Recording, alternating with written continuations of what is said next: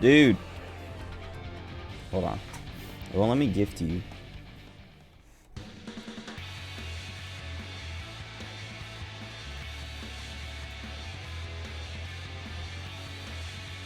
I don't know. I don't get it. Hold on.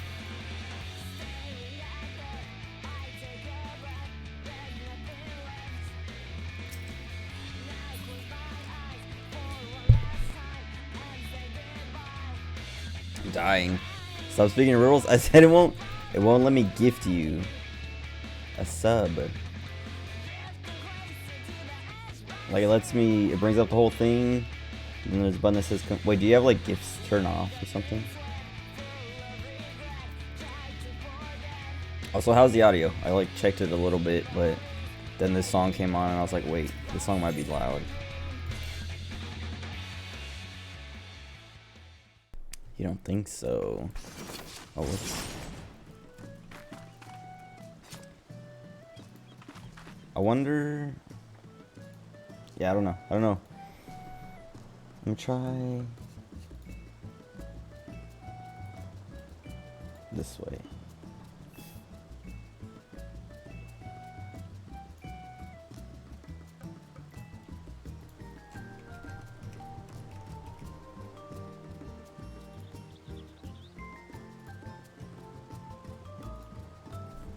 Okay, there it goes. Oh, I just realized. I don't have like alerts for subscriptions. Okay, hold on.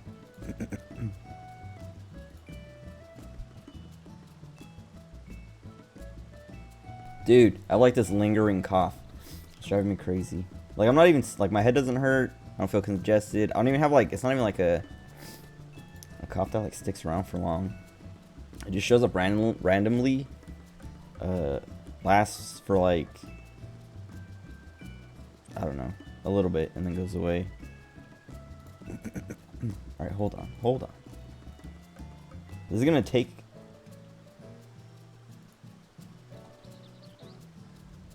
Oh no.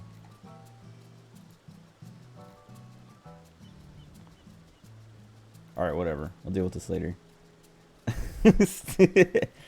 You have to do that. That's how you get your subscription revoked. Anyway, I didn't do any of that blue mage stuff. I did like one part of the quest. And then logged off. Where's your badge? It's right there.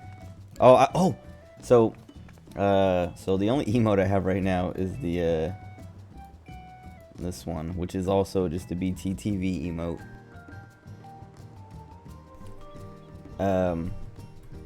But I commissioned an artist. I'm getting emotes, but I don't know when. They said 34 days at the latest. Like they had like a whole thing. I ordered them. We talked. We figured out what I'm getting. And then they like, cause it was through Fiverr. I've never used Fiverr before. Today, or last night, I guess. That's when I. No, they're not Aubrey. They're all my cat girl, but like little anime ones. But I do want an Aubrey emote. I just was like, I didn't want to make it super complicated starting out. Because I have 5 slots for like tier 1 slot for tier 2, and 1 slot for tier 3. But I ordered 5 emotes because that was their like package or whatever. And then they said they're gonna make me a secret 6th one, so we'll see what that ends up being. And then I'll have 1 more slot. I can probably get an Aubrey, Mocat commissioner. I wish I would commission her to draw me an Aubrey emote. But they also said they'll do sub badges if I want, so I was like, all right, yeah, sure.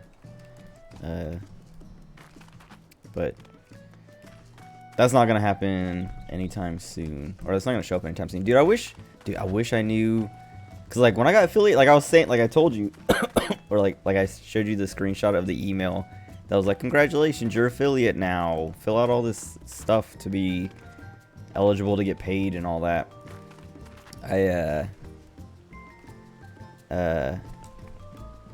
What was I saying? Oh, I didn't know it was gonna be like, it was literally like, I didn't even, you don't have to do anything. You literally just have to hit the minimum requirements, and then they're like, you just get a random email. Cause like my average was like 2.8 or something like that for like the longest time, like just under 3. But then around like Halloween, I was like averaging around 5. Oh, just do it. It's easy. It's literally, you just put in like your tax information. Well, not even your tax information. You're like your information for tax purposes, I guess. So you just like put in your name, address, birthday, social, and stuff like that, and then that's it.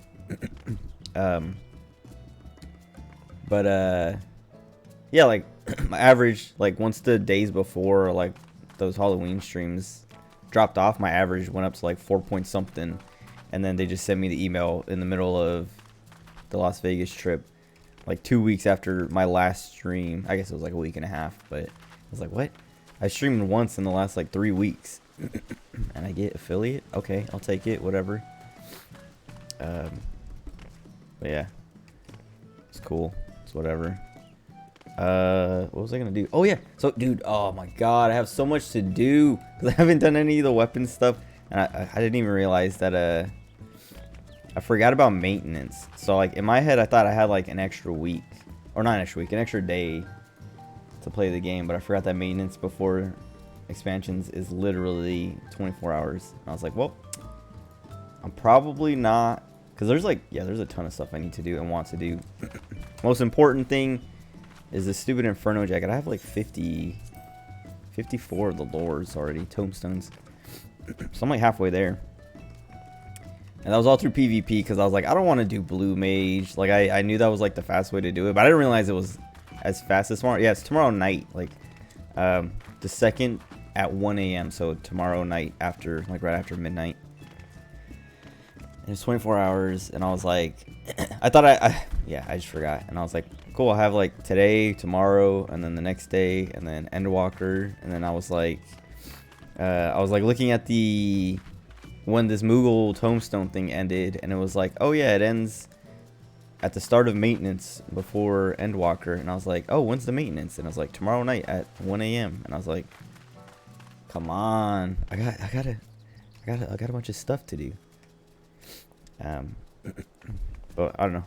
I'll do. I mean, I want to do this. Let me start this blue mage stuff though, because I gotta go do the quest. I want this Inferno jacket. But I think right now I'm just gonna like get my blue mage ready for it, and then tomorrow in the morning or early afternoon or whatever, I'll farm it up.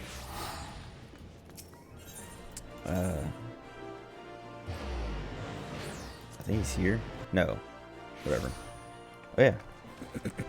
But then once I get through these quests and I guess get those spells, unless if I have to like play with people to get the spells and I can't just like do them solo, then I'll just do it tomorrow on my own. Also, I want to skip these cutscenes because do I not have any old caster gear? I don't think so. Oh, I might. I do have red mage gear. Oh, I can, yeah, whatever. I can do that. But like I don't know. I don't remember any of the quests from before the quest right before this one. And then when I was doing the quest right before this one, I was like, who cares? Because I don't know what's going on. And this dude's buying medicine and people don't trust him. I don't know. I was like, who cares? So I kind of want to skip, but I'm not gonna. Because look, what if there's good reaction images? Take some sweet screenshots. Anyway, I have to do all the weapon stuff, but I can do some of the stuff tomorrow night too, because I'm gonna play until maintenance tomorrow night. But I have to do all the weapon stuff. I have to do Boja. Actually, I don't know if I have to. I think I should for like leveling Reaper once like Endwalker actually comes out. How'd I get 50 tomes PvP? Took forever, dude. And that's what I was talking about. I was like, I don't have enough time, or I could, if I wanted to, I could grind PvP until I get to 100. But then I was like, let me look up the blue mage strat and how long that takes, and then see. And people are like, oh, yeah, it takes like not even an hour to get 100 if you do like the second, like it was something like one of the coils Bahamut. And I was like, okay, it'll take like half an hour for me because I'm already halfway there, and all I have to do is get my blue mage to where it needs to be able to do those. Also, people were, like you were saying, I could just like get in the party as not blue mage and just hope they let me mooch. But I feel like I should do blue mage stuff just because like it seems so useful for this kind of garbage. And then yeah, I was like, okay, well, like the time doing like getting blue mage ready and then doing it, there's probably less time than just grinding PvP for the last 50. And probably a lot less frustrating because like running around PvP, like I don't even like get attached to winning and losing that much, but it's so frustrating to lose because it's like, oh great, now I only get 3 tomestones in it instead of 5, so this is gonna take even longer. And it's also just like annoying because it's stupid, because it's literally like it's just like a gamble on if you're gonna win or not, because sometimes you get idiots who just like fight the whole time, and then sometimes you get teams that are like wanting to play the objectives like you're supposed to.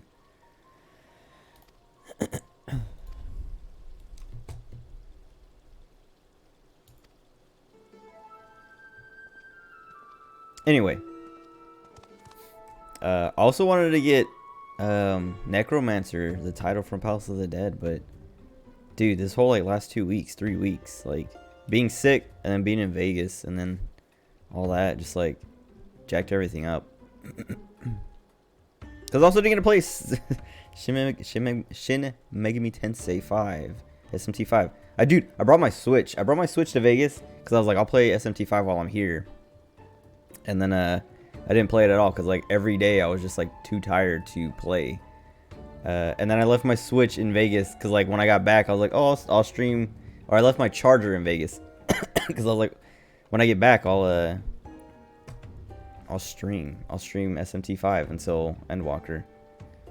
Play real Shin Megami Tensei. What was it? I think I've told the story before, but there was a guy I worked with when I was in Florida who he called the games Shin Megami Tensei, and I was like, dude, like I would say Shin Megami Tensei. I would say it right every time we're having this conversation or conversations about the games, and he would still say Shin Megami Tensei, and I'm like, is he doing? I was pretty sure he was doing it on purpose, because like how do you mess that up? Anyway,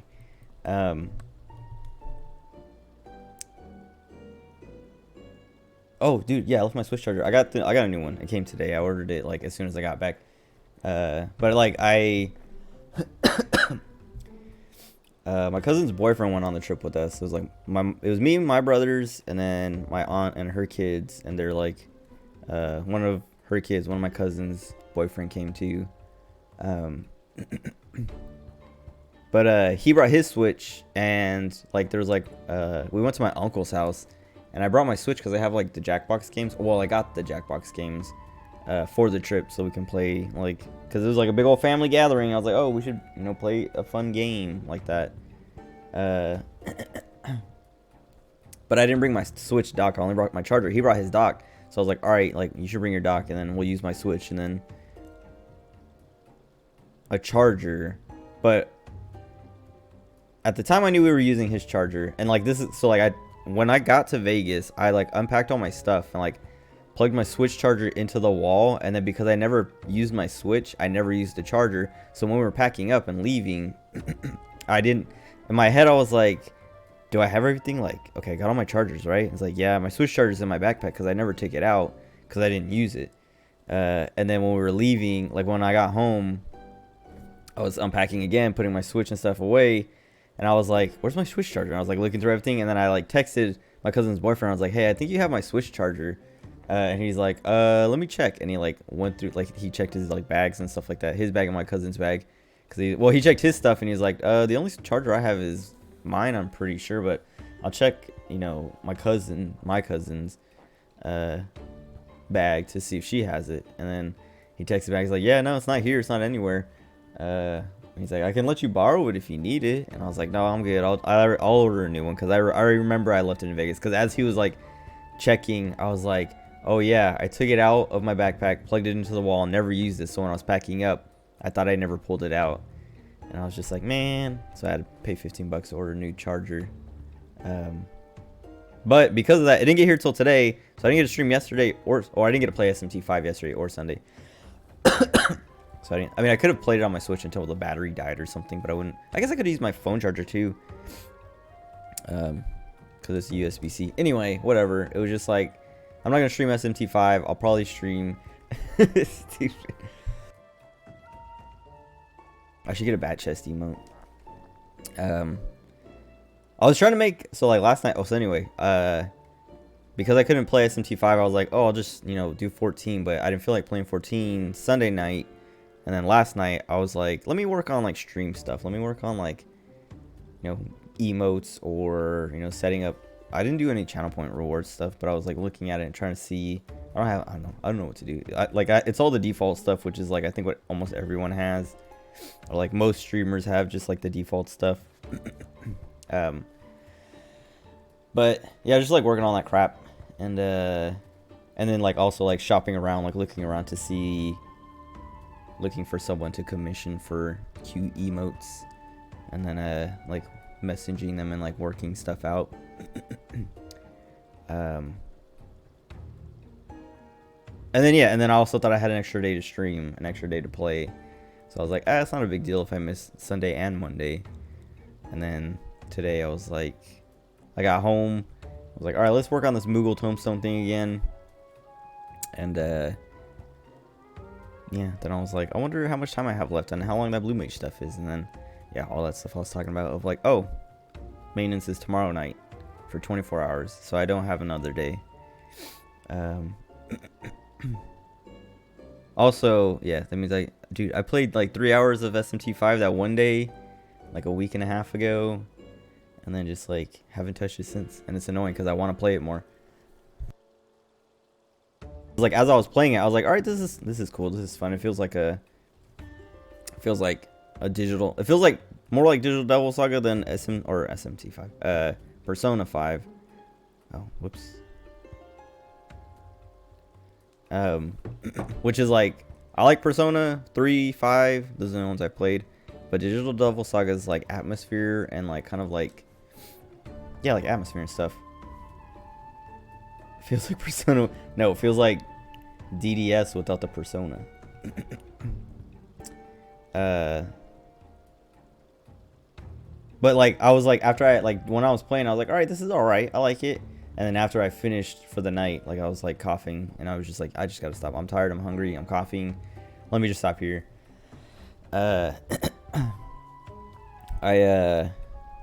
was like thinking about it. And I was like, man, I really want to play more. And I was just like that, like sitting on it for a little bit. I was like, dude, actually this game is kind of sick. I kind of really want to play it some more. And then also like I was listening to the Castle Super Beast podcast, and they were talking about it, and they were just like, I was just like, man, I really want to play. And then I didn't get to play at all, and I'm still not playing it, and I won't be able to play it until after Endwalker. Why'd they do this? Why did they line them up like that? They even gave me an extra week or 2 weeks or whatever, because Yoshi P was like, we know SMT5 is coming out, so we're going to delay it a couple weeks. Because he lied. He said it's because, like, whatever excuses he gave. But he was like, dude, I got to play SMT5 before this comes out. Play for 24 hours straight? No. Actually, I don't even know what I'm going to do. Because, like, tomorrow night, I want to do more of this. Like, like, clean up as much. Because I still have to do the last patch worth of, like, story stuff, too. MSQ. But I'm going to play this up until main, or until I finish everything I want to finish, if I finish everything I want to finish. And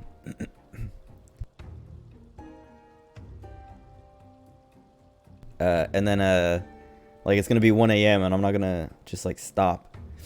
I mean, I might, but then tomorrow, or, like, yeah, the day after, I will want to stream before Endwalker, because I don't want to just, like, because I will stream on release, or as soon as like I can get in, because I'll like log in and then wait until the queue lets me in, and then I'll start streaming, which could be like 5 a.m. I don't know. But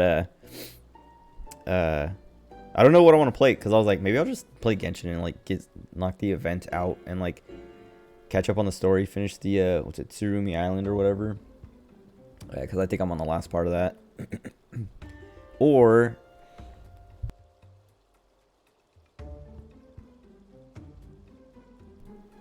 finish the stupid foes filed achievement on Omori, because I still haven't finished that. Oh, you got ads, dude. That's what, like, I was like, oh no, now that I'm a streamer, or now that I'm affiliated, ads. Wait, hold on, don't move.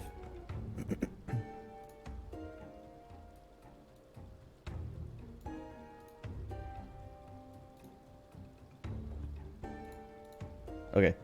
Cause like they have like ad buttons. They're like, it's like, it's like you know, like run ads for 30 seconds, a minute, whatever. I was like, dude, I'm not running ads.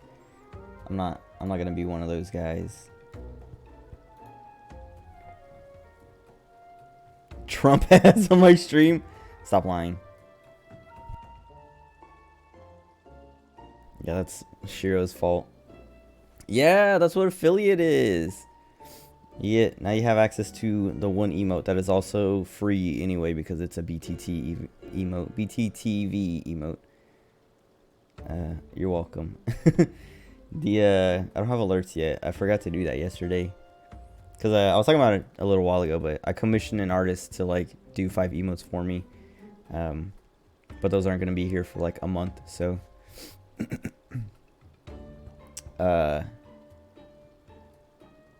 anyway, what was I saying? I was talking about like not having time.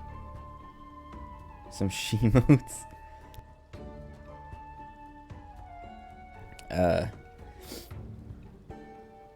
Anyway, I do need to do the weapons and the MSQ, but I don't know if I'll be able to like queue up for it tonight.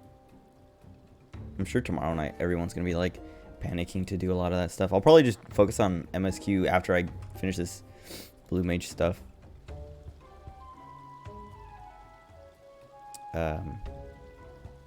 What else was I talking about? Oh, I think I was talking about ads too for a second, because both tonight, we'll see. I'm gonna do MSQ first, because it shouldn't be that long. It's literally just like the last chunk, and there's no like dungeon or anything associated with it. I mean, there's probably like a little instance or whatever, but those are always easy. Oh, the other thing that sucks is like I was trying to like farm up like grind out some of the what's the tombstone, whatever the revelation, whatever the, like the capped tombstone is, like the weekly one. I was trying to like grind out enough of that to like get all the Crypt Lurker gear for Reaper, because that's like the coolest looking set. It's the Bloodborne set. But I don't have enough. I missed like this last week's I didn't cap, so I'll be able to afford, like I have the top. I'll be able to buy the legs and the shoes, but that's it. But that's like kind of all you need. I mean, the helmet is like pretty important, but I feel like I always turn off my helmets anyway. I'm just gonna skip, dude. I don't care. I just want the stupid... I'm trying to think of the last like job quest I skipped. I know with Bard, like I wish I would have skipped for like 70 to 80, I think, or 60 to 70. Explain the whole story. You want me to? Since you're never gonna play it. Just doing this for the gear. Yeah, kind of for the gear and to like have access. Oh, wait, what am I? Why am I doing this for the gear? Because I have gear, right? Do I learn anything from Blue Mage? Okay, exactly. None of the spells. That's what I was waiting for. Hold on. She got an email. Oh, I think that's because of the gift sub. Yeah.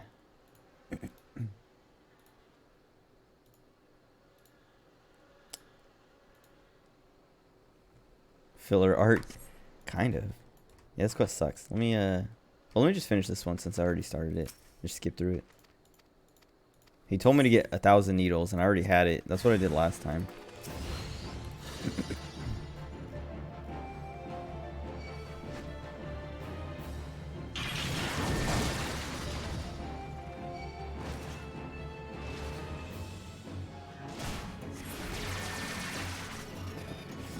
Alright, hold on. I read all that, but I didn't process it because I'm doing the stupid quest.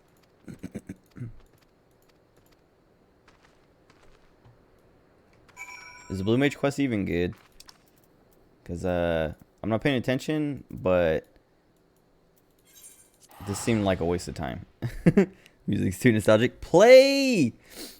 Dude, just play. It doesn't even matter how far behind you are. Everyone is behind. I'm behind.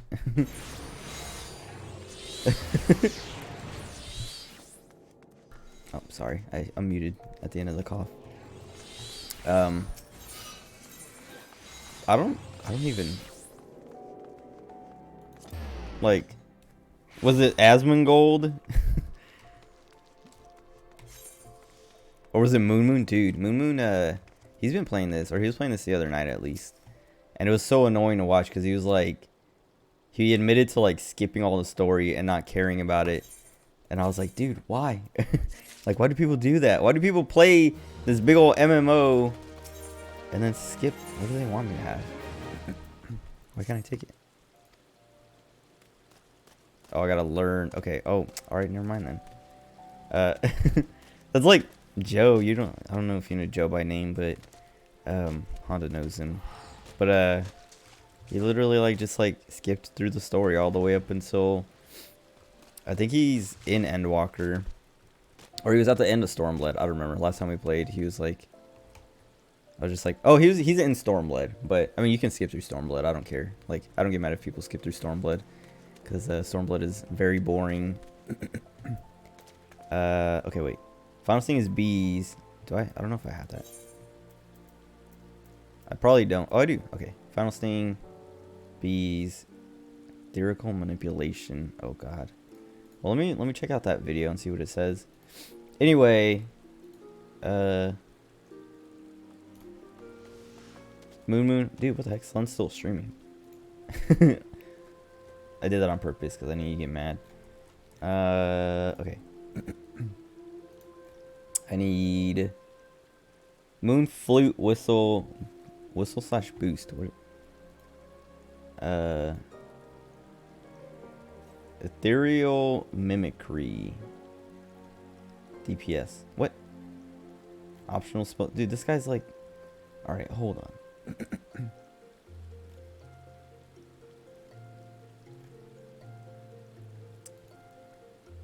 Let me pull up like a list of Blue Mage spells.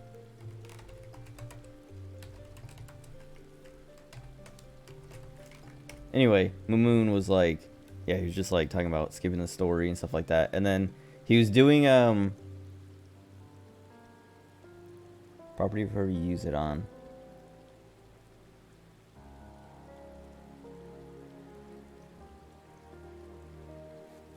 Oh, maybe that's... In the video, he runs it with one tank. So are they all just copying the tank so they don't die or something?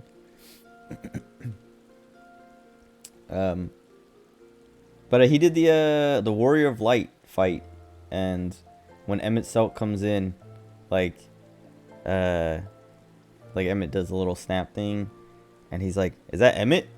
And then he turns around, does a little wave, and he's like, "Yeah, that's Emmett." And then he was like, "All right, that's all right." And I was like, "Dude, it would be so much better if you paid attention to the story, if you didn't like skip all the cutscenes, if you cared." Anyway, it just makes me mad when people disrespect. Stop watching Zoomers. He's like, I think he's older than I am.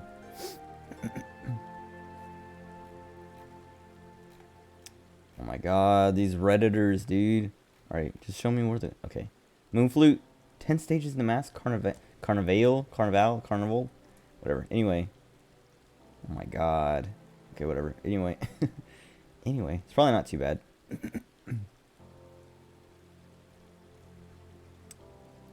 Let's see. Moonflute. Or was it? Oh yeah, that's Moonflute. Okay, whistle. Where are Dallmel's? Where?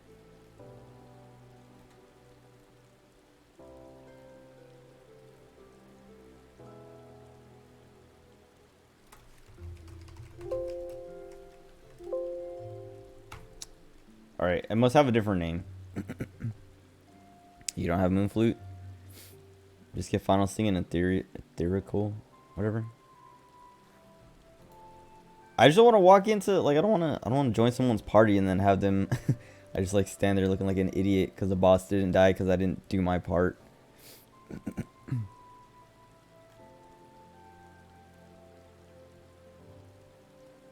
Whatever. I'll just do this tomorrow. Okay. Where's the next MSQ? I don't even know.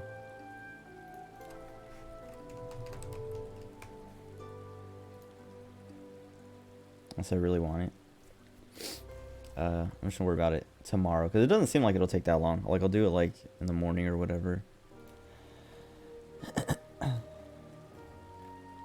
And also, I don't want to do it now. Also, there's like dust on my monitor here, but I have a dead pixel or a stuck pixel on this monitor. I saw it today. I'm mad. This monitor is only like a few months old.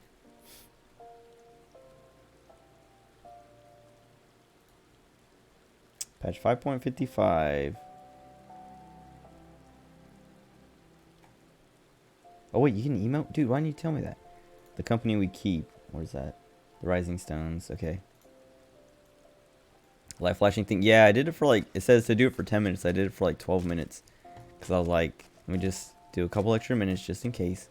It didn't work. But, there's like a couple other things. People were saying like, rub it like with something soft and pointy. Like an eraser or something. Like a pencil eraser. Which I was like, dude, isn't that going to like scuff up the monitor? But I'll probably still try it. And then the other thing was something to do with like warm water on like a cloth or something. But I don't know how that would work or why that would work. But whatever. What's up, Bobby? Bobby! Oh, wait. Did you see the... okay. I was going to say I messaged you on Discord.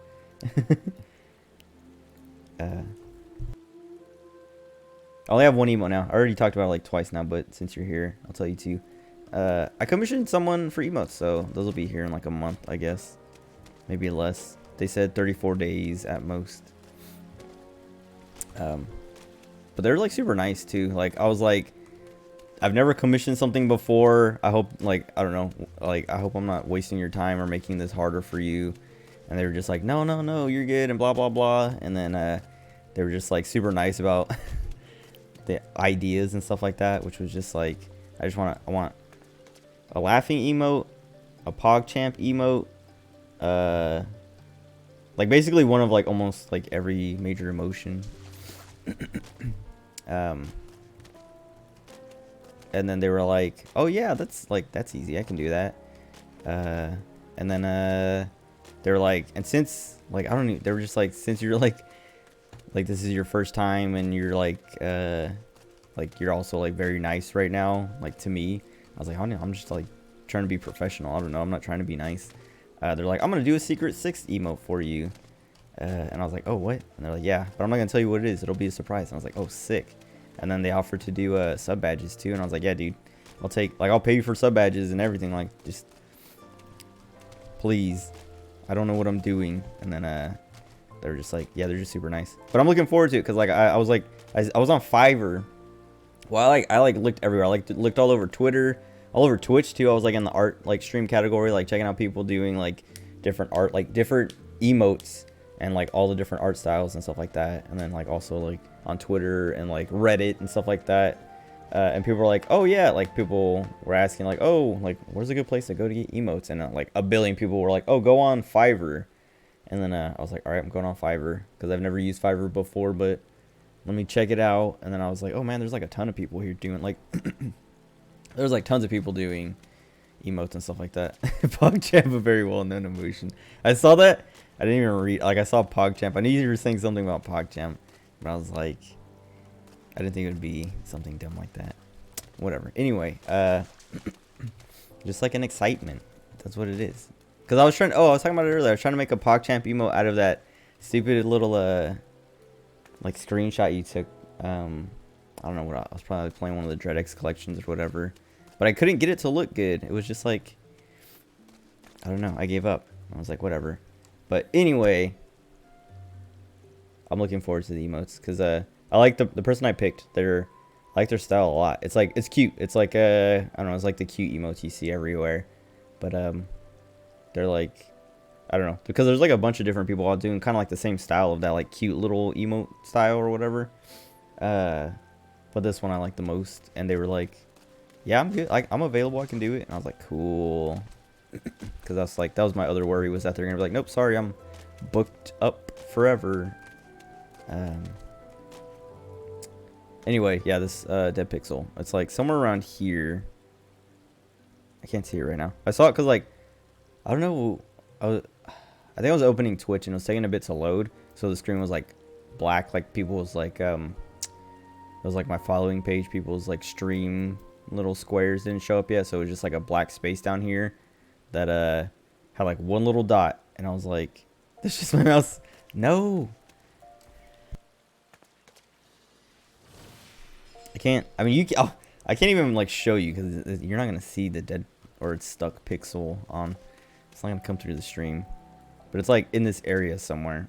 But anyway, it's like my screen was black and I saw it and I was like, oh my god, because I never noticed it before. So I don't know how long it's been there. It might have just shown up today, but it might have been there for a while. But not fun, not cool. Anyway, I also got this oops, the Paglethan set. I guess not that, not the gloves, not the legs either. She's just wearing the spats. But where's it? Oh yeah. It's actually in my eye. It stays in the same spot. Because I was doing expert. I was doing expert roulette and I got the bottoms and I was like, oh, I kind of like those because like I had the other dancer glam. I think I already got rid of it. That I was using. Wait. Yeah. I was like, I kind of like these bottoms with this, and then I was like, let me see what the rest of the set looks like. Because I remember you were saying something. MSQ weapon stream now. Yes. Maybe not weapons. We'll see. Depends on how like hard it is to get into a stupid duty. My wife. Look at her. Wait. I think I talked to everyone. Maybe they have different dialogue. I'm pretty sure I talked to everyone after the last part of the MSQ. Let me talk to him again because it's been so long.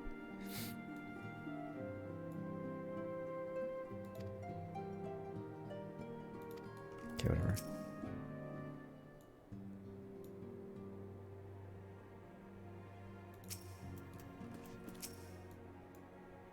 Dude, I can't wait until Endwalker. I want Alize to get her new outfit already. Because then that means her old outfit's gonna go on the shop. Unless it already is. I don't think it is. Because Ystolos is.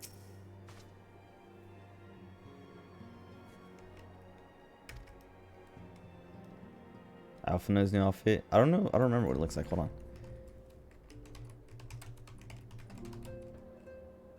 I looked up Alphino Endwalker and the like. There's 3 things. One is age, death, and then 14. But man, people think he's gonna die. Gear.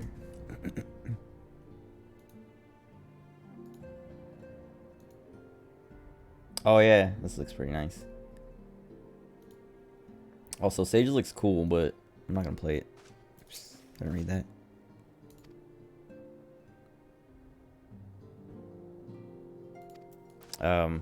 But that trailer is definitely makes him look like he's gonna die.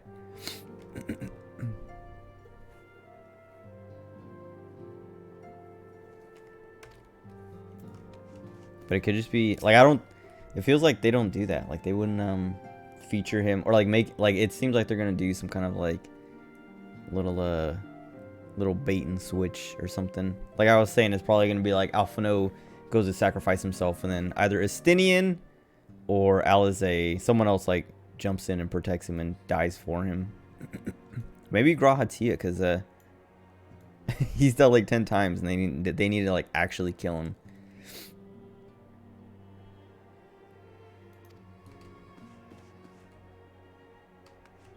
Okay. Do not talk about Estinian dying. Dude, now that I'm thinking about it, it's probably going to be him. Because he's also died like twice.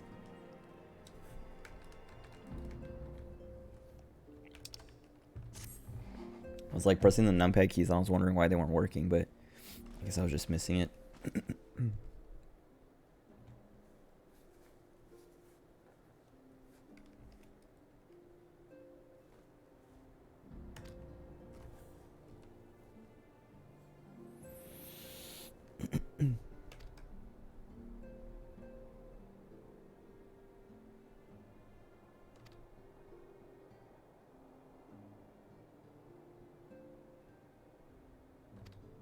Dude, what's his name? The Joker guy. He's the one who took over Asahi's body. I already forgot, cause I don't care. I think he sucks. Fan Daniel. That's, yeah, exactly. I hope he dies before Endwalker. I remember. He better die here. I can't remember if he's in the trailer. Is he in the trailer, dude? I know it's a... What's his name? Xenos. And then... Who's the one who keeps coming back? Yeah? Oh. Okay. Hopefully he dies, like, early on. Because, like, I don't know. He seems like... I don't know. He seems like a Joker type, but... I don't like Asahi. I didn't like Asahi at all in Stormblood. I thought he was trash. Not even like a good villain, really. Just like annoying. And then Fandaniel's like literally, like they knew, they're like, hey, let's make him spoiled. This is the end of Endwalk, or the end of Shadowbringers. There's no way you're not gonna get spoiled.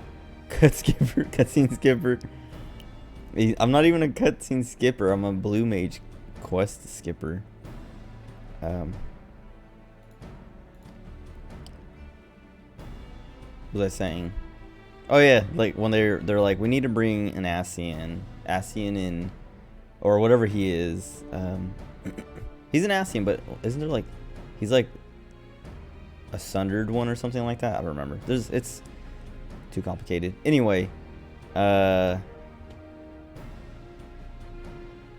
knew, they're like, we're gonna make him annoying. He's sundered. Okay, we're gonna make him annoying, so we have to make him take over the most annoying person's body.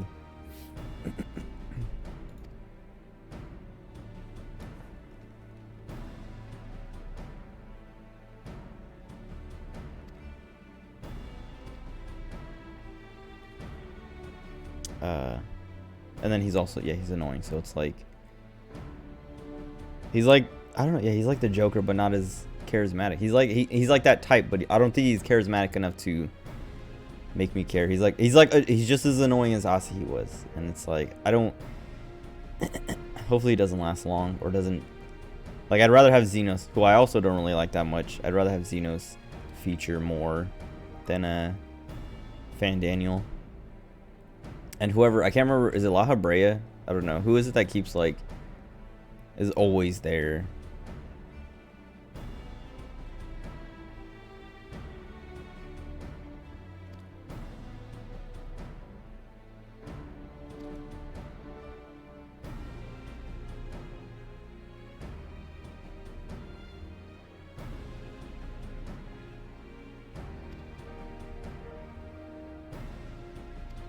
Oh, dude, I want to talk about Vegas. Hold on.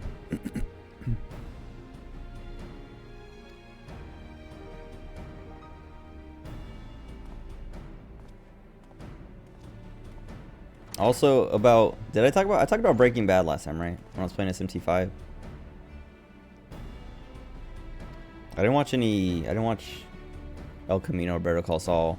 And I was planning on watching Arcane, the last 3 episodes of Arcane on that trip, but I only watched one episode.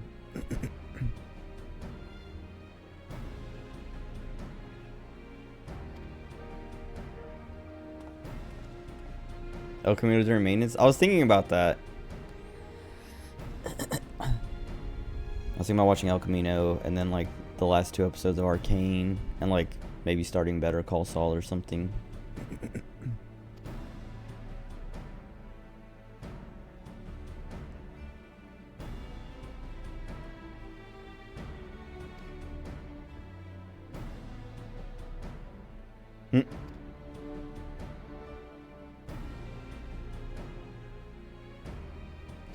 I like what they're doing with Justinian, of like making him like less like stoic and kind of grumpy.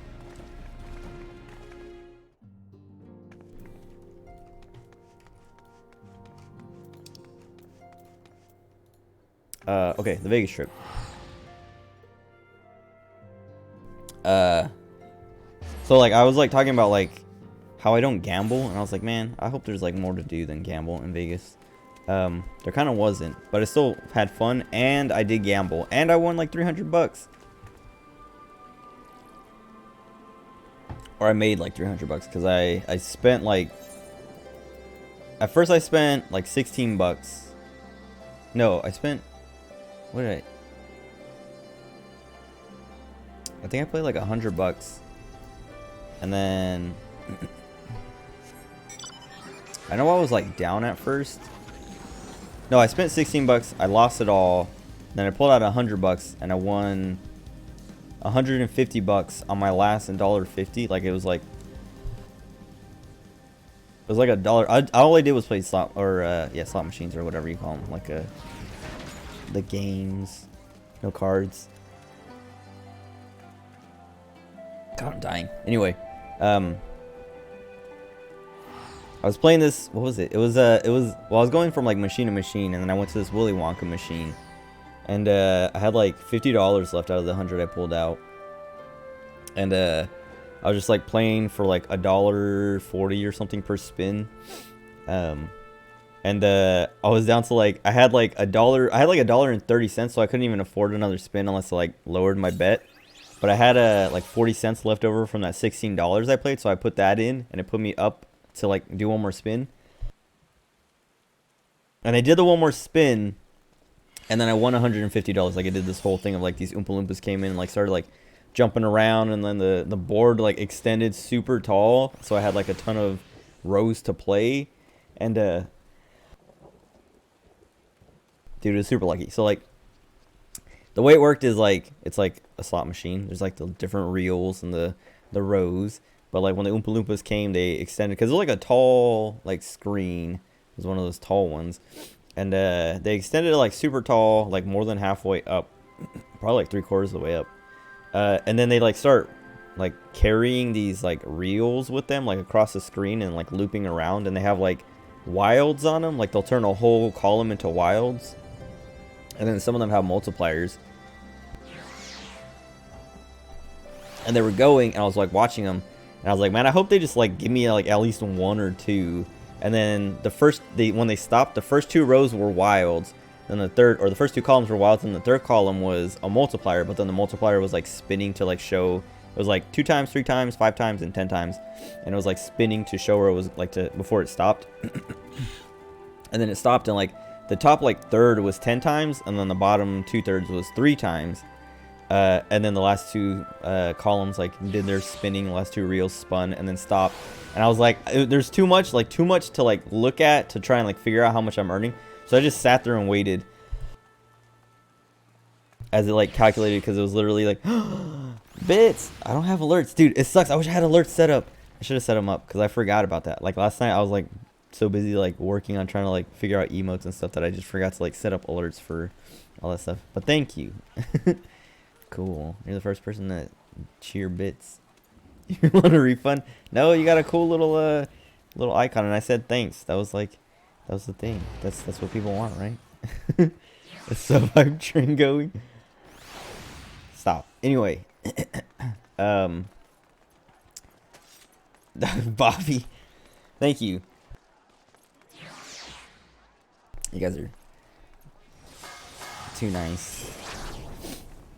I'll do a hot tub stream. No, I'll do a beard brushing stream. Anyway, the first 2 reels stopped. They were the wilds, and the third one was the multipliers of 10 times and 3 times. Oh my god. Let me finish this story. I don't have, also, yeah, you can do like a bits emotes and things like that. I don't have any of those, but I can like work on that later. I didn't want to like, I didn't know what to do. I don't know. Like I literally like got affiliate out of nowhere. I was not expecting it. And I was in the middle of a trip, like vacation. But thanks. I wish I had stuff for that. Cause like now I'm like, that's what like when I was like setting stuff up, I was like, man, I'm gonna feel guilty when people like start, if people subscribe or donate, like what do you call it, like cheer bits and stuff like that. Cause I don't have anything for that yet. That's why I gifted the subs so you guys couldn't do it. Then I wouldn't feel bad because it's my money. Anyway, like yeah, I don't know, the last 2 reels spun and it was kind of fun to watch because it was like just like I'm like sitting there and the people sitting next to me are like looking over like jealous, and I'm just like waiting. And it kept like just going up and up and up. I was like watching it like show because it does it in like points. So like the last 2 digits are zeros, and then or like are cents, and then the next however many digits are the dollars. But it was like going up, and I was like, oh cool, I have like 100 points. Cool, I made $1 back. And then it's like, oh, like 1,100 points, whatever, like 5,000 points. I was like, cool, I got $50. And then it just kept going all the way up to like $150. Or 15,000 points. And I was like, dude, what the heck? Because like yeah, I like 100 times my bet basically. Which I was like, man, if I would have bet more, that would have been like a way bigger bet. But I didn't, so whatever. Anyway, but it was cool. And I was just like, all right, cash out, I'm done. I made $50. I'm not rolling anymore. Cause like I was saying, I don't gamble. I don't like gambling that much. So like, cause even like in like gacha games like a Fate Grand Order, Blue Archive, Genshin, like I don't buy the currency to get more rolls because it's like I don't want to get ripped off. So I always just like save and save and save, and then just like get mad when I get ripped off from saving so long, wasting all that time, not rolling on other characters. Anyway, whatever. I made $150 there, and then like I don't know, like the next day or a couple days later, we were in another casino, and I was hanging out with Liam and Lucas and my cousin and my niece and my cousin's boyfriend. We were like in an arcade while everyone else was gambling. Here's spent over $100. Didn't he? He spent like, how much did he spend? I think he said he spent $50 on Space Ishtar, and yeah, he has to have spent more than 100. Cause who else was it? Melts. I think he also had to spend money on Melts. Maybe not. I don't know. I know you got her. But yeah, I don't like. I like the only time I spend money on Fate Grand Order is to like for the guarantees, but that's guaranteed, so it's not a gamble. I mean, it's a gamble on who you're gonna get, but at least you're getting someone. I came out Melts, but he did another time. Yeah, I know. I remember seeing that. Who did I roll for recently? Maybe it was Space Ishtar. I think it was Space Ishtar. I didn't even wander that much until the story, like playing through the story, and I was like, all right, I'm gonna get Space Ishtar. And then it took like almost all my savings. Oh yeah, it's like a Behemoth. And that was the summer version. Cause I don't know if I spent everything on that, but I did spend a lot that I was like, dude, this is ridiculous. I can't even get her. But also Space Ishtar, I was like, I didn't want her. I'm saving for Summer Abbey, and then I played through the story, and I was like, all right, Space Ishtar is kind of good, like kind of cool. I like her, because like there's like 4 different versions of her, and each one is like very good. Because even like the the regular, the one that's like closest to Ishtar's personality is like just a better Ishtar. That I was like, all right, I like, because regular Ishtar, I'm like, dude, she's annoying. But Space Ishtar, that is supposed to be like regular Ishtar, is way better. But then also like the cool one that's in like the edgy colors, like the black and red suit and all that stuff. She's just cool. And then the like unlocked Space Ishtar is also cool because it's like the mix of them. And then like the evil one or whatever, they're all good. Anyway, whatever. I was like, all right, let me get Space Ishtar. Anyway, I was at this arcade with my brothers and my cousin and her boyfriend and my other cousin's niece, because she was like 6, so we took her daughter with us to go play at the arcade or whatever. And I was like, yeah, I was like hanging out with them, and like I like put in like I spent some money to like get some of the like credits to like play some of the games or whatever. And then I think I like did like $20. So like I had $150 to spend. I did $20, and was like I spent the $20. The twins had like, my mom gave me $100 and was like, here, it's for the twins, or it's for you guys. And I was like, this is for them. I'm not gonna take their money. Like, I'm gonna let them have $50 at the arcade. I got money. I just won money. I don't need money, mom. Wait. Okay. So anyway, so they like had $50. They spent their money. I ran on mine way faster than them because I was also like playing stuff. I was just like, let me play this, let me play that, and they were like looking around at everything because they were like scared to like, they wanted to like make the best investment, like tickets to money investment, because they wanted to get the better prizes at the end. So they were like very cautious about what they were playing. But I was just like, whatever, give me tickets, let me play. But anyway, I ran out of it. Like I ran through that $20, and I was like, all right, whatever. I was just like hanging out with them for the rest of the time. And then my cousin was like, hey, like she called her mom and was like, hey, can we go to this? Because we were at, it was called like Green Valley Ranch. They're 13. Yes, they still want the dumb prizes. Liam got a lava lamp, even though he already had one, and then it broke. And they didn't even use it, or they didn't even like take like they didn't use it, and they let it break. They like I don't know, they like left it on like all the time. Like even when they weren't here, it would like, I would go into their, like I would be walking by the room and I would turn their light off, because they always leave their light on when they leave, because they just don't turn it off. And I would just see the lava lamp on. I'm like, dude, this thing's gonna be on for like 5 days and no one's even in here. So I would like unplug it or turn it off or whatever.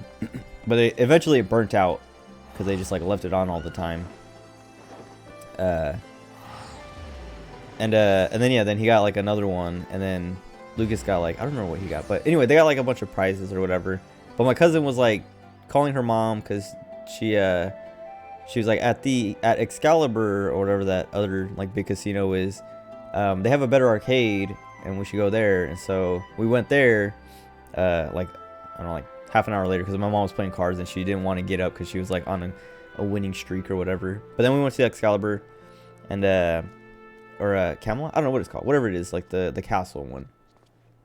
We went there, and I took them down to the arcade. I also played like another $20, and I was like, I'm just gonna run these $20 out. And they also, like, my mom gave them another $50 each. And I was just like kind of like hanging out down there because it was like way huge. I wasn't like, I didn't like in the first arcade. I was like just like kind of like, after I finished my money, I was just like going back and forth between them because like it was kind of small. Like it was small enough that I could like see them from across the way and just be like, oh, let me go see what he's doing. Let me go back to this one, whatever. But at this other arcade, it was like big and like looped around, so it was like a circle. So like they could be like on opposite sides, and I wouldn't be able to see like the other one. So I was like, whatever, I can't even keep an eye on them. So I'm just like, after I spent my $20, I was like, I'm going up to also like with my tickets, I just got candy. I got like boxes of nerds and stuff. Anyway, I went up because I was like, oh, I got this $100 that's like, I don't know, I pulled this out to play it, and then I earned it back, and now it's just like sitting here. So let me just play it again. And then I like went from wait, no, where did this, I don't know where no, I think I had, no, I didn't play the 100. I still had like $20. I don't know, like I think I had like leftover money before, because I had like $21 exactly, and I put that in a machine, and it was like Halloween themed, or like, yeah, I had like a pumpkin and like a cemetery and stuff, whatever. Anyway, a jack-o'-lantern. I put the 21 in the machine, won like 60 bucks. I was like at 80 bucks, and I was like, cool, cash out. And I was like, I still have 80, like I have this 80 bucks now. Like I want to keep playing. So I found another machine, which was a machine that my mom won like 200 bucks at like the night before or something. It was like this bingo machine where like you spin and you like these coins go up, and like if you can like line up a bingo, you get like all the coins in that row, and then you play like a mini game or whatever. Anyway, I was like, I'm gonna play that because my mom like was having good luck with that. Let me play that. And I played down to like 50 bucks, and I was like, all right, this game sucks, and I like cashed out, and I was done, and I was like walking back to like go downstairs to like back to the arcade just to like hang out with my brothers and my cousins. And on the way, I saw this like wolf machine, and I was like, you know what, let me play this. And like I sat down. Actually, I saw the wolf machine before too, but some guy was playing it, so I just like was like, whatever. He's sitting there. I'm just gonna go play something else. And then as I was walking back, it was open, and I was like, let me play this wolf machine now that it's open. And I put the 50 bucks in, and I played down to like 20 bucks or something. And I was considering just like cashing out because I was like, I'm not having any luck tonight. Other than like when I stopped at the jack-o'-lantern machine, I was like, that was my, like I stopped because I was like, I won 60 bucks. That's my luck. Cash out. I'm done for tonight. But then I kept playing. And then, yeah, at the wolf machine, I was like playing, and I was like, man, I should have just like stopped when I stopped, because that's like, should have stopped when I stopped, because that's usually what I do. That's like, I usually have like enough self-control that I'm like, all right, I won my money, I'm done. Like with the 150 bucks, when I won the 150 bucks, I was like, I'm done. I'm like, let me take my money back, because I was watching my aunt and like my cousins play these games, and they would be up. They would be up 200 bucks, and they just like play it all the way back down. Like Joe, they just like, they're winning money, and then they play it all the way down until they just run out. And it's like, okay, you were up. You could have just like, you tripled your money there, and you just like ran yourself down. What the heck is this chocobo armor? I want this. Anyway, like I usually have like way more self-restraint, and like seeing that happen to them, I was like, that can't happen to me. But anyway, I let it happen to me. I was down to like 20 bucks. And I was like, man, I'm at 20 bucks. I'm just going to run it all the way down to 0. And then like the next spin, Hades. Oh, can you buy that off the market board? That was another thing I wanted to do, is get like some of the other Weber mounts. But no time, whatever. And also I have the best mount, so who cares? But yeah, like my next spin was like, all this crazy stuff was happening on screen. I had no idea what was going on. Like a bunch of wolves. Well, actually, so I hit it, and this wolf ran across the screen. And I was like, oh, cool, something's happening. And then like it went into this like crazy mini game mode where like I earned, like I won a bunch of money. I won like 30 bucks, so I was up to 50. And I was like, well, I was planning on just like running down to 0. I might as well keep going. And then I upped my bet. Like I basically doubled my bet. And then I played, and I was like going down. I was back down to like 20 bucks. And then the next spin, the wolf ran across the screen again. And like I had like this crazy thing going on. And it put me up to like 100 and something, like 120 bucks. And I was like, well, I was planning to run it down to 0, so I might as well keep playing again. And then I doubled my bet again, and I played again. And I was down to like 60 or 80 bucks. And then the wolf ran across the screen again, and it put me all the way to 350. And I was like, I should get out now. And I was like, but I was planning to run it down to 0, so I might as well keep playing. And I left the bet the same, and I played down to $300. And I was like, all right, I'm just gonna quit now, because I was like, this is too much money to just throw away like that. And so then I like took it out. Like I took my money out, and I was like, sweet, like I won 300 bucks off of that. Or I made 300 bucks tonight or whatever. And I was just like, man, gambling sucks. I hated the feeling of like wanting to keep playing, because it's manipulative. It's like, I don't know, yeah, whatever. Anyway, and then so like that was my total earnings over like the weekend was like, or over the week was like 300 and something, which was like, I was like satisfied with. But my mom, so like one day, like the day before we left, we went to play bingo, because I never played bingo before, or at least like bingo like this, like gambling real money or whatever. at like a bingo hall or whatever. And I didn't want to go, my mom, because I was like, what are we doing tomorrow? Because like we just had like a free day. Oh, we also went to an escape room. So I'm like sitting here staring at this dude. It's supposed to be a main scenario quest stream. It is now a Las Vegas trip talking stream. What was I saying? Oh yeah, like I was like, what are we doing tomorrow, mom? Because like I was like, I want to know what to expect and when to like wake up and stuff like that. When to expect to wake up and things like that. Because like if we're going to get food or like go to do something or whatever, like yeah, just know. And she's like, we don't really have anything planned until the escape room later that evening, which was like at 9. And I was like, all right. And then she's like, but me and Rachel are going to play bingo if you want to come. And I was like, isn't that like, I don't know, isn't that old people thing? And she's like, well, I mean, there's old people, but it's fun. You should go. And I was like,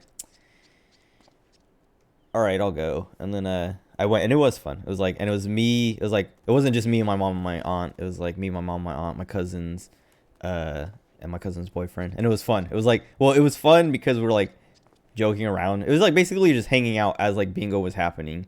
Cause like they give you like, I don't know. I didn't know bingo got so advanced basically. Cause like my impression was like you have your paper and your little like blotter daughter thing or whatever. And you just like stamp your card as you like get your like numbers called. But now they have these like tablets that are like do it all automatically for you. Like you go pay for your cards, you sit down, you get your tablet, you enter your like little code to like log in with your cards on that tablet, and then it as like numbers get called, it's like they're all like connected over like Wi-Fi or whatever, and it just like automatically like marks them on your cards for you, and then like shows you which of your cards have like the high, like which have the most numbers marked and are like closest to winning and stuff like that. So you literally just sit there. One of my cousins got super mad because she wanted to like play. She wanted to like do the marking and stuff like that herself, but you had to pay extra for the cards, and then they don't. There's like something weird about like they don't like register a win based on the card. Like they'll look at your card and call it out or whatever, but then they still like take your tablet and your like code and stuff and use that instead. Like they don't care about your card. They just, it's just there if you want it, kind of. It's just there to like appease the people who want it, I guess. Like just like shut the people up who want it and get them, like keep them from like quitting bingo or whatever. But we were sitting there, like we started playing, and I was like, just like, we're just like it was fun because we were just like talking and making jokes or whatever and having fun. But my mom, like, she won. And she won because like there's like fancy balls and stuff like that that are like, oh, like this is the wish ball and this is the magic ball and this is the whatever. And if you win with this one, like you get this crazy bonus pot or whatever. And my mom won with the fancy my mom won with the fancy ball, and she won $10,000. And it was like off of like we paid $50 for our cards and like tablet and all that stuff. She won a $10,000 pot, but like she called bingo and she was like all excited, and then they're like she's like like we heard it be like, because the lady says like, and your wish ball I-22 or I-27 or whatever the winning ball was. And my mom was like bingo, like was like excited because we were like, oh, that means you like won the like fancy extra money. And like we looked up at the board and it was like $10,260, and we're like, oh my god, you just won $10,000. But then like someone else called bingo, and we're like, oh dang it, you have to split it with them, so that's like $5,000. But that's still crazy, $5,000 off of like a $50 bingo card. Like they went around like checking, they checked my mom, like took her all, like they're like, yep, she won. And then like they started like doing like all the paperwork to like get her the money. And then they were like, the lady was like, any more winners? And then someone else was like, oh, like raised her hand and was like, me. And then like they went over and checked her, and then we were like, yeah, there's another winner. And they're like, yep, another winner. And so it's like, all right, they split the pot. And then the lady was like, any more winners? And they're like, some other girl was like, oh, over here. And then I was like, oh, now you have to split it 3 ways. And then they're like, okay, any more winners? And then one other person was like, I won, like bingo over here. And then they checked that person. So my mom only won like $2,500. I say only, but it's still like a crazy amount. She won like $2,500. And then but it was just like crazy because like the odds of like just winning with a fancy ball, but then also like 3 other people also won with a fancy ball. Like It was, I don't know, it was wild, but it was insane. And it was just like, dang, dude, like, you just won $2,500. Like, it could have been 10,000, but still, like, you won $2,500 off of like $50 worth of bingo cards. That's insane. And it was crazy, and it was cool. And I was like, I didn't win anything. I don't think anybody else won at the table. But it was like, I don't know, it was fun to like just like sit there and like joke around and be like you, because like the tablets make a little ding noise anytime someone is close to winning, like if they're like one away from winning. And so like we would be sitting around just like talking, and then someone at our table would like ding, and we're like, oh, what do you got? And like what are you waiting for? And we're just like watching and like just like hoping for that person to win. But anyway, it was crazy. It was cool. I did, like, and it was like kind of insane. Like the first time I go to bingo, I watched my mom win a 10K pot. I mean, like she had to split it, but still like win the 10K thing. Anyway, I want to talk about the escape rooms we did, because we did 2 escape rooms back to back, because they're like, they get paired up. And they're called The Cabin in the Shed, and they were like horror themed. Astrologist weapon. Wait, oh, did they? Oh, this one right here. Is that? No, that's a shield, right? That's gladiator, or a gladiator paladin, right? Because isn't that a sword? It looks like a Homer's little like shield, except not purple or black and gray or whatever. Unless they disappeared, teleported out. Oh, did they teleport out? I just missed it. Unfortunate. What else? Oh yeah, the escape room. So the escape room, it was like these scary. So when we were like planning it, because we were like at breakfast, my mom was like talking about like, all right, what do you guys want? Like, which ones do you want to do? She's like reading out the list of like all the different ones at this place. And I was like, let's do the cabin in the shed. And she's like, Liam, Lucas, what do you guys think? And I'm like, no, let's do a different one, because they were scared, but they didn't want to say they were scared, because they were horror themed. Like the cabin is like you're like lost in the woods, and you find this cabin, and it starts raining, and you need to like, you know, shelter, and it's open, so you go in, and it seems empty, and then you find out that it's like a serial killer's like cabin where he keeps his like dead, like killed body, like killed people, like bodies and stuff like that, and tools and things.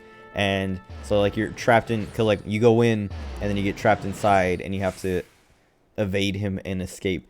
And then the shed is the second part, because you escape the cabin and you escape right into his shed, which is like just like filled with all of his tools and more dead people. And so now you have to escape the shed because he's still coming for you. And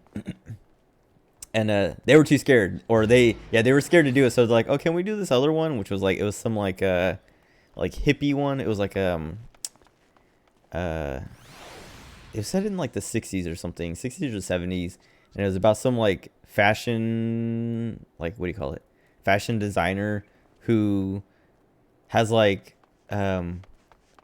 she like is like a drug dealer too or something. I don't know. It was like some crazy story about like you have to like go into her house, like solve all these riddles, and like find her secret stash of cocaine and bring it to her to like get paid or something. And they wanted to do that one because it was like all the like most of the other ones all seemed scary, and that was the only one that wasn't like scary. And but me and my mom were like, no, let's do the scary ones, because these are the ones that are like the best rated and most recommended and stuff like that. And they're like, all right, fine. And then when we went to do it, and then yeah, like when we went to do it, we went there. It was so cool because like you like see the building, and there's like a bunch of like all the walls on the outside are like covered in this like wallpaper kind of thing. That has like arrows pointing to the front saying like escape room like this way or whatever, and you follow it around to the front, and then it says like it's like a pizza shop and then like a dry cleaner. And like we're like, oh, like Liam and Lucas were like, is this the wrong place? And I was like, it might be inside or something. So like we went inside, and it was like this dry cleaner building, and we were like looking around like, what the heck, like where, like is this the wrong place? And it like there's like a sign, like there's like a little like a bell, and it had like a sign that said ring bell for assistance. And I was like, well, this place looks open, so let me ring the bell to see if someone will come out, and then we can ask them where the escape room is. So like I rang the bell, and then the phone rang. There's like a phone on the wall, and it rang immediately. And I was like, okay, this is part of the escape room, like this is part of it. which was cool. And like Liam picked it up and was like, "Hello," and he's like saying like he said that it was asking for a code or something. It was asking for a code, and we're like, a code? Like my mom was like, "Oh, let me check my email. They might have sent me like a code or something." And she's like, I'm not finding it. And like we're like looking around and we're like, what the heck? It's like he hung up the phone and then like we looked around. I was like, oh, it's right there. And there's like a code on a wall, or it was just like numbers on a wall. I was like, that's probably it. So I rang the bell again and he picked up the phone. And I was like, do it, put it in. And it was like 7777 or something. And then the door opened because like there was a door that said like do not enter, or like authorized personnel only or something like that, like workers only. And then it opened up and like we like peeked in and it's like, oh, it's the lobby to the escape room. And so we went in and it was like we went in and some guy came out, like, hey, you guys here? You guys have a reservation? And we're like, yeah. And like we like gave him all our information. And I was like, dang, that's cool, because like I've done escape rooms before and they've never done anything like that. You just like walk in and it's like a lobby with chairs and stuff, and they're like, oh, hey, you're here for whatever, and you like then they send you into the escape room. But like having to get in like that, because it was like disguised, like it was, I don't know, it was cool, but whatever. It was like a test, because it was like, if you can't even solve this, you're not gonna be able to solve these escape rooms. And then we did the escape room, and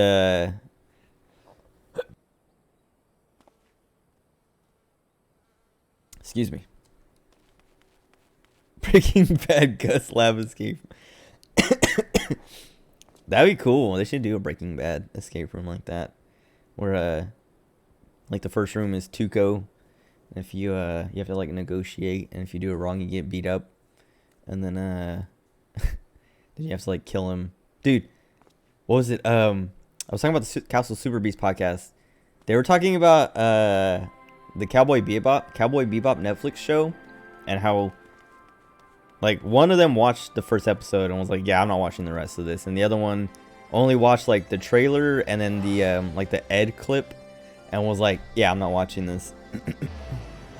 And they were just like talking about how like anime to live action like never works, but they were like, I want to see the reverse of like a Japanese studio taking like a Western show, taking Breaking Bad and making it into an anime and seeing how that turns out. And I was like, dude, that could actually be cool.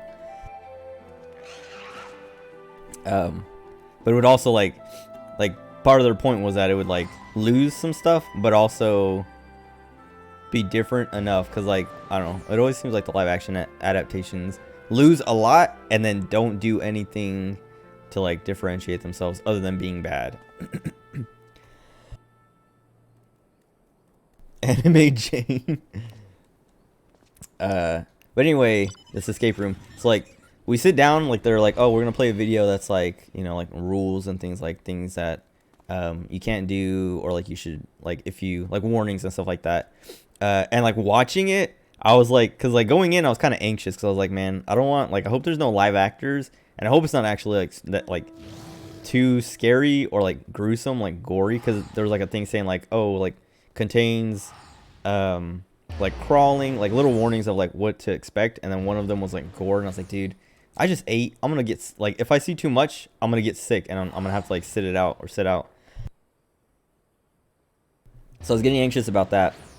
And then watching the video, like there's like warnings of like, oh, like if you're restrained, like to get out of the seat in case of an emergency, it's like a regular seatbelt. You press the button and it opens. Like it was just like all this stuff. My weak little tummy, exactly. I was afraid I was gonna puke in the middle of the escape room. But like watching this video made me even more anxious and nervous, that I was like, dude, I'm gonna be sick just right now before we even get in there. Because it was like, in the video there were live actors that made it look like, oh, when we get in there, there's gonna be people like chained up, and like the killer is actually gonna be in there like chasing us around or something. And I was like, dude, I don't want to do this anymore, but I can't say that because I'll look weak in front of my little brothers and my mom. So I was like, whatever, let's go. And then they were like, who wants to be the leader? And I was like, oh my god, I'll do it. And they gave me this backpack with like all these tools and stuff in it. And then we went in, and like you go in and it's like it's like this little forest, and the girl like who was like leading us into it was like, all right, so on the way to the cabin, there's like this little forest strip. There's nothing in the forest, like no puzzles to solve, no like tools you need. So just go straight up to the cabin and then go inside. And we're like, okay. So like we walk through this short little forest part, and then we get up to the cabin, and it starts right there. Like we went to like open the door, and we're like, wait, there's a lock on it. Like what? And we're like, for a second, we were all kind of confused, like, do we need it? Should we tell them that it's locked? But then I was like, or Liam was like, wait, I think this is part of it. Like this, we just have to start like this already. And I was like, oh. But she said there was nothing in the forest, and we're like, she probably was just lying to us then. And she was, because I mean there were no tools in the forest, but you did have to use the forest. Like you had to like go out and like look for like firefly flashing and stuff like that, and like just all this crazy stuff. But it was cool. And it was like, yeah, we get in and we're like solving all this stuff, and like for the first part for the cabin, we were like getting through it, like not like no problem, but I was like solving everything, and I was doing all the like scary stuff because like everyone was too scared, which was annoying because I kept getting scared, and I was like, dude, someone else do this, and everyone's like, no, it's too scary. And I was like, oh my god, we need to solve. Fine. And then I'm like, ugh! Like I get scared again. I'm just like, please, someone please take the hit. Like I'm tired of getting scared. Because like there's like a million like kind of like jump scares. Like there's one where there's like this like little like terrarium with a tarantula in it, and there was like a measuring tape inside that we needed to like measure this thing for, and you have to like reach into it. Or at first I thought you had to reach into it, so like I started putting my hand down, and this there's like a hole in the side that shoots wind at you, like a little gust of wind. It's like psst, real quick. I was like, oh! It scared the crap out of me, and I tried again, and it didn't hiss the second time, but I couldn't fit my hand through the hole. So like, okay, we need a tool for that, and then we found the tool. And then I had the tool, and I was like reaching in, and I forgot about the hissing thing. So I was like using the tool to reach in because it was like a stick with a magnet on the end that would like attach to the measuring tape that I could pull it out. And I was like reaching in, and nice hiss. And it hissed at me again, and I like freaked out again. I was like, this stupid thing. And like I reached in and grabbed the tape and pulled it out or whatever. And like I kept having to be the one to like do all that stuff. There's like this one part where there's like we're in a room, and there's like a window you can see through to another room where there's these hanging bodies, but you couldn't see like the other side of the wall below, because it was like it wasn't like a high, like the window wasn't tall. So like it was like kind of like I don't know, like a little above my waist high. So I was trying to like look through the window to see if someone was like hiding on the other side. Something sways in the distance, dude. One of those bodies was Mari. Anyway, I couldn't see the other side of the wall, so I couldn't see if someone was on the other side, because there was a hole like down at the bottom of the floor where you could see through the room, like through into the other room, and it was like just enough space to reach your arm through. And I was like, oh my god. And like I was like avoiding it because my mom was like, oh, I wonder if there's like something in there. Like someone like reached their hand through. My mom was always like issuing the orders of like, someone do this, and we're like, why don't you do it? And she's like, I'm not doing that. It's like, oh my god. Like she always had the ideas of like, do the scary thing, but she never wanted to do the scary thing. Anyway, there's this hole, and I was like I like reached in at first, and like my hand almost couldn't fit, and I was like, nope, it's too tight for my hand to fit, because I was like part of me was like too scared to reach through, because I was like, I can't see if there's someone there, and I don't want someone touching me. I don't want someone to grab my hand as I reach through, or for another hiss, or for something to like touch me. So I was like, when do you guys, to my little brothers, like, when do you guys do it? And they're like, no, I'm not doing it. They're too scared.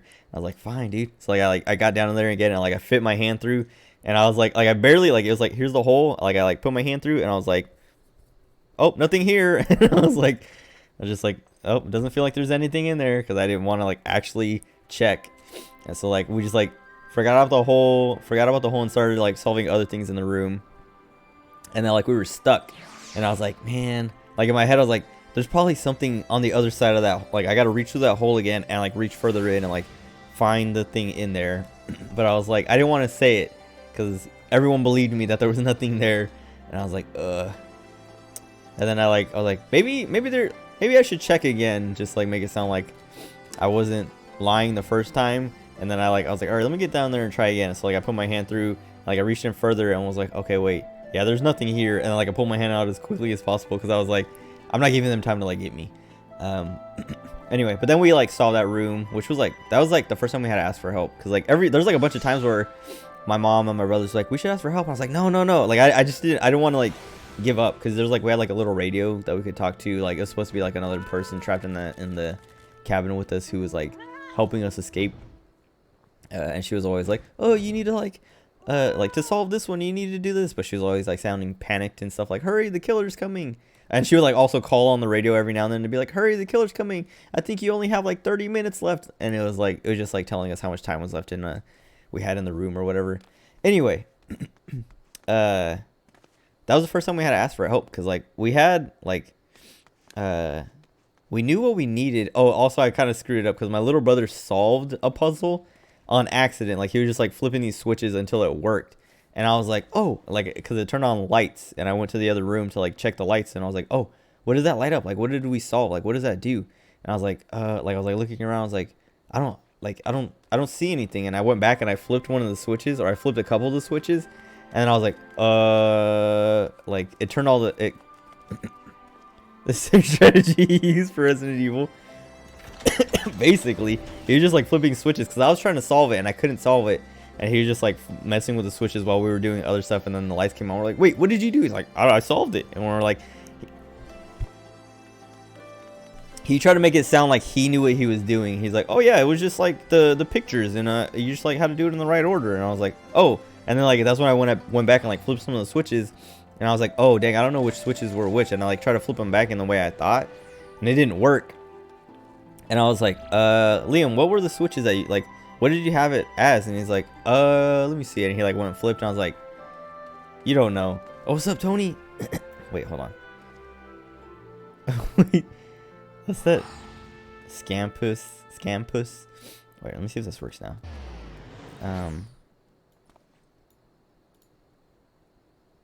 Talking about escape rooms in Vegas. Oh, what's up, Bobby? Here we go. Wait, are you on the world? Oh yeah, you have to be, yeah, because you're a wanderer. Oh wait, hold on, let me what was I saying? Oh, so yeah, my little brother like solved it, and I was like wait, hold on, let me click this button real quick. Okay, there we go.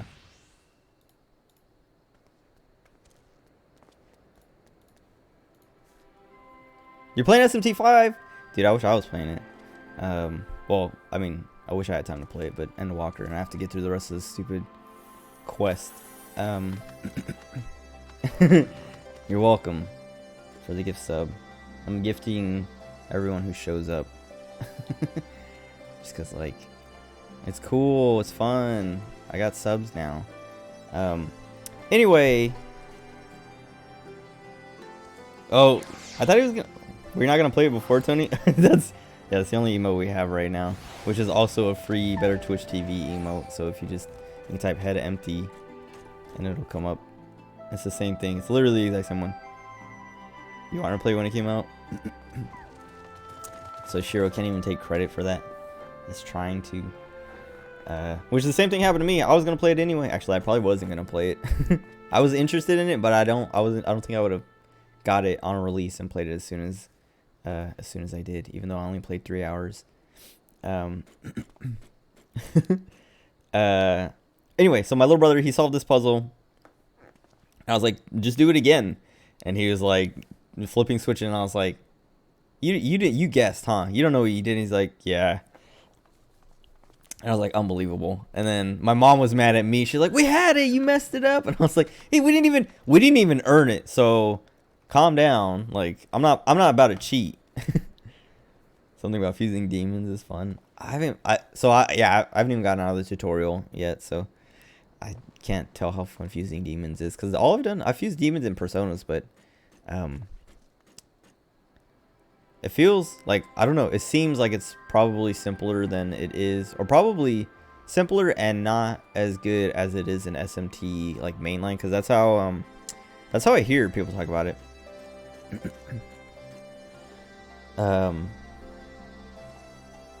Make every demon completely broken. Can I make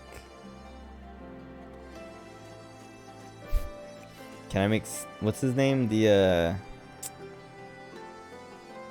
the ugly dudes from the beginning. The ones that I had that I was like, this guy's too ugly. He's not in my party anymore. The purple guy, the hungry ones.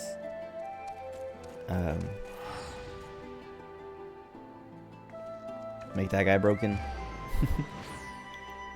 Preda, yeah.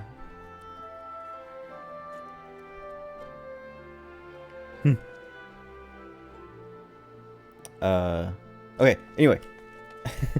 Everyone was getting mad at me for ruining the puzzle, and I was like, dude, we didn't even solve it. And then that's when we had to ask for a clue, because we had the pieces, we just didn't know how to use them. Because like we tried every combination we could think of, and then we like called and asked for a tip, like a hint. And she's like, oh, you have to look at the pictures and pay attention to what direction they're facing. And I was like, oh my god, why didn't I think of that? Because like we were counting how many, because there was like a bunch of pictures of animals. We were counting how many animals were in each picture and trying to solve it that way. But we needed to pay attention to the direction they were facing. And so then you like flip the switch if they're facing left or right. Cleo, is that optional or is that like DLC? Anyway, then we solved the puzzle and we got like through the next room and we like breezed through it. And it was funny because the next room was that room you could see into, like the window with the hanging bodies. DLC like Artemis. Okay. We were in the hanging bodies room and there's this fan on and it was hot. Because when I went in there, like when we started the cabin, like started the escape room, I had my jacket on because it was cold outside. And I was like starting to sweat, so I took it off and was like just carrying it around with me. And we got into this room with the body swinging and there was a fan on because it was like, I don't know, I think it was supposed to be because it's like a freezer or something. Like it was like the walls were like white and tile and stuff like that.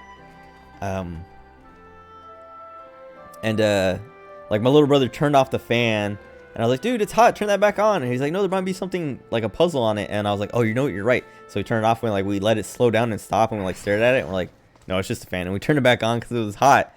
And then like as we like solved more puzzles in the room, we got a black light. And I was like, there was lights on, but everyone was too scared to turn the lights off. And I was like, no, we have to like turn the lights off because throughout the whole thing, it's like pitch black. There's no lighting except we have flashlights. Like you get flashlights in the backpack that are part of the tools you get to use.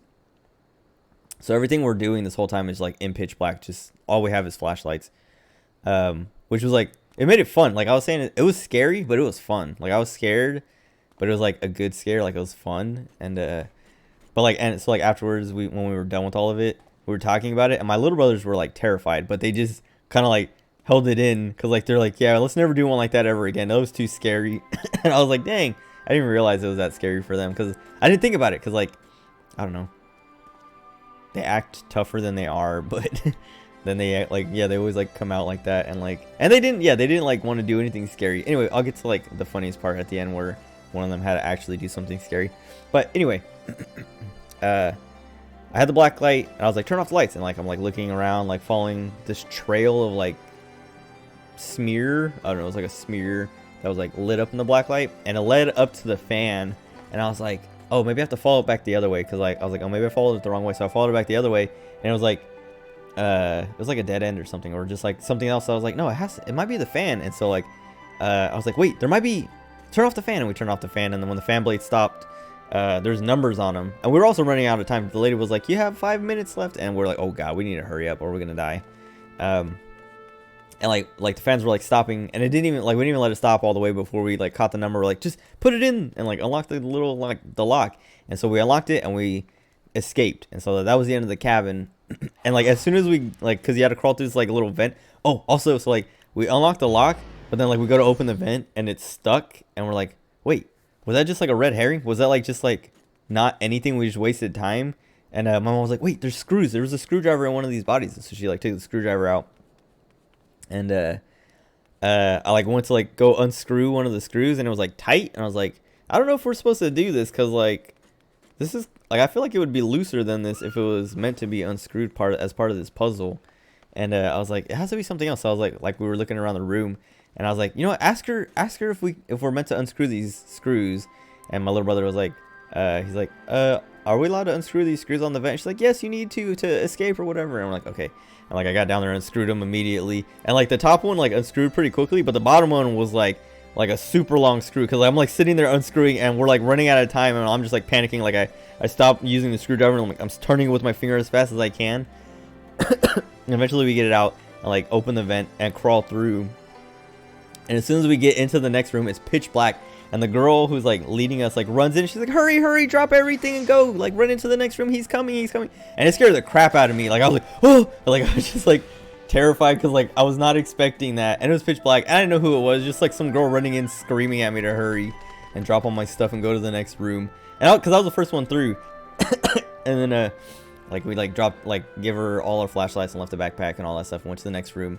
And it's also pitch black. And we're like, what is this? Like you could see like it was like pitch black, but there's like it was supposed to be like a thunderstorm outside or whatever, so there's like lightning flashes that you can see a little bit.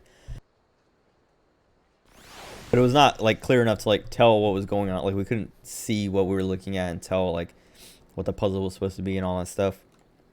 And so we're like looking around for like tools or like anything to like give us light. And one of my little brothers found a flashlight, and using that flashlight, he found more flashlights. Whoops, hit the mic, sorry. And then we started solving the puzzles and whatever, and like going through. And this one was like less scary until the next room, where this one was with like the gory one, I guess. This one, because this one had like loose limbs and fingers and stuff like that. That was like they're fake, but it was just kind of like gross to look at. And you had to like carry the limbs, like it was like a 2 arms and 2 legs that you had to carry around with you through the whole thing. Or we did, and we were talking about this after, like if you didn't bring these with you, you would have to go all the way back to like collect them all and come back. And you could like also get through some of these rooms without finding these, so you could get to the end and not have all the pieces and have to like go back and whatever. Anyway, we like did it, like I did it basically. I solved almost everything by myself. But what was it? The second room of the shed part, there's this coffin, and in the video that they showed us before, the killer was hiding in the coffin. They were like, what? You're gonna complain that I'm like not doing the MSQ? I know, whatever. I'm almost done. This part's quick. There's a coffin. There's a coffin. And like I was saying in the video, they're like, the killer, like, be careful with the shed. What?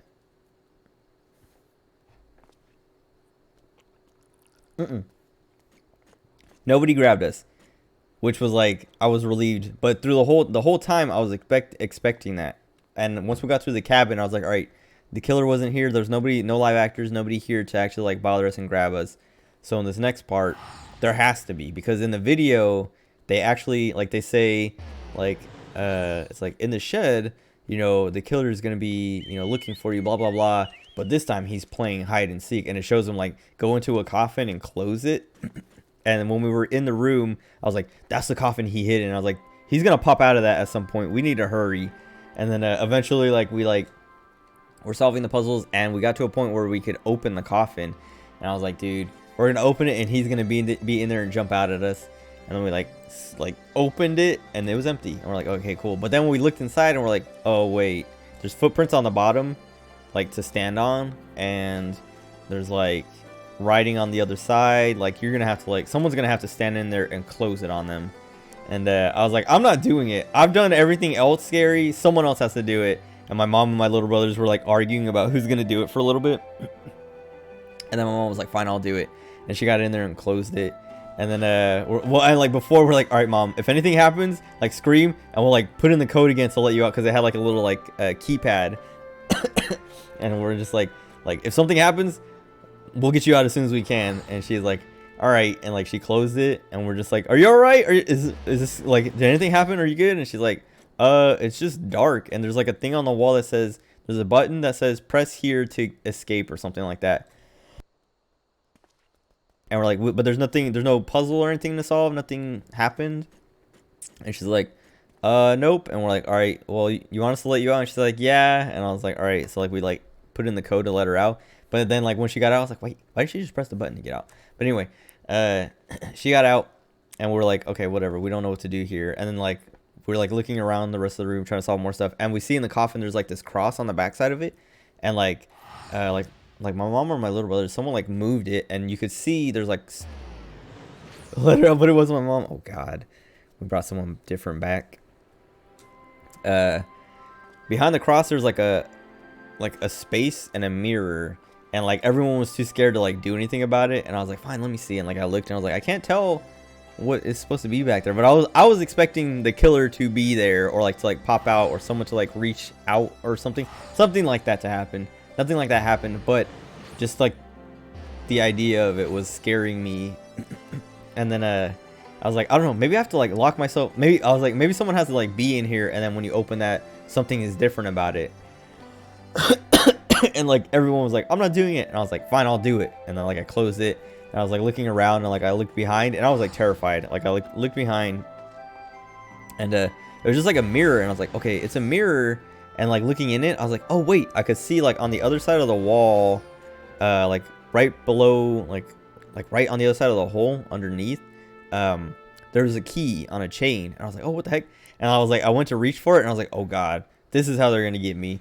I'm gonna reach through to grab that, and then something's gonna happen. So I was like, ooh, I like reached in and grabbed it and pulled it out as fast as I could, and nothing happened. And I was like, okay, good, whatever. And then I like turned around, and I saw like because like when you're in the coffin, it wasn't like pitch black, it was like lit by like a black light, and there was like lines on the inside door that were like underlining these codes that I was like, wait, this is a code that we've been like trying to solve outside. And so like I like let myself out, and I was like, look, there's a code here, there's these lines here, we have to like go inside and like figure out which ones it is, and then like kind of like keep track of the code. And then we solved like a puzzle with that. And then like unlock some stuff with a key or whatever. But it was terrifying to like be locked in that coffin, because it was a coffin. It was like small, like claustrophobic.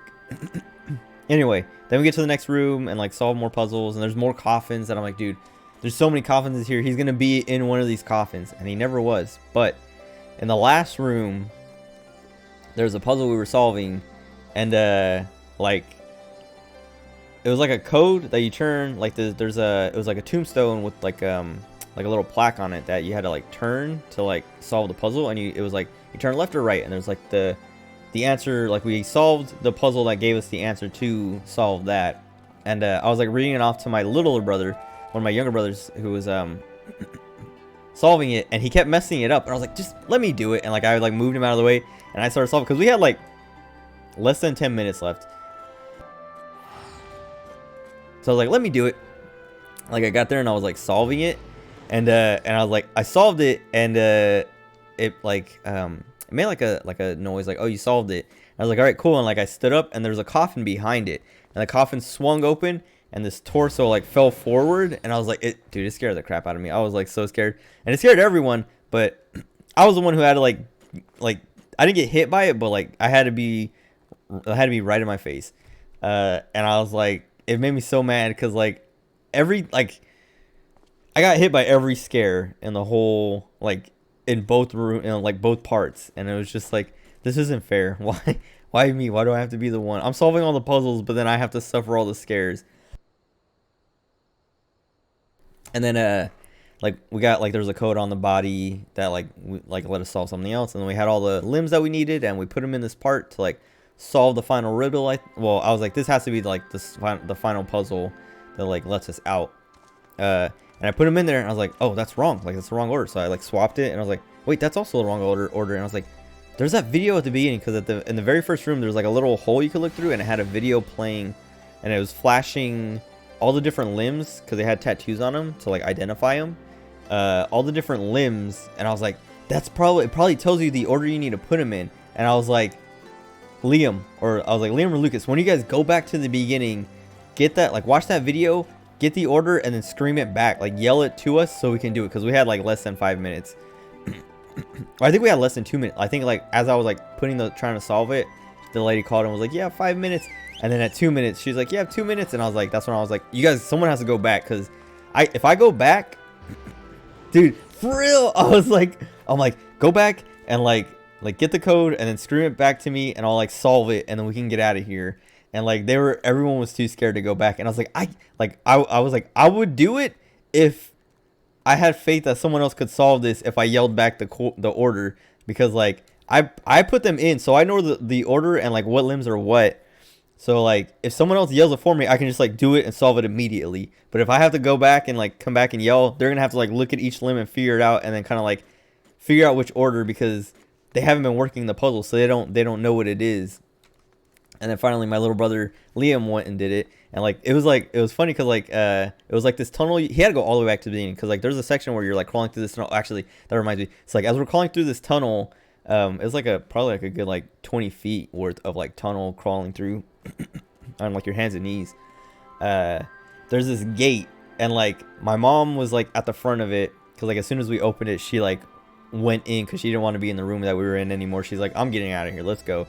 And she like crawled through to the end, and there's this gate, and she was like she was pulling on the gate trying to open it, and it wasn't opening, and she's like, oh, we gotta probably have to solve a puzzle or something, but the bars were kind of loose, like they lifted up and down.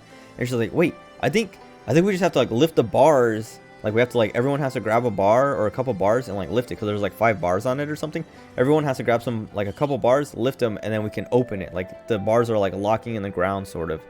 And so like she lifted 2, and then both of my little brothers, they were so scared, they were only using one hand to like try and lift a bar, because they were too scared to let go of their flashlights, because they didn't want to be in the dark and not be able to see. And so like, but she was like yelling at them like, put your flashlight down, grab another bar, because there's 5 bars, so like 2 people have to grab 2, and then 1 person has to grab 1. But it was like my mom was grabbing 2, and they were each grabbing 1, so there's 1 left, and they didn't want to, like, they were waiting for the other one to put their flashlight down so that they could grab the last bar, because neither of them wanted to like give up their flashlight. And we're just like, dude, just grab the bars and like lift, like just and I held my flashlight. I was like, I have light here, you can see.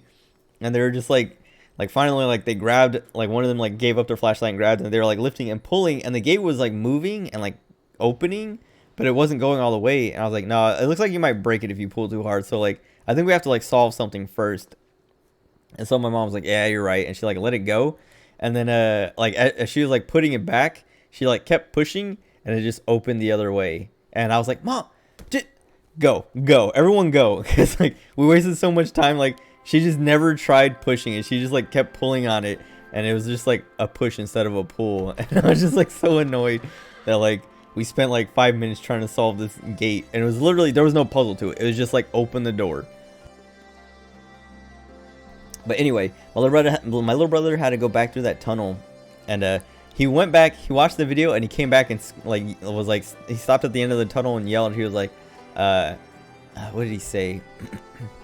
Because the tattoos were, it was like 2 parts of a cat, like 2 halves of a cat tattoo, and then 2 halves of like a poker hand. It was like a royal flush tattoo. And he like he came to the tunnel and was like, he's like, it's cards cat. And I was like, okay, but which cards and which cat? Because like there's 2 cards and 2 cats, and like I already have it as cards and cats, like what order? And he's like, I don't know, it takes too long to play, because he was too scared to go back.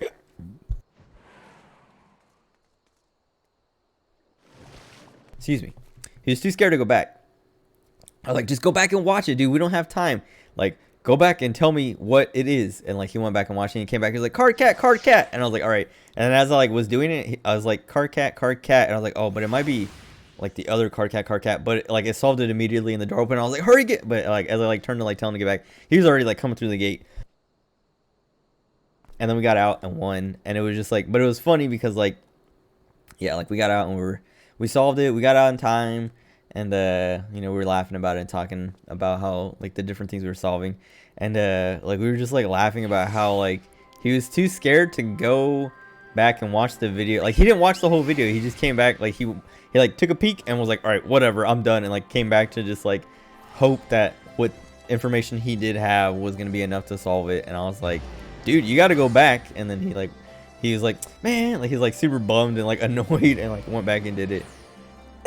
But it helped us get out, and then we were done, and it was fun. And yeah, I don't know, but it was like, and then on the drive back, they were both just like, let's never do that again, because that was too scary. And I was just like, really, it was fun, but it was scary, but I was having fun the whole time. Me and my mom were both like, yeah, it was fun. And they were like, no, let's do the cocaine one next time. We were like, all right, maybe we'll do something less scary. But it was good. It was fun. And I was like, man, I'm glad like we did that, because otherwise the trip would have just been like me, I don't know, like playing slot machines a couple times and then playing games in an arcade. A little underwhelming, but yeah, I don't know. It was fun. Anyway, I can do this MSQ now, but I'm gonna go to the bathroom first. I'll be right back.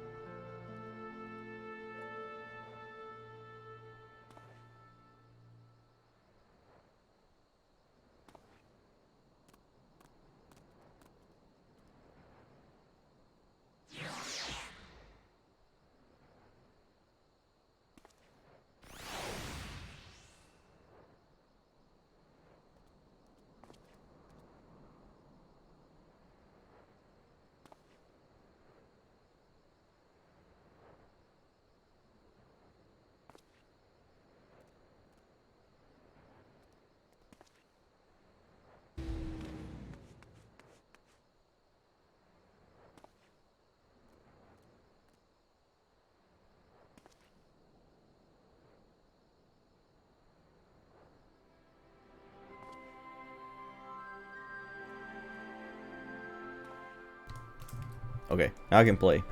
After I talk about more of that Vegas trip. Just kidding. There's more I want to talk about, but I'll save it for later. It has to do with my grandma, because she went on that trip, which I wasn't expecting. Fan Daniel emotes never. Because like part of that trip was to visit my uncle, because he moved to Vegas like earlier this year, and like have Thanksgiving at his house and stuff like that.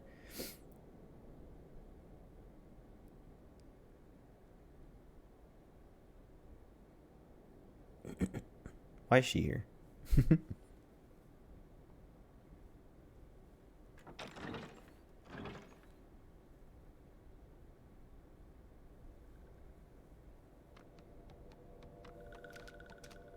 All right.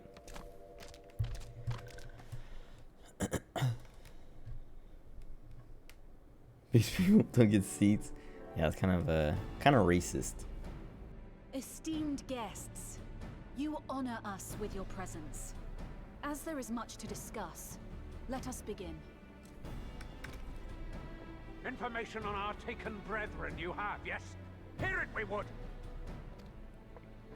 I don't remember if Ixel's talked before, but I wasn't expecting that guy to sound like that. Beyond forgiveness these featherless ones are! With rivers of blood shall they pay. Freed our people must be! We too would see your kin liberated. But ere we attempt their rescue, we must first find a means to negate the Since when do I play English? I always played English. Without that, we will be unable even to approach the towers, let alone contend with their defenders. I've been an English player since the beginning. I've always found cannonballs quite effective. I think the first time I played though, The very first time I played, I think I swapped back and forth between JP and English and was like, I'm just gonna leave it on English.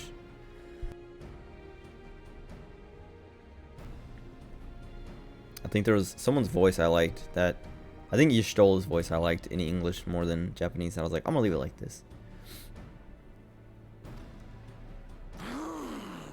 And what of the prisoners? You're Would you see insane. them slaughtered? I've never watched, or I've never played it on JP. I might have watched the trailer in Japanese or something, or maybe like watched videos like comparing the voices or something, but I've always played in English. I'm not a weeb. Think for a moment. Ponder, consider, think. If Merlwyb truly intended to bombard the towers, she would have done so by now. Remember, we came here to find a solution together, did we not? Is the volume good? Yistola spoke of defenders. I but offered a means to clear a path, should you require it. Given the enemy's capabilities, we will all need to play Perfect, our part if we are sweet. to have any chance of success. For if any here should give less than their best, it will be to the cost of every living being on this star. A paragon, the Empire, our very gods. How can we hope to prevail against such odds? That our foe is formidable, none would deny. But our strengths are many and varied. In this chamber, I see masters of strategy, masters of magic, masters of the land, the air, and the sea. And together, there is nothing in creation we cannot overcome.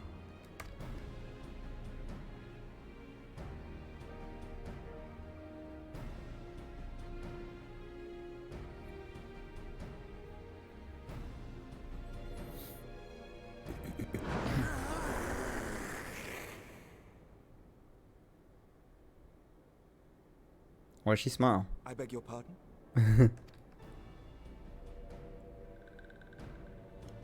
What is it, Soulwalker?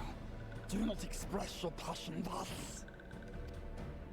A little tricky without gills, perhaps? Okay, yeah. Anonymous face. I missed it.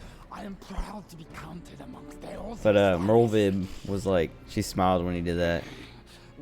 Everyone else like frowned or was like shocked, and yeah, like part of me was like, she smiled because she encounters them. She knows. Pick we used to send. Wait. We kobolds have not forgotten the Oh. crimes the dwellers committed against us in the past. But today we look to the future as allies united in purpose.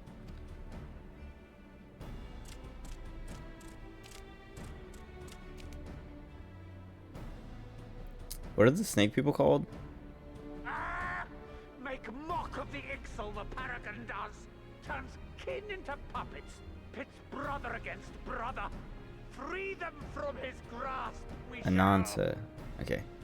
What's the evil version? Isn't there like two different As names? Patriarch Zadar will attest, the Scions have granted us a means to free your brethren from their Or does the beach tribe name just have like a This boon different we will gladly like tribe share, name or but something? your people might never be enslaved again. We accept this. What are called D's? You're stupid.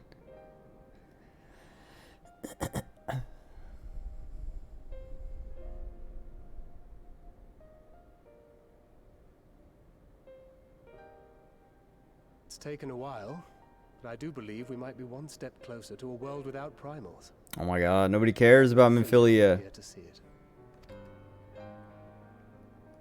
What about We Reen? still have a long way to go, and we're going to need a lot more Porksies. But we're moving in the right direction.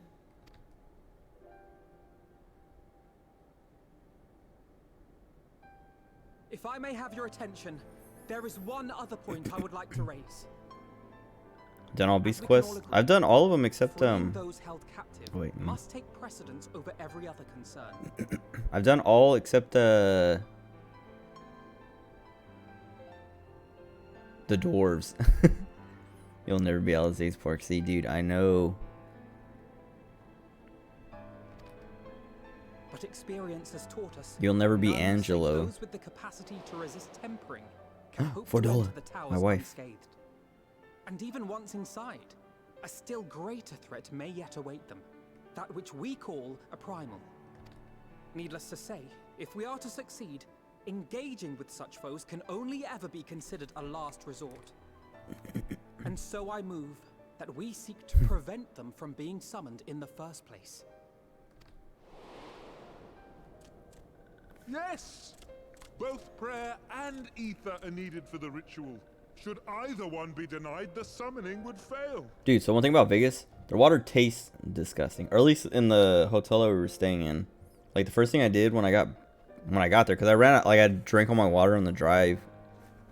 I filled it up with tap water, took a sip, and I was like, oh my god, dude, this is awful. And like dumped it out immediately. And then drank water bottles for the whole trip. I even like looked it up. I was like, is it safe to drink Las Vegas water? Because it was so gross. And everything was like, yeah, it's fine. I was like, And so we it must tastes so endeavor bad. to discover the source of the ether on which the process depends. Do so, and it may present a way to halt the summonings, or perhaps even neutralize the towers entirely. Hold on. Dude, sick. Haven't dropped any frames. A promising proposal. While you are conducting your investigations, however, we will need to remain vigilant, lest the Telophoroi commit further abductions and summon primals ere we have the means to prevent them. Alizé's tap water. Dude! To stand a Have you seen the chance of keeping our enemy at bay, we would do well to coordinate our defensive efforts, sending reinforcements to assist our neighbors when needed. There's like official art of Alizé. It was like on their Twitter. They tweeted it out like, I think it was this year, but it was something to do with the pandemic, like saying like, oh, like, you know, stay inside, play 14 or something like that. And it was Alizé, like, after like a workout or something, or like training. And she was like super sweaty and like wiping her sweat. And I was like, dude, why did they do that? They're like, We Amalja would have been overwhelmed. What's the video? For our newfound ally. There's that. I don't know if you've seen this or I've sent it to you. And we shall come. I think I have. Hold on, I'm just gonna find it and play it. And you just hear the audio. Stop it! It's turning me on! Stop! That's. It's like, why did they tweet that out on the official account like that? I see we are all in court. The full video is like, hold on, let me see if I can find the full video, because the full video is also funny. But like, I'd only seen that part that I played right there. Here, I'll play the full one. I don't want to put it on stream because I don't want it to ruin my. I don't want to taint my cutscene with it.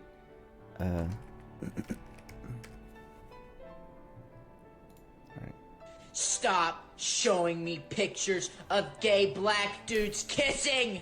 Stop it! It's turning me on! Stop!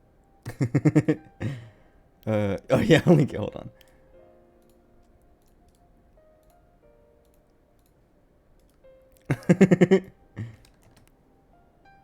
That's the full one. But the guy just like is like this white nerd. It's very good. But what are we to call this proud fellowship of ours? The Fellowship of the Ring. That the honor of naming it should go to the scion whose brave efforts have done so much to unite Eorzea. What say you, my friend? Do I actually get to name it?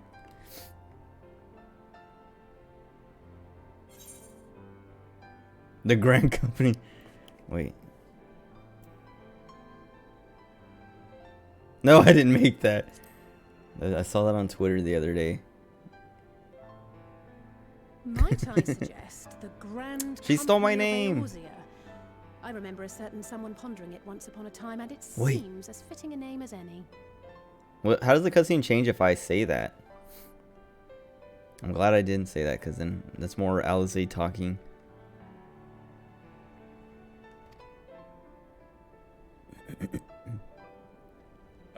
fine choice, for there is none here who does not love Eorzea.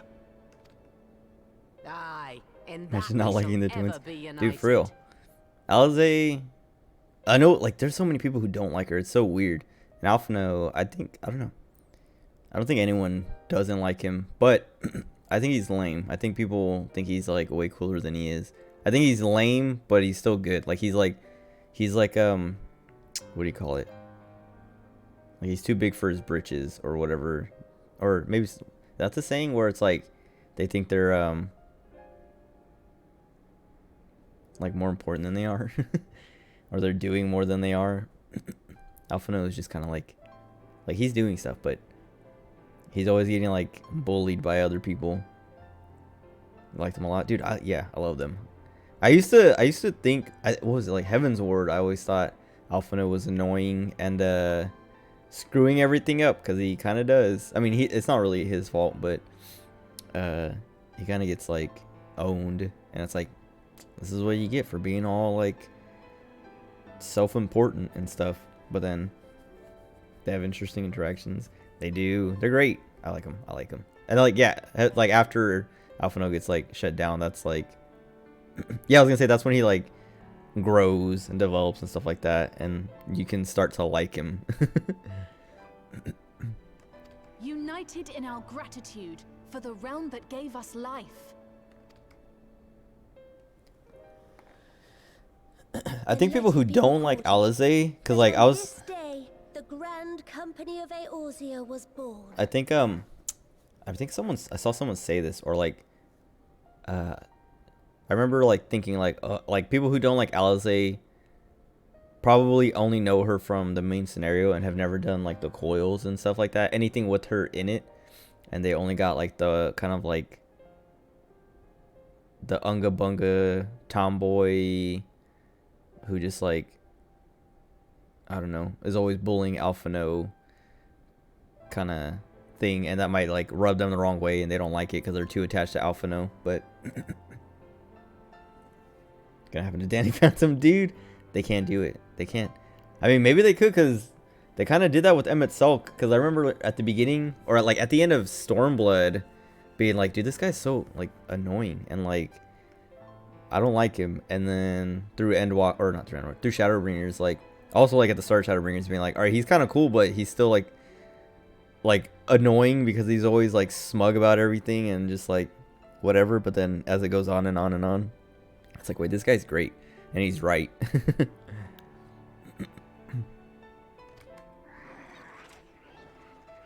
But Fandaniel's, like, I don't know. I mean, I hope they don't do something like that. I don't want to like Fandaniel. Imagine the best character looking like Asahi.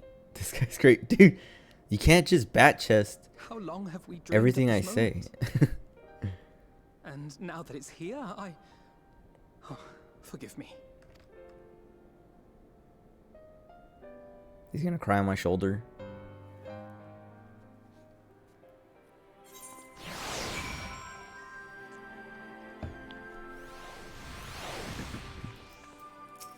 Everyone's rushing this.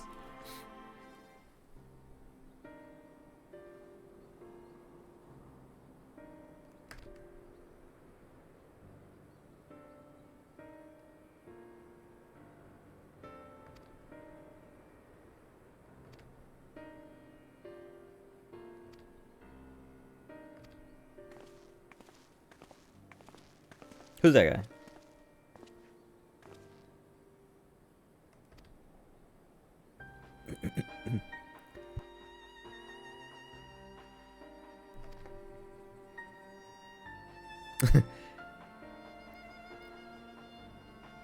His neck looked weird.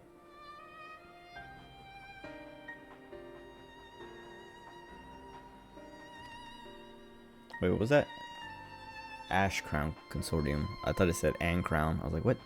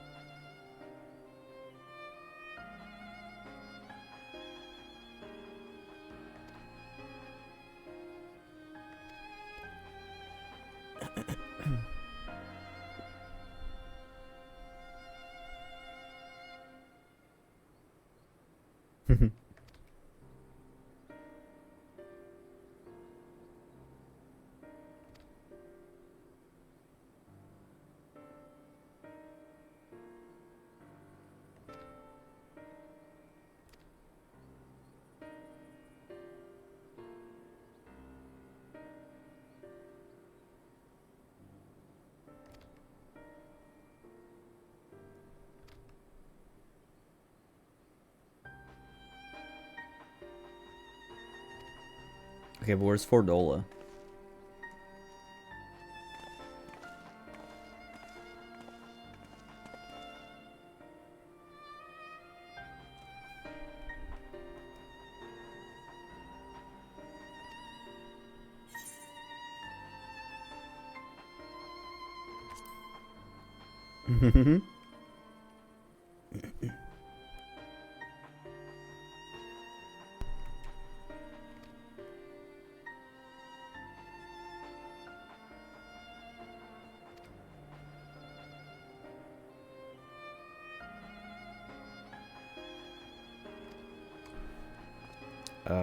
This is probably where you get Fordola, because you have to go get I forgot his name.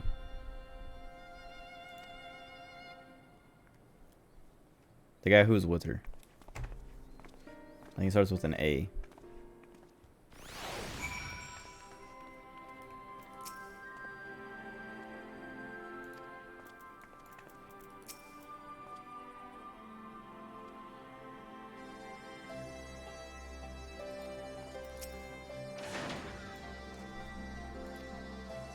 Ehrenwald, yeah.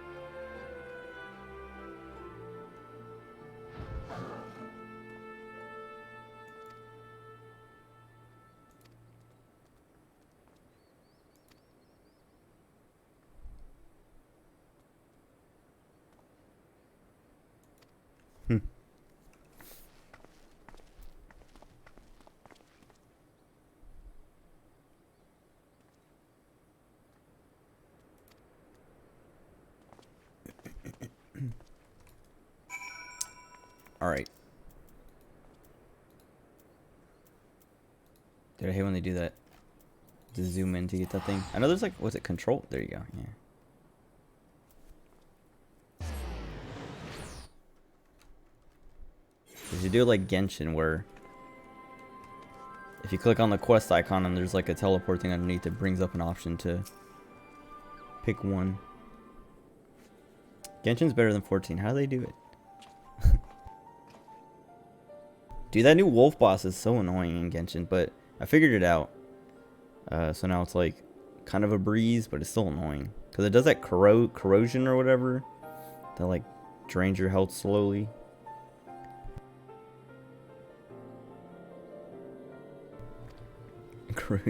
Have you fought him yet? I tried using Eula because I was like, oh, because there's a part that's like, oh, use Geo to like break these things, and I was like, oh, you can use great swords to break pretty much everything that you need Geo for. So I was like, let me set up my Eula for this boss fight, and then it didn't work, and I was like, all right, let me pull out Albedo, and I was like, okay, wait, Albedo is actually pretty cool now because he makes that fight easy.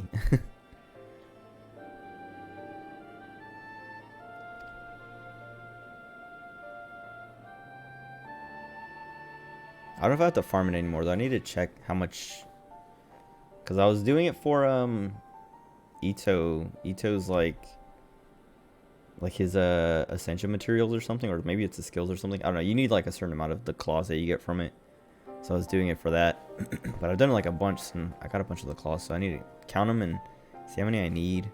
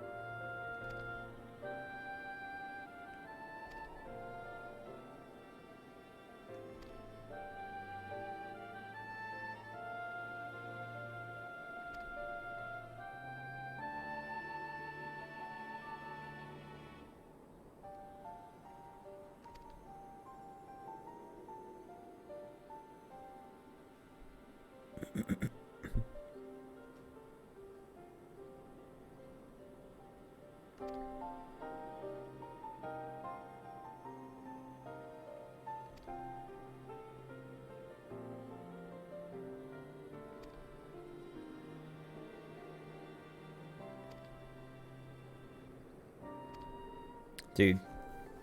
They're gonna kill him.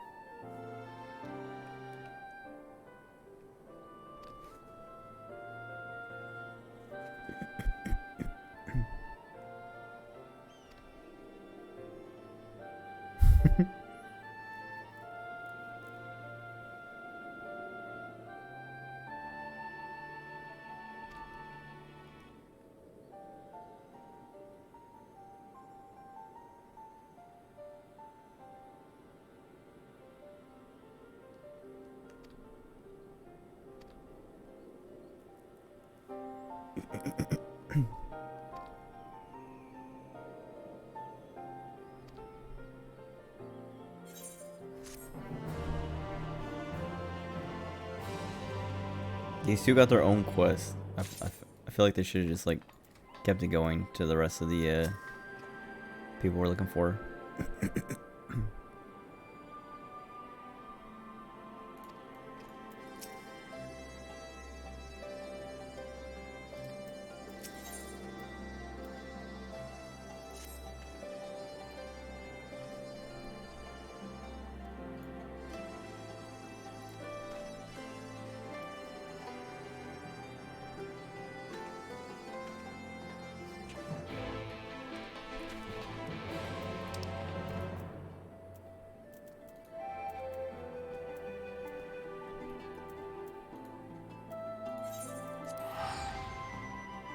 Where's Fan Daniel? Relax, we'll get there. Also, there's only like 3 quests on the list. Hold on. For this patch. Hold on. The company you keep official business or unofficial business, and then Death Unto Dawn. So this is the one before the last, I guess.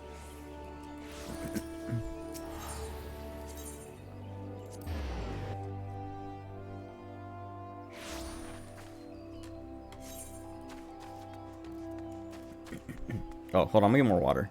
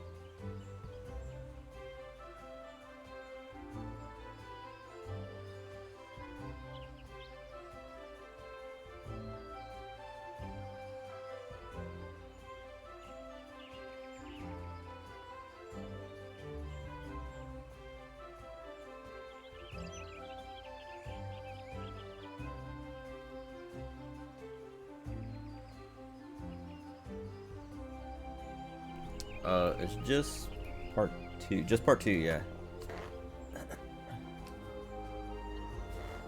You were here when I did the first part, because we did Paglothan together, didn't we? Or Paglothan, whatever, however you say it.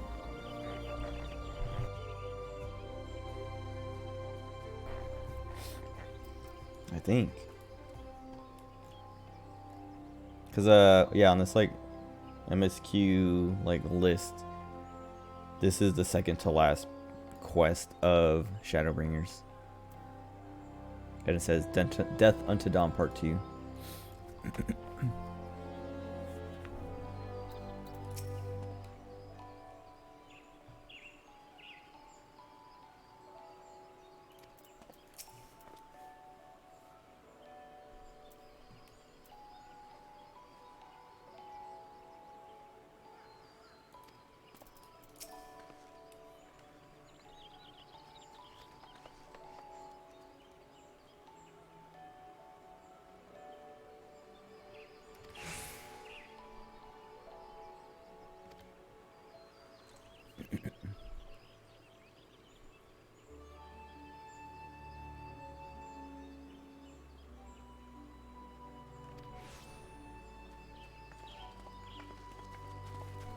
He's gonna cry from what they say.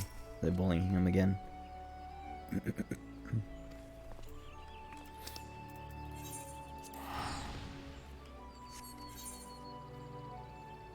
I should do my dwarf beast tribes, because I think I have like 1 or 2 more days and then I max them out. But I hate talking to the dwarves. I hate all Olafel.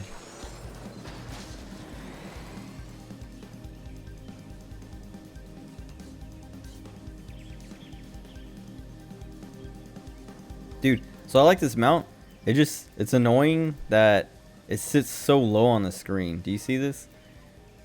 Like, unless I hide everything, it's just hidden. It's stupid. Unless I zoom all the way out. Why would they do that? Anyway. Oh.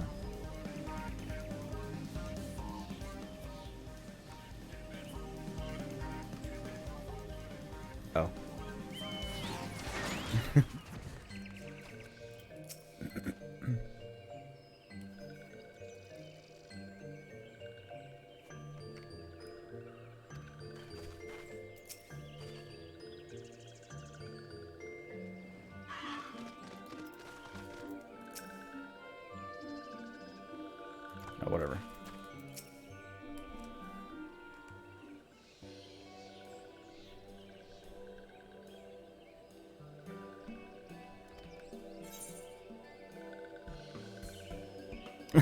Ellipses.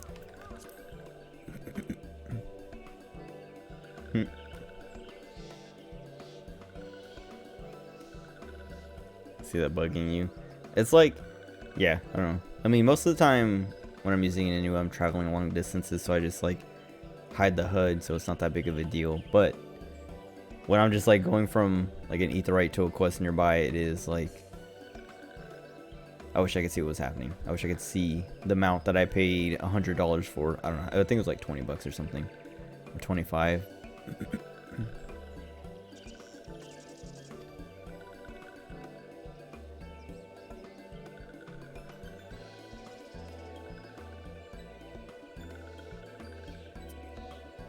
Yeah, exactly. 30 bucks for a mount. How did they mess that up? Oh, hold on. Got an email again. We're just like expecting the stupid oh right. Never mind.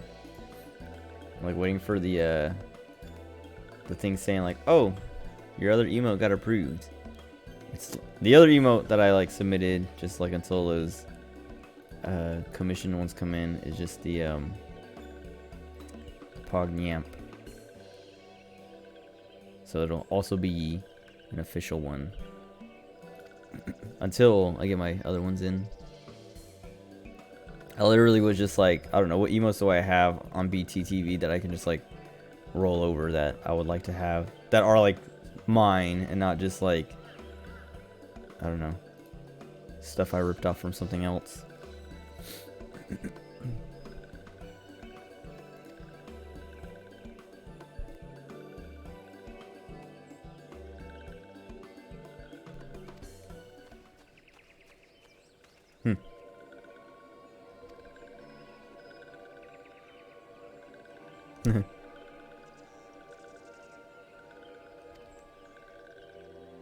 Oh.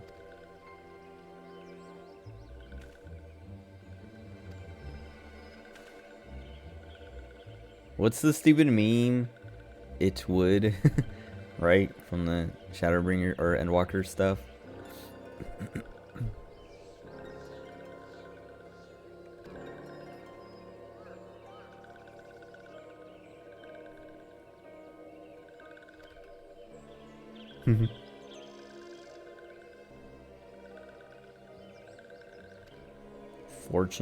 Fortunal, I don't know how you say that. It's French.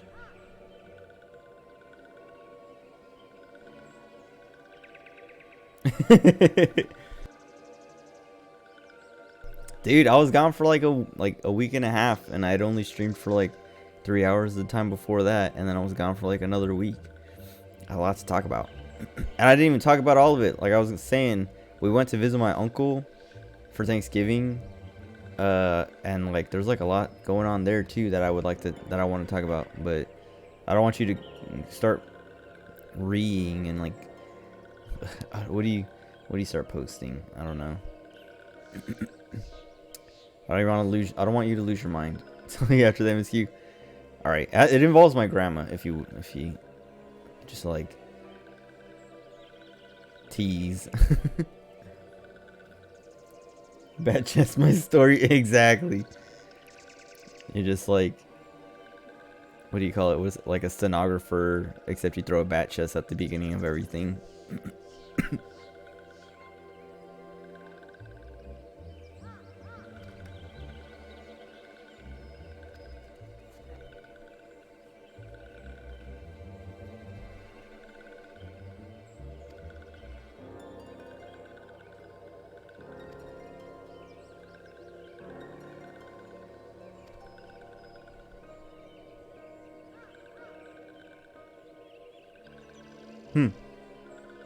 Wait.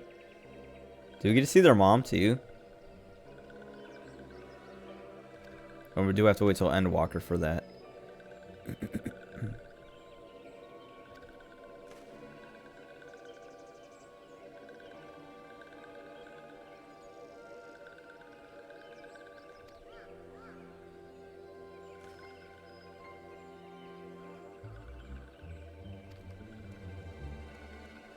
Dude, look how flat she is. It's perfect.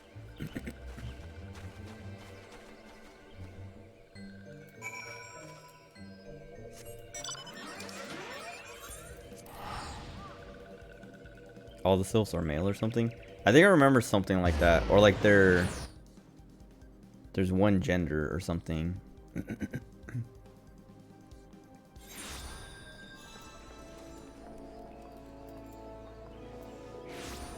But the yeah, conjurers.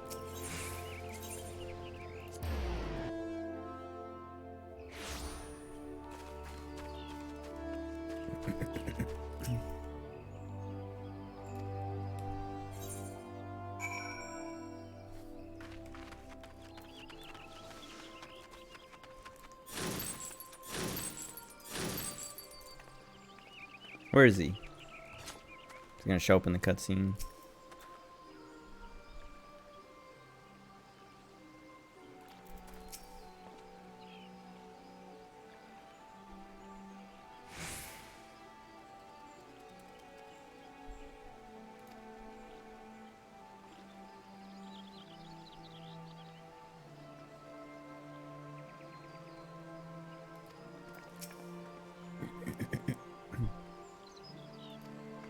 Ho ho.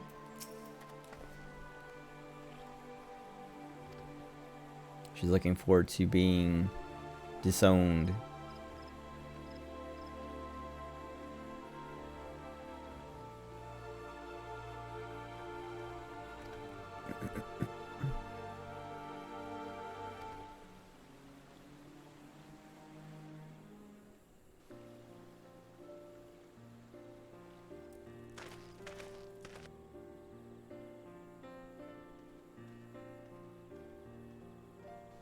When do we get his outfit?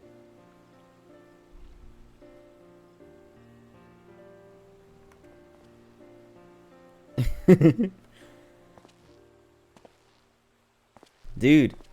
Elder Seeds Is thank you for granting me this. Oh, what's her name? I was gonna say Lulu. What's the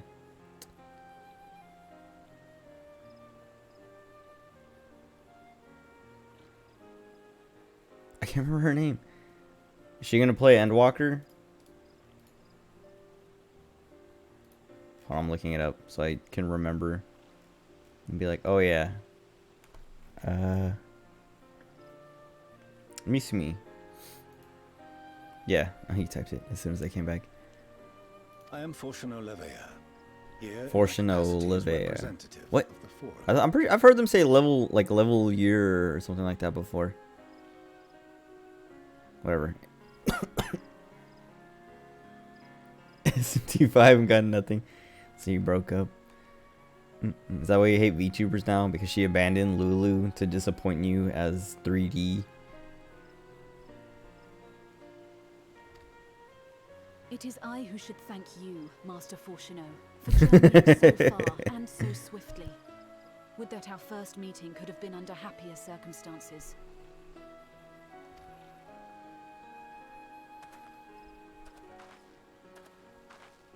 It has been too long, Father. You look well. As do you both. Emiliance will be glad to hear that you are taking care of yourself. Emiliance.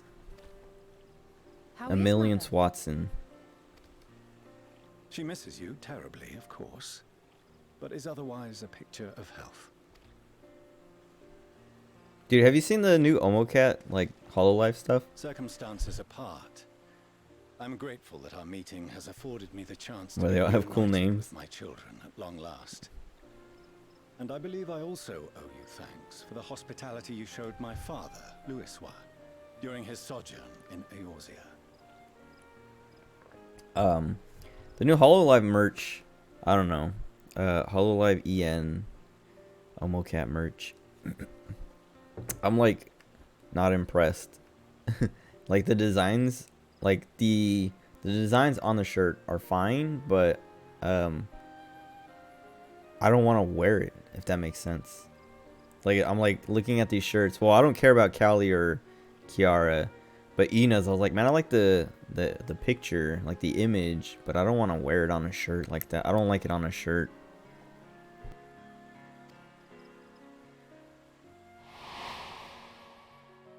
All thanks we owe to him. In the days prior to the 7th Umbral Calamity, it was your father's tireless efforts which granted us a means to vanquish the Primals. Were it not for him, our strength would have been quite spent by the time the Empire arrived. That Gridania still stands is in large part his achievement. He was a great man.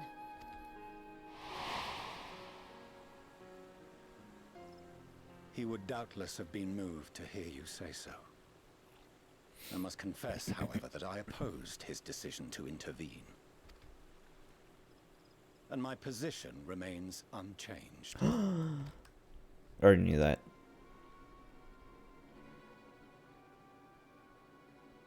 To chart the course of history, not to change it. I am familiar with the Sharlayan stance. Wait, why did he come all the way here just to say that? There has to be more. It is more than that. Also, look at her. She's It is just our like way of life. shocked. She's gonna be permanently shocked like that. I could just like sit here and leave her like that. And in real life, she's just standing there like that. In real life, in the game. But I came here not to deliver a lecture, but the forum's answer to your request. Sharlayan will under no circumstances intervene in the conflict between Eorzea and the Garlean Empire. Is he an Ascian too? It's gonna reveal in Endwalker that he died at some point. For what reason the forum has come to this decision? The final days What? spell the end not only for Eorzea, What, he's hiding? but the entire world. He's the next Emmett Selk. Who's left that he could be if he was an Ascian? Is there anyone left?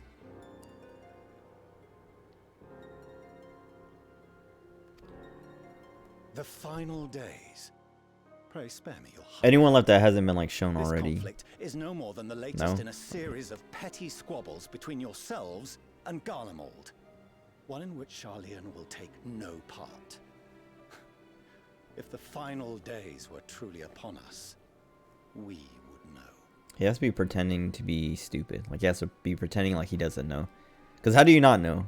How do you not see all these towers all over the world? Ask the forum to reconsider. All the stuff the Ascians have done, and be like, whatever, dude. It's just you guys on the Garlemald. You and the Garleans are just quarreling. It's not that big a deal. You guys have made all this stuff. It's fake news. He's gonna be like, you guys planted these all over the world to trick us into thinking there's something bigger. You may feel safe on your little island across the way. Yeah, dude, exactly. If you imagine the Telophoroi will leave you be, you are mistaken. They mean to kill us all. Alphino's like, look at this big old tower. Nah. No. Nah. Alphino is right. We have seen what the enemy is capable of, the lengths to which they'll go. This is no time to turn a blind eye. If Eorzea falls, so too will Charlian. So if you truly love our homeland, you will join us. Now, before it's too late.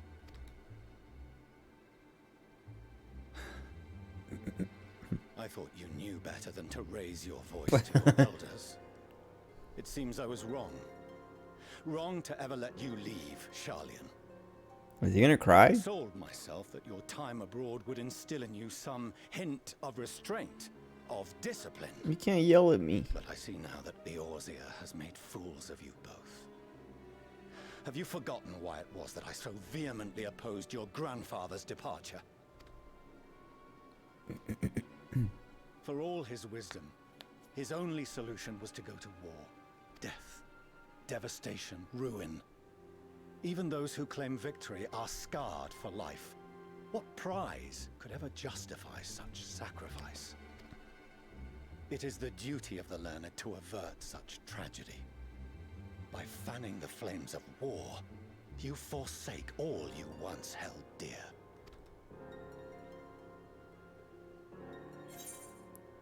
What was these? Yeah, like what else? What else could they have done?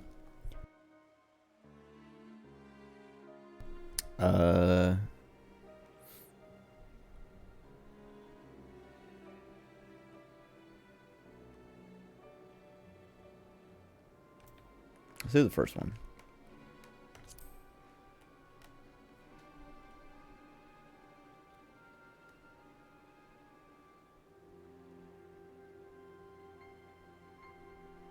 I see your friend shares your misguided ideals. But unlike her, you should know better. By espousing such barbaric notions, you subvert the teachings of Charlian and place all we have worked for in jeopardy. Alphino, Alizé, as of this moment, you shall no longer... They are now Alphino and Alizé Snowball. What? How you choose to live your lives is no longer my concern. If you wish to walk the path of ruin, I will not stand in your way. Master Fourcheneau, while Charlian may have no intention of intervening in this conflict, we can still part as friends. Will you not stay and speak with us, that we might learn of Charlian's hopes for the morrow? I have said what I came here to say. Any further discussion would be meaningless.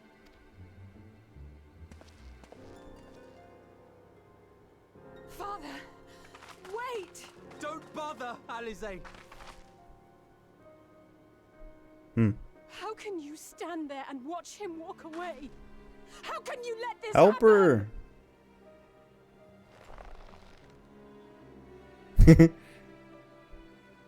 Anytime I see like a clenched fish thing like that, I always just think of that stupid Arthur meme. He's cringe.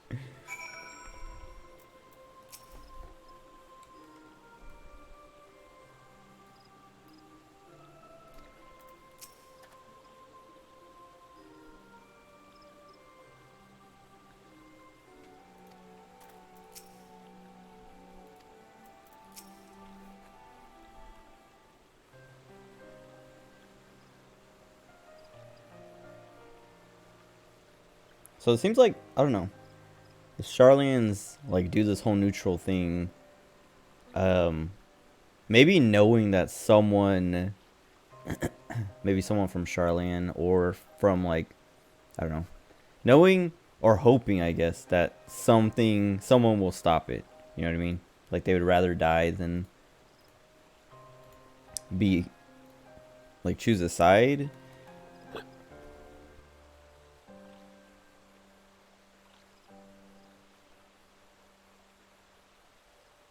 Excuse me. And they just got lucky with Louisoix and the whole, like, what do you call it?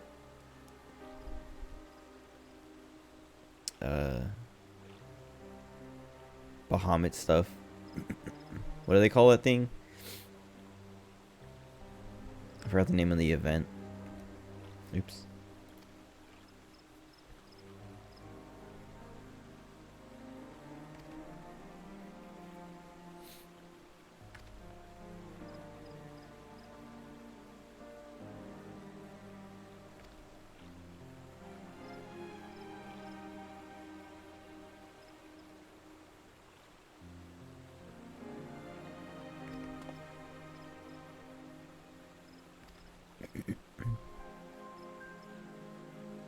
See, this is what I was asking. Like, what's the point of even coming here then? If they're gonna, yeah, if all he's gonna do is come here and say no and then leave and not even like stay to talk about other stuff, like, what was the point?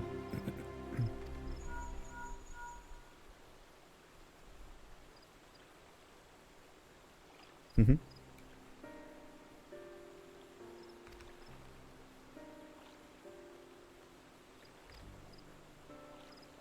Was Cryo gonna be the new Louis Suave?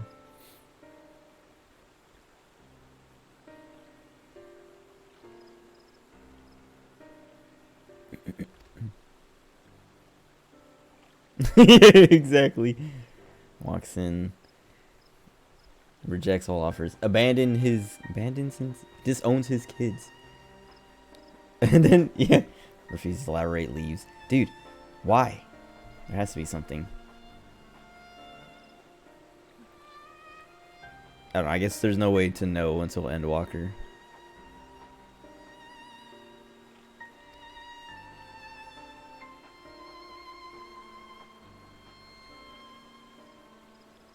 Oh, see, and this is like what I was starting to say was like, either they know or they're just hoping that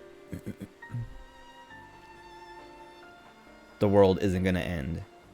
Because they either know that someone is going to save the day, or they're just like really hoping that someone will save the day and would rather die than interfere.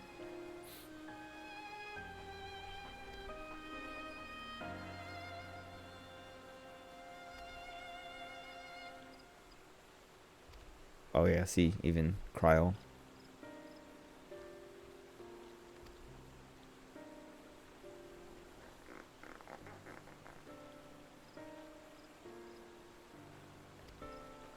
Hmm.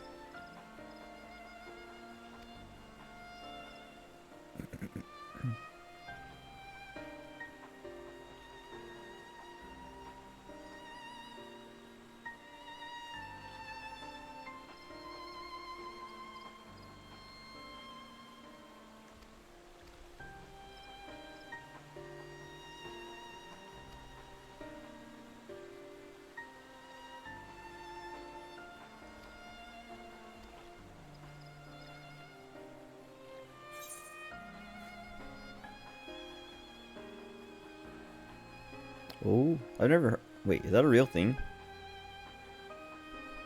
Zephyr.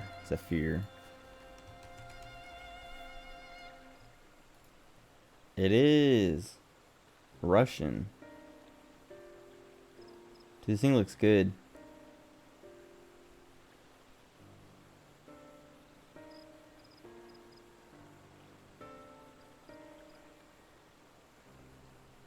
Zephyr. Okay.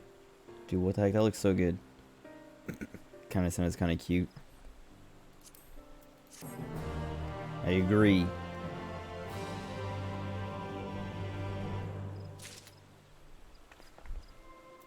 I like that. I don't know. She has horns. It's cool. She kind of reminds me of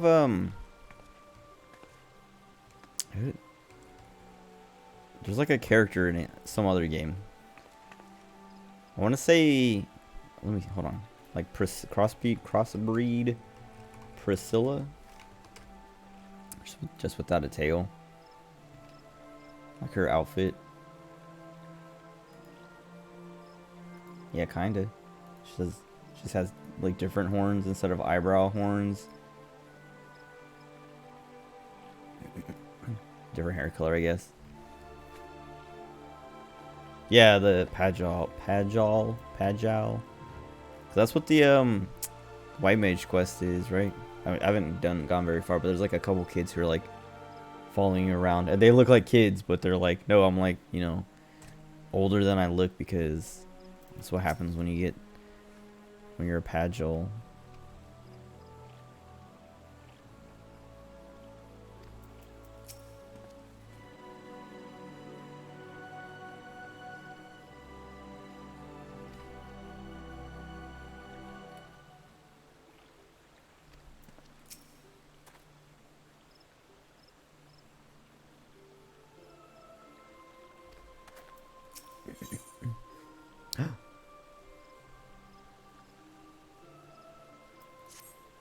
Alright, this is supposed to be the last one. Last quest. Actually, I'm gonna go to the bathroom again. I'll be right back.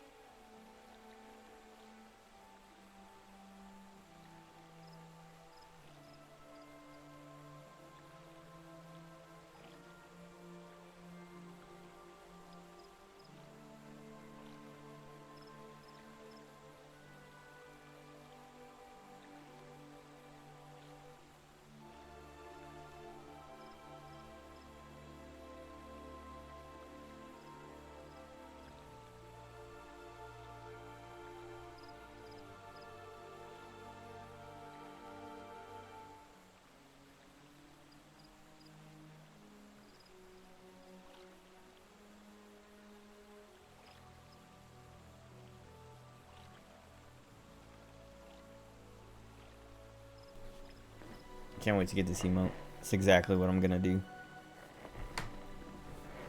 I'm gonna use it, take a screenshot of it, and just like spam that in Discord. Maybe I'll turn that into an emote.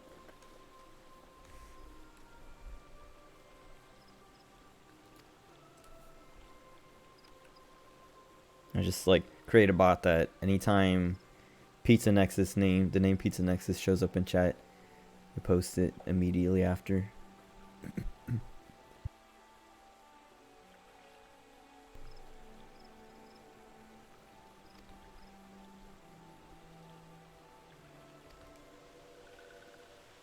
What, was he killing all the sylphs?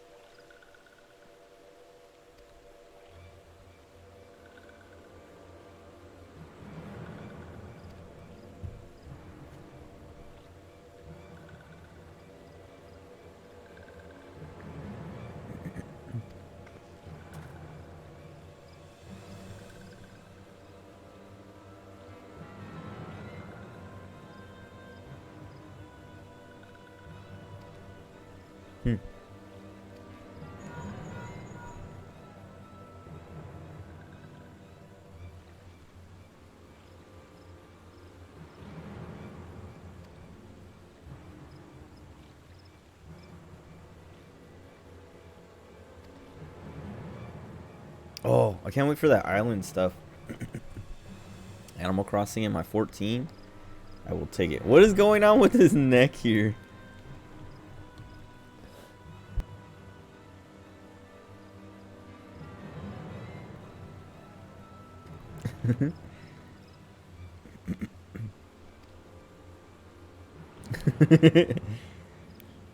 Some of the crystal left over in his neck. Gave him scoliosis.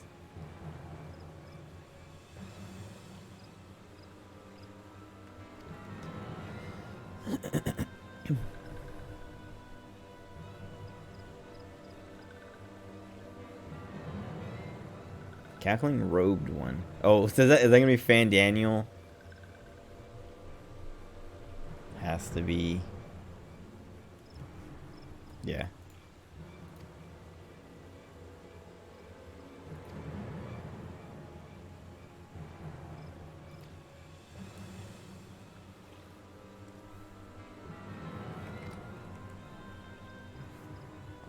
I really like these boots from this set.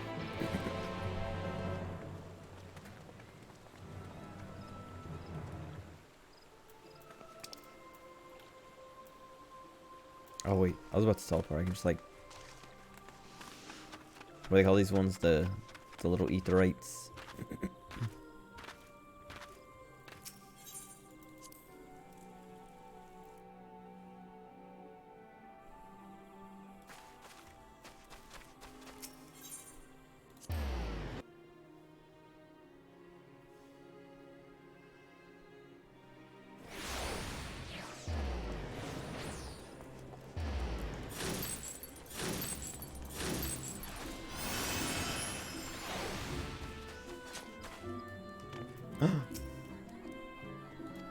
What? Oh, what's she gonna do to him? She shows up to SS him.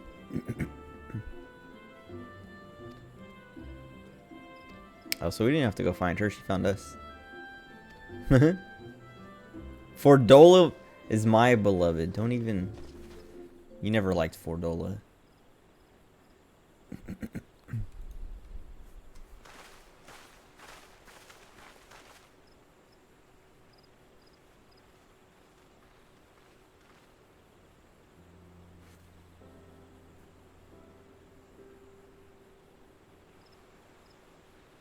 Lydia from... Arenvold!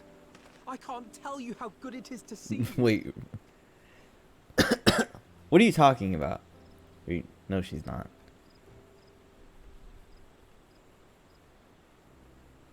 How? What are you even talking about? They're nothing alike.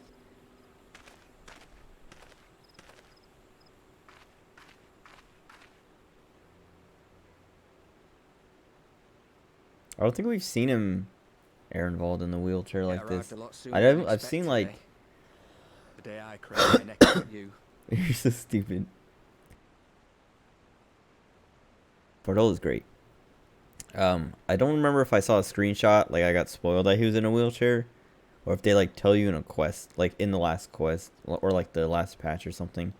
Like I'm pretty sure I remember someone saying like he survived, but he's not gonna walk again. I think Fordola says it.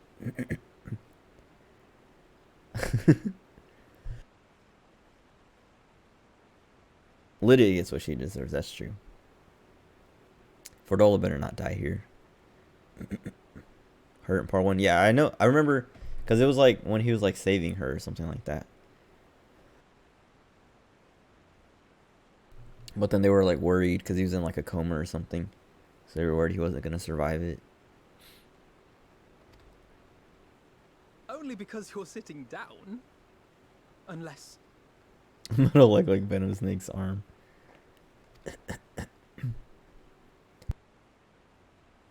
Afraid so. The chirurgeons say I may never walk again. Hank. Arenvold's Hank. So that makes Fordola, what's Maria, or Marie. Who is also the best girl in Breaking Bad. Even though there's not Come on, Alfino. many girls to choose from. Besides, I didn't come here to dampen the mood. Quite the opposite. All I've ever wanted was to fight for a cause I believe in. But my fighting days are over. So I want you to fight in my stead. Oops.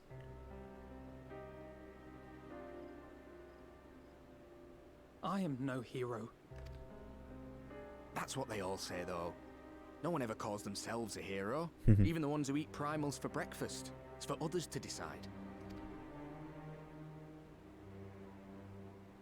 Look, Alfino, you Just a already blank are stare. a hero. To me and countless others. We see you doing your damnedest to protect us all. And you're not alone, are you? There are people who believe in you, just as you believe in them.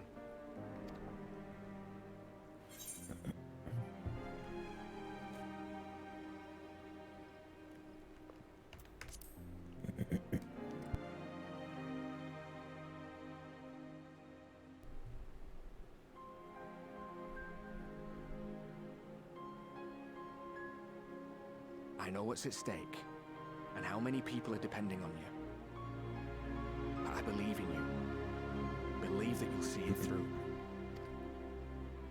That's why I'm entrusting my dreams to you. Like Albert and Owley once entrusted their dreams to me. I don't know who Abba and Owley are. There was a time Like, I when have would no hold the idea. weight I of don't such remember them at expectations all. without a second thought. But now, I know just how heavy that burden can be. To tell the truth, I'm beginning to wonder if I chose the right path. Sacrifices will inevitably be made for the sake of the ideals I uphold. Maybe I am not the person I thought I was. The person you think I am. I wouldn't presume to tell you. But I will say this. In spite of everything, you've come this far. The road ahead might not always be clear, but you've never been one to give up or take the easy way out. And everything you do for others. For a brighter future. I'm proud to call you my friend. Well, I've said my piece, so I'll let you go. I know you've got more important things to be doing. Just give what I've said some thought, all right?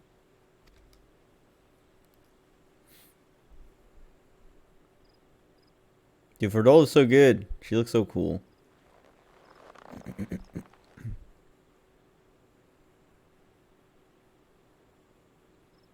I shall, my friend. And we will meet again soon, I promise.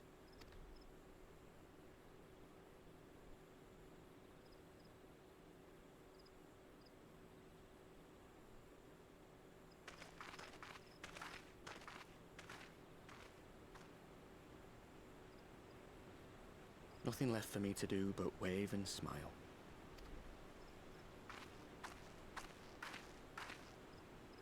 You've got a pretty narrow view of what it means to be a hero. Do you know that? Dude, her accent's so good too. You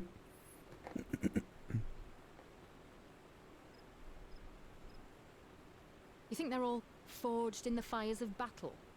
That it's all about being brave and killing villains? Alphinaud and the others will carry on their fight. But theirs isn't the only one. Arthur Fist. There He are keeps other doing ways it. You can make a difference. If you stop feeling And they sorry for keep yourself, showing it put like your that. mind to it.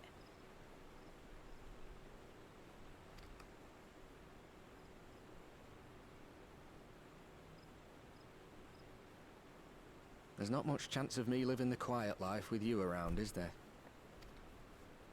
If you're content to twiddle your thumbs thinking of what might have been, that's your lookout. Then I reckon you've got some fight left in you. And I reckon you might be right. He's doing it. If there's a way I can still help my friends, I'll bloody well find it. Just get a gun.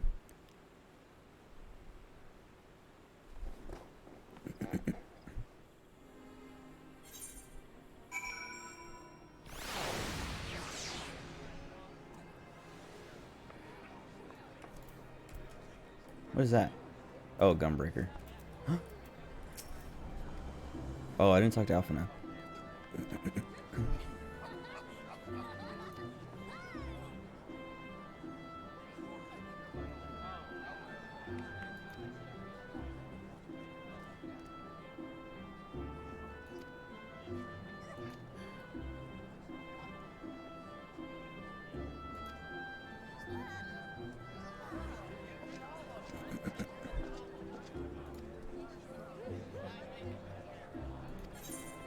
Okay, hold on.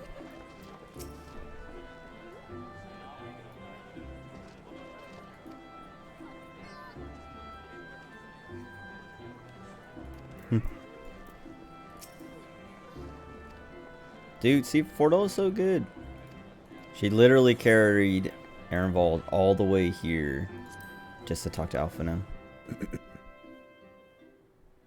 Oh, was he there? I didn't see Gra. Whoops. All these people standing in the way.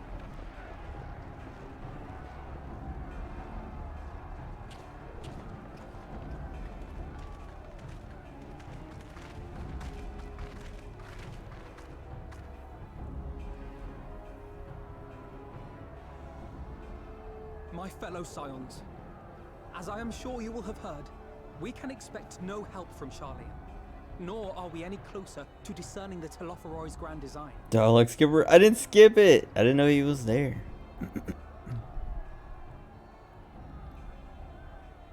I'm not even a dialogue skipper. I'm a voice acting skipper. I read it all and just go to the next one before they finish talking. The only reason I'm letting them talk right now is because you're here. Yet though our foes are many, and we but few, we may still tip the balance in Eorzea's So I know you'll have a tantrum if I don't let them finish talking.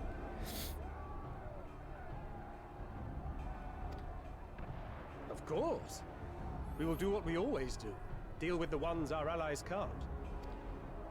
A less than daunting prospect, judging by your expression. Could it be that you've dispelled your lingering doubts, Alphino? I'm thinking about Endwalker. Like,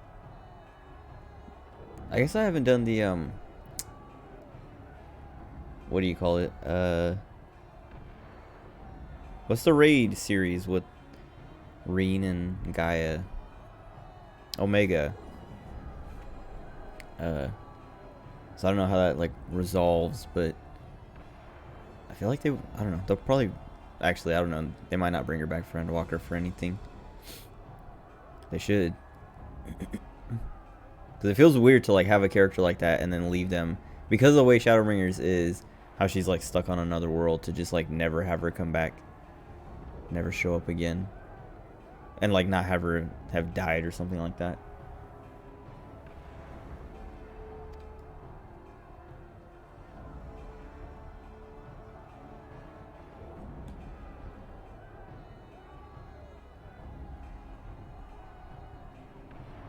Oh, I doubt I ever will.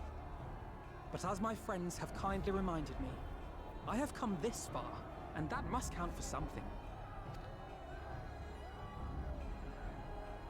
Gods be good, Alphino. That's what we've been trying to tell you all along. For one so bright, you can be remarkably dim at times. There is such a thing as overthinking, you know.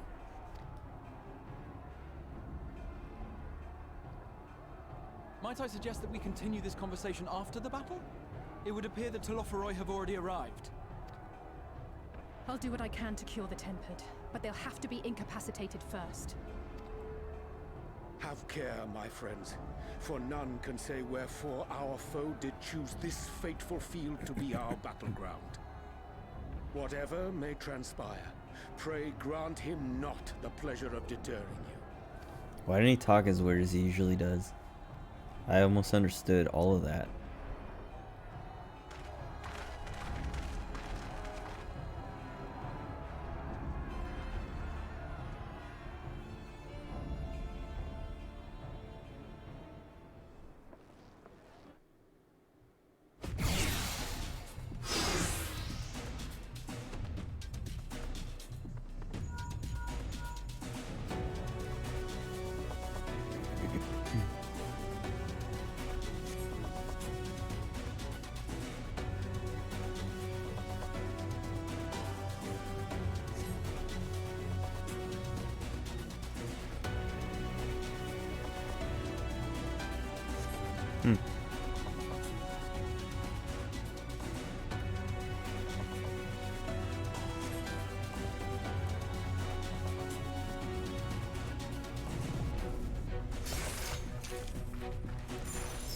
Prepare yourself.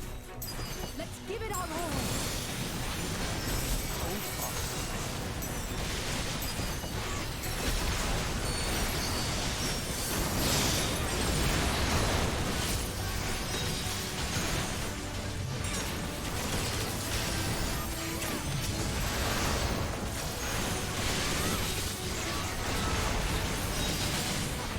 Give me a feather. Oh my god.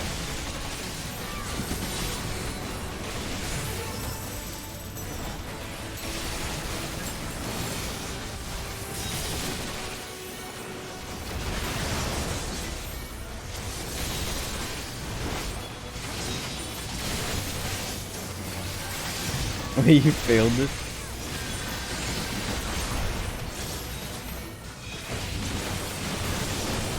I think I think I might have failed something as dark once before too.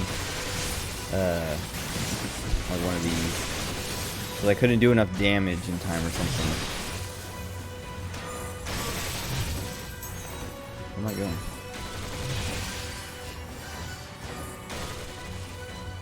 What? Wait. Who is that? He's a paladin? Since when? Oh, whoops, I missed my dance because I was distracted.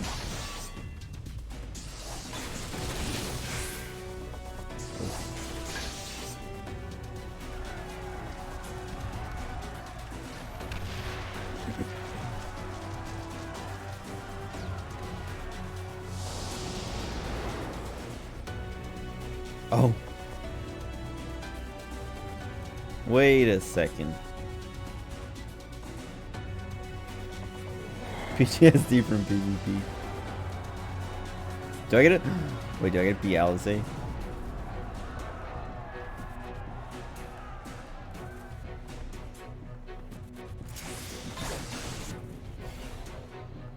Wait, dude.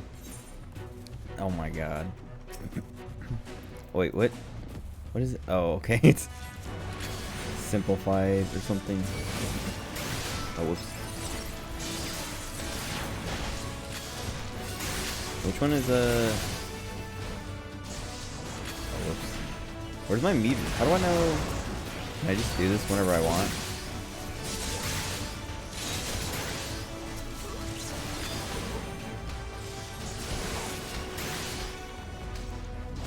Oh, okay.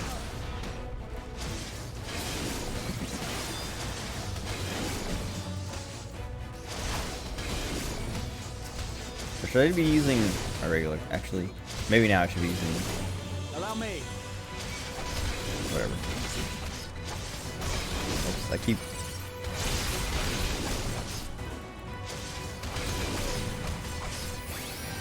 How can I? Oh, I'm not locked onto anybody. Like, why isn't that going on?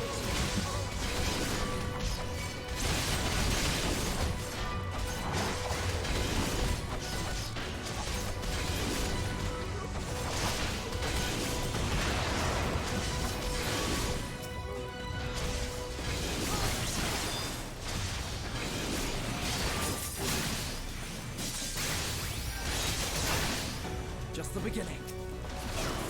Oh, whoops.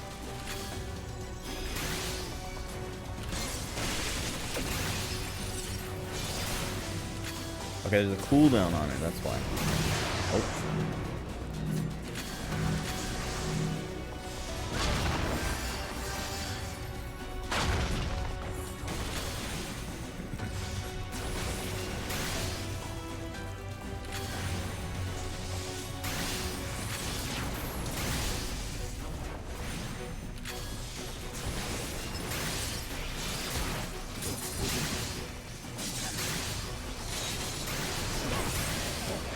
Oh god.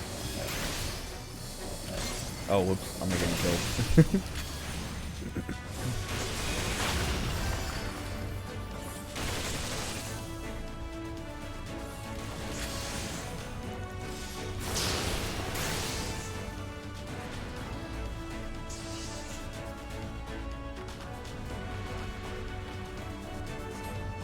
Let me get her outfit.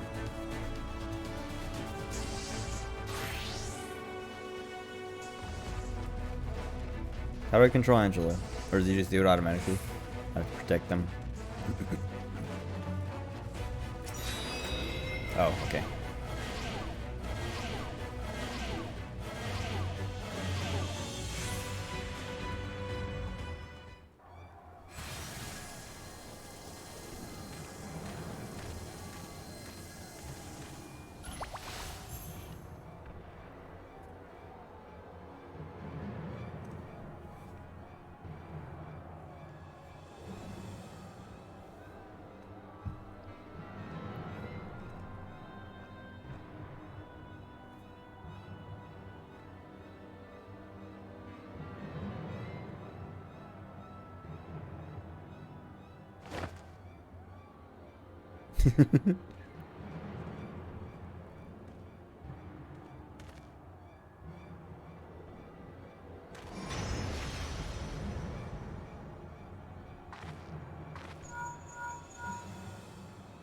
What? What did he do?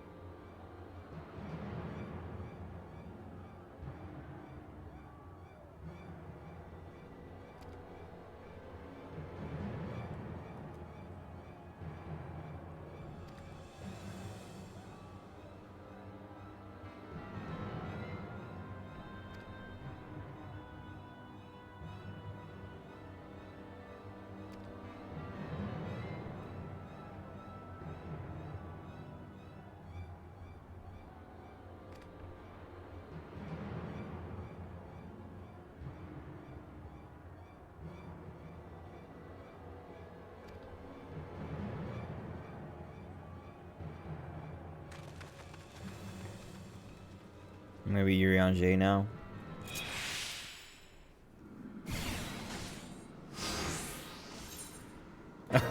Dude, I don't know how to play.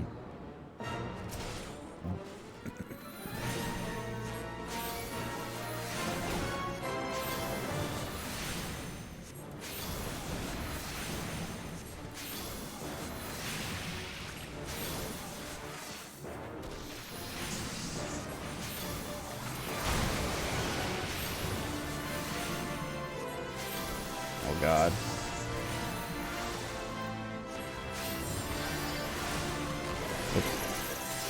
Oh. What does this do?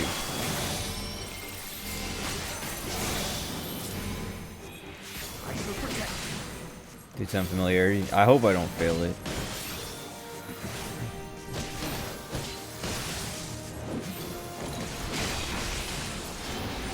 Oh. Your stall's about to die. Oh wait, what's wrong move? There we go. Oh, you can heal that thing too.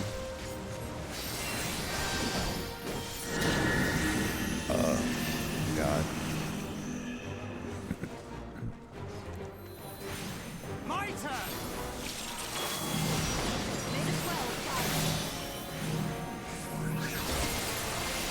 Am I supposed to like rotate those?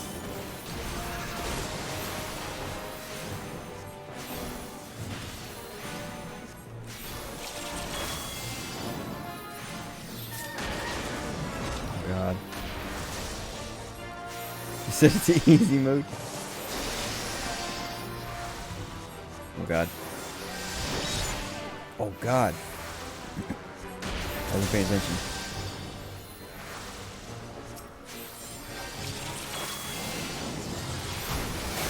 What does this one do? Oh, okay. Oops. I guess I should use that when he did that.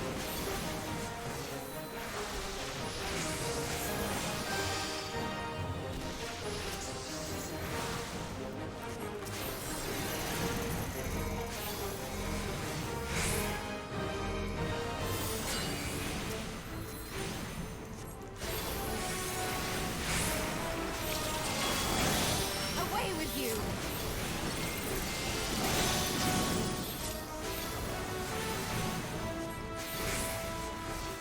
Oh wait, do I have to heal it now? Okay, we're good.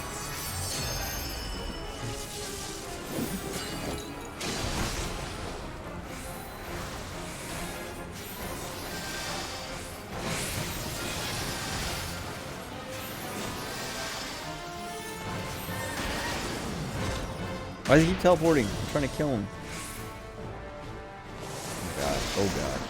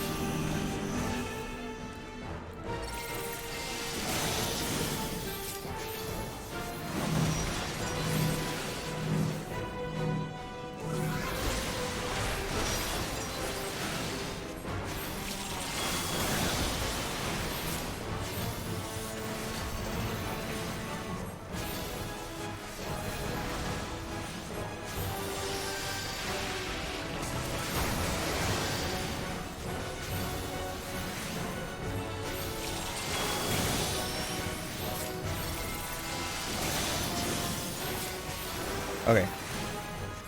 Unless he does. Oh, he's doing it. I think I'm good. Okay.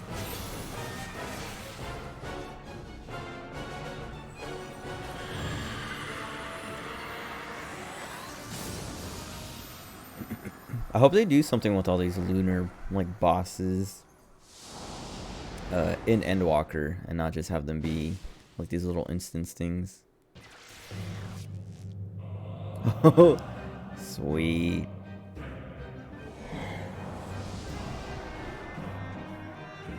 Wait, I thought he was a paladin just like 2 seconds ago.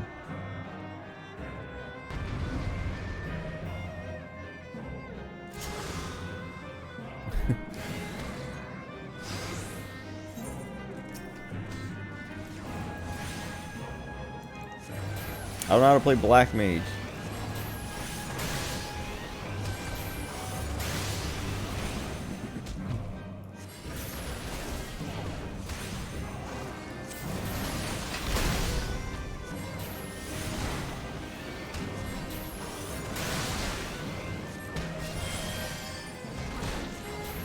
You can job change. That's cheating.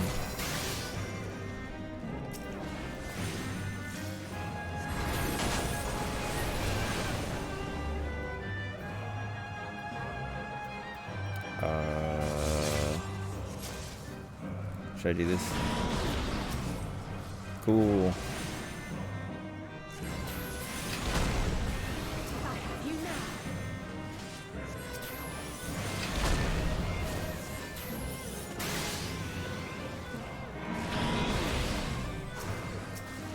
Wait, why didn't that one get hit?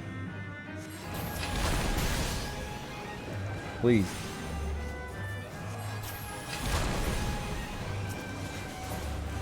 At Maligma. Oh wait, oh god.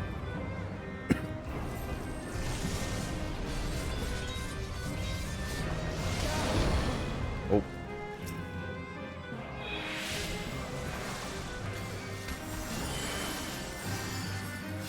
Oh, she has heal too. Oh wait, I need to heal myself. Oh god. That's what this is for.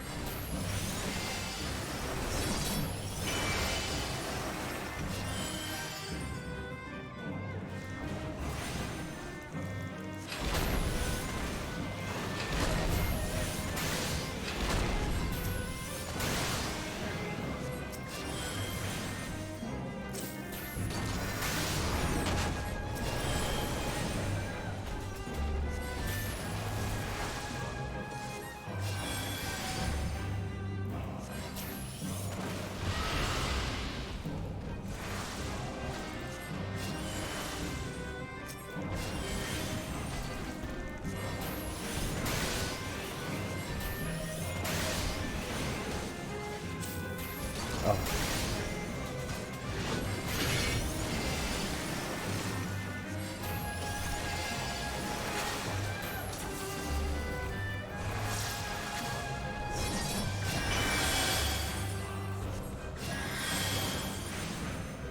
Let's see what he did. Okay, I knew it.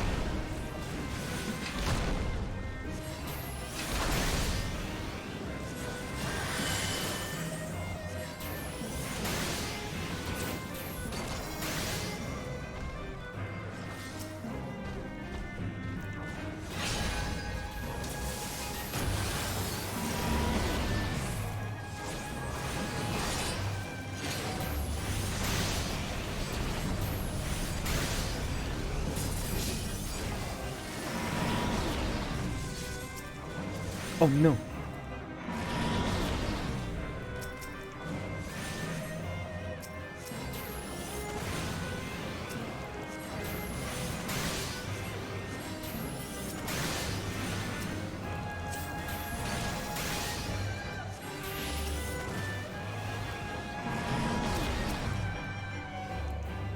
Oh, keep running out of MP.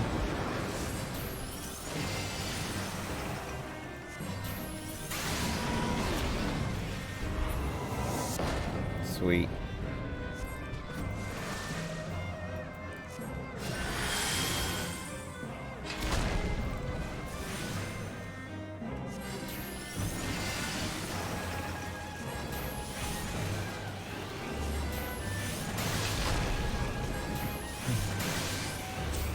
Don't kill her. Oh god.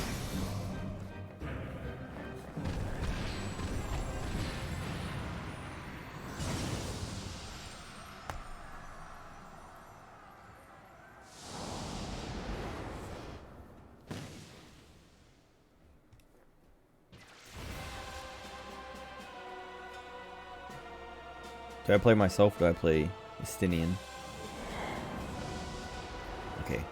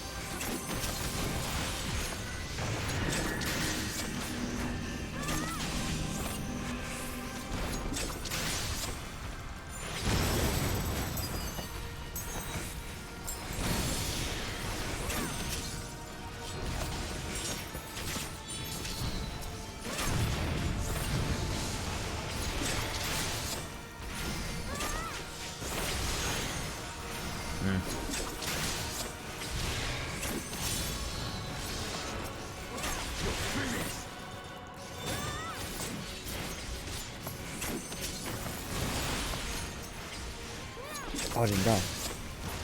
Okay.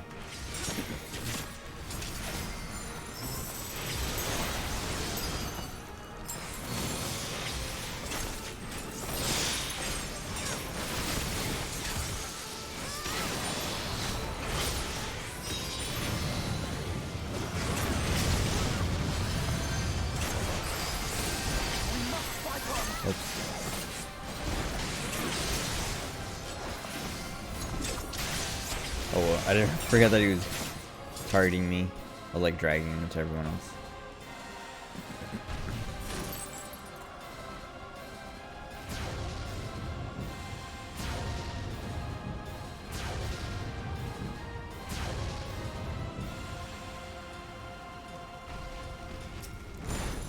Should have been dancing.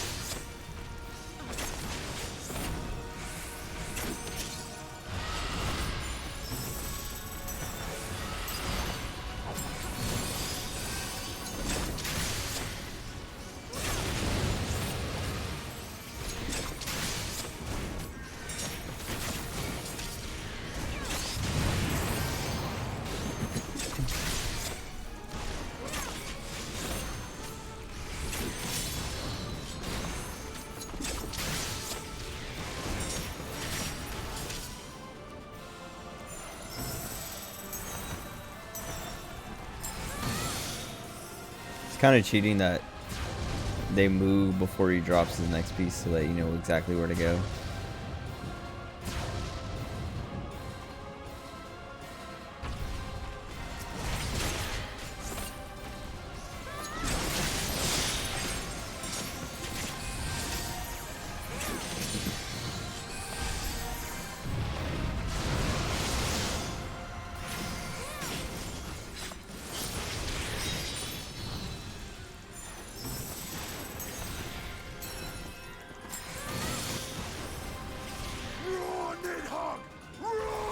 I was kind of wondering how I'm supposed to do this.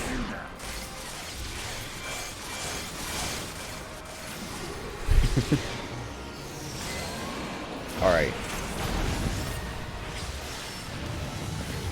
Stupid.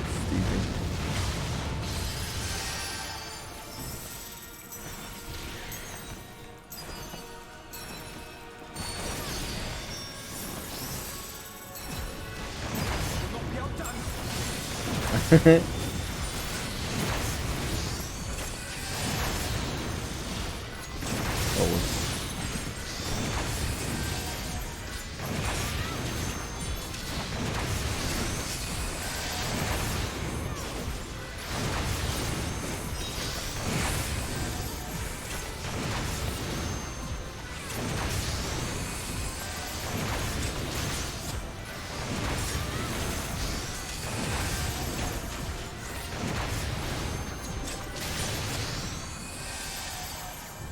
That's pretty good.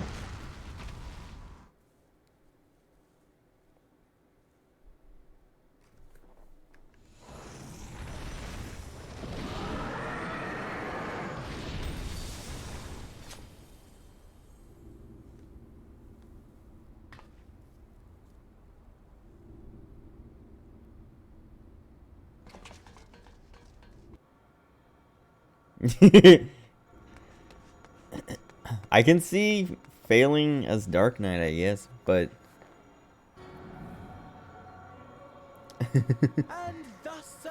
maybe as like the other classes too, and not reading what they were saying to do. So like with the Ravana part, not breaking all those things. Oh, see, Tony did his dark. You just suck, Shiro.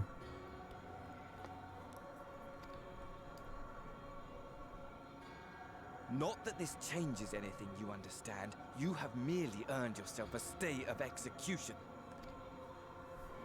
He's mad.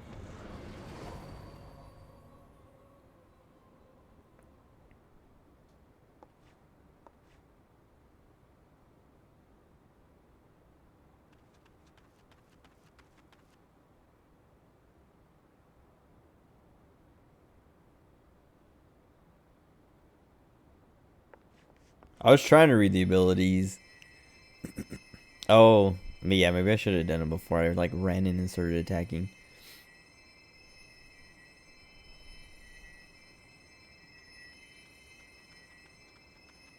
I mean, I made it, so I read fast enough.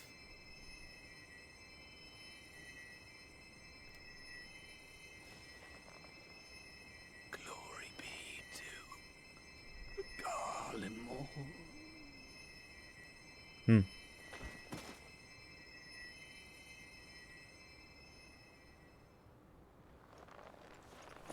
I thought he was gonna punch him.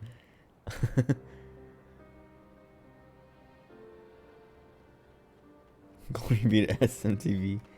SMT5. How fare the tempered? We've treated as many as we can, but some were beyond help.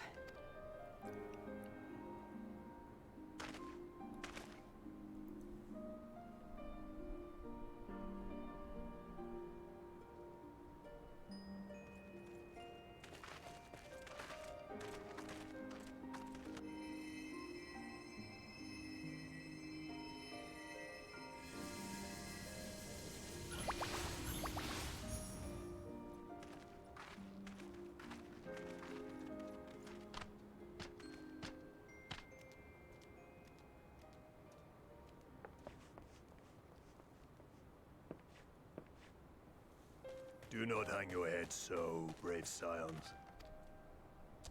Though not all of our captured brethren could be saved, we are grateful for those whose minds have been restored. You could do no more, and that is enough. So please hold your heads high.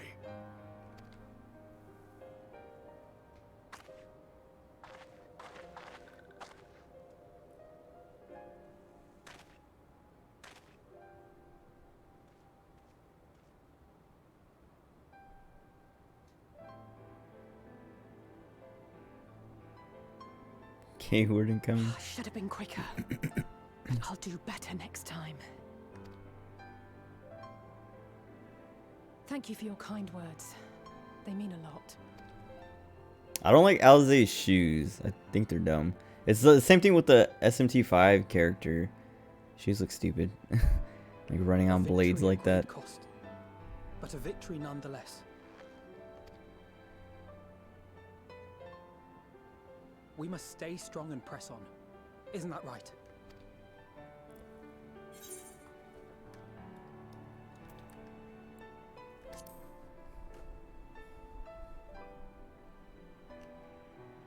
To the very end. I wonder if he says the same thing as you, no matter what you pick. He scrunches his fist.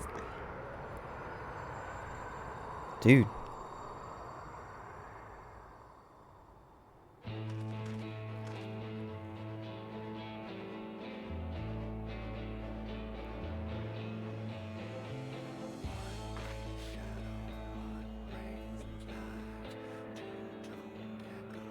How they keep doing it? Jeez.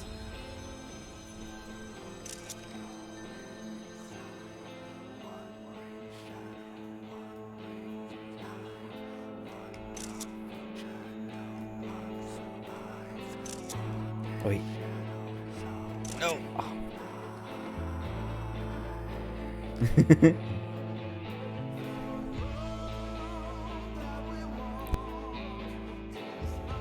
Dude.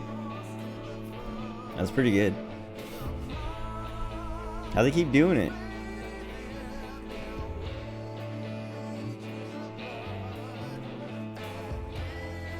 Dude, that's so good. It's just like everyone's like saying their little like one-liner, and then the music kicks in, and then the moon's like glowing super bright. That's pretty good.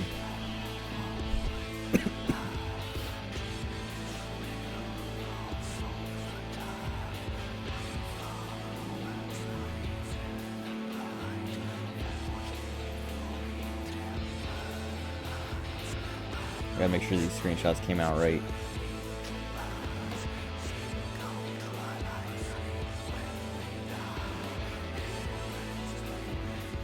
Oh, it's gonna mess with the game. I can't do that. So you can go back to SMT5. What? Oh, I was gonna say, why are they even showing Reen? Oh, I forgot. She's in the expansion. She's not in the last like couple patches.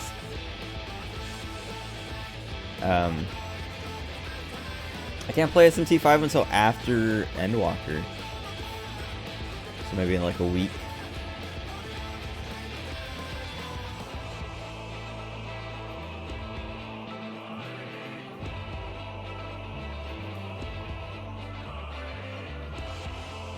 God, dude.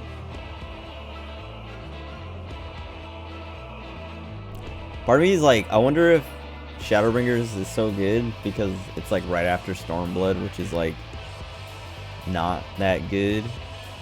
So it's like your expectations are already low, and then it's great, but then because of like what it's coming from, it's even better. Nah. That's what I mean. I'm pretty sure that's like it is just that good. But it does get like it's like I guess yeah, because like it's been so long. It's been so long since Stormblood when Shadowbringer starts, and then yeah, then there's like 5.3 and like everything after 5.0 that's like Stormblood is like long past that's no longer a factor. Look at him, dude.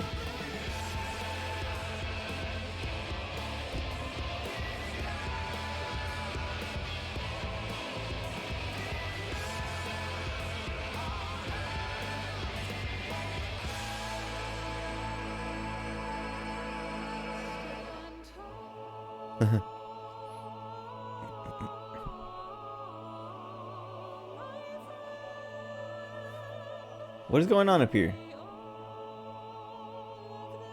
Do you see this like flickering? I can see it on my stream preview. So it's not just me. There's like text that was just like flickering there. It's not doing it anymore. But I know I saw it. Stop tweaking. You're stupid. Stop doing that. It's cultural appropriation.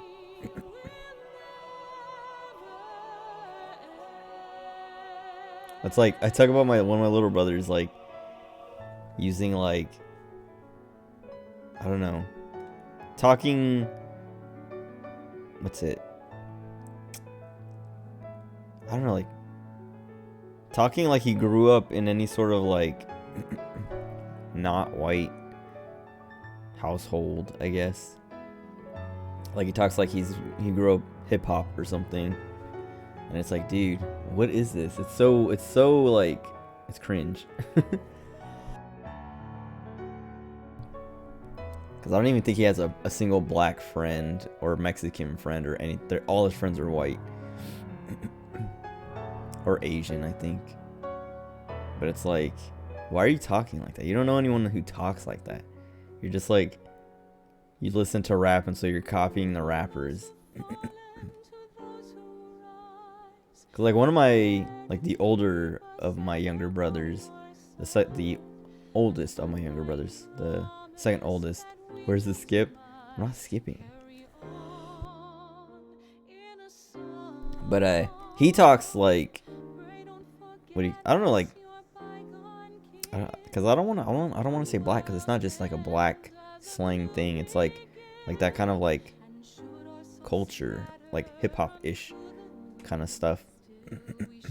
Cause like Mexican people talk like that, like Asians who live in that kind of like where I grew up, it was like kind of ghetto, and there's like it was like all minorities and everyone talked like that. And he talks like that, and it's like, okay, like I understand it because that's where we're from, kind of.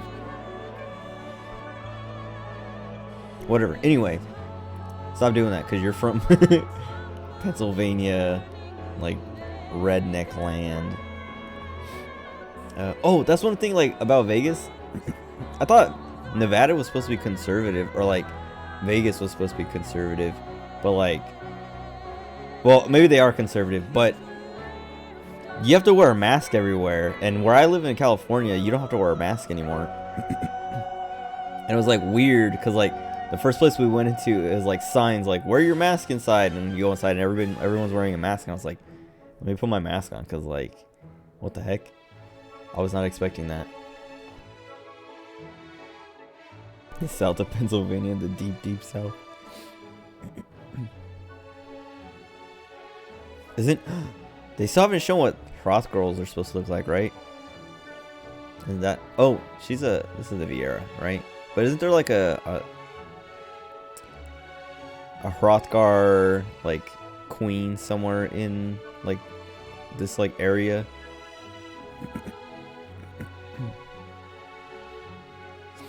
Or maybe it was like somewhere else.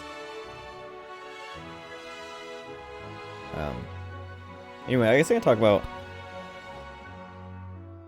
just a female row. She had weird ears. I'm talking about what I was gonna talk about earlier, about like my uncle's place, going to my uncle's place in Vegas, and then having dinner, Thanksgiving dinner, and my grandma and stuff. Cause like, I guess part of the trip was to let him talk to my grandma about how she's been and stuff, how she's been eating and like pooping all over the toilet seat and not showering and stuff like that. Sorry. And he talked to her, and then was like talking to my mom about like how she, like, her staying at his place, because she stayed at his place for the whole time. She was like taking showers every day and eating healthy and like cleaning up after herself and stuff like that, changing her diapers and things like that. And he was like, it's not that he didn't believe my mom, but he's like, why is she, like, he was confused, like, why would she be doing this here but not at her own house, kind of thing. And we're like, I don't know, because she wants to impress you, because you don't have to live with her, so she doesn't want you to think of her like that. And then sorry, I'm probably gonna end after this because my cough is like, it's like the SMT5 stream. It's just like sort of knocked up. I'll do the weapons tomorrow. That shouldn't take as long as this, I don't think. But yeah, then he wanted to like have a sit down with like him, my grandma, my mom, me, and my other 2 brothers, just to like try and like talk it out and figure out what her problem is. Excuse me, I don't know if you heard that. It's gross. I should have muted. And like we like sat there and like just basically were like, Grandma, you do all this gross stuff or like unhealthy stuff, or you lie all the time, you're extremely lazy, like all this stuff. Why? And literally like, and he was like asking like we didn't ask it all like all at once like that, but it was just like we would say something and he was like he wanted to be the mediator, so he was like, why do you do that? And every single time was like, I don't know. And it's like, okay, we're literally gonna get nowhere. And then there's like one part, like, yeah, anyway, like we got nowhere basically, and it was like a waste of time. And we were telling him that too. We were like, dude, like she's just gonna lie or like not acknowledge what you're saying, or try not to like admit or like agree to what you're saying, so that she can kind of like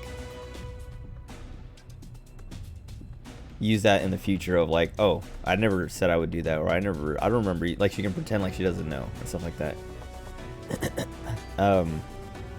But there was one thing, like literally like it set the whole, like it set my sort of like expectation for the entire talk was Thanksgiving.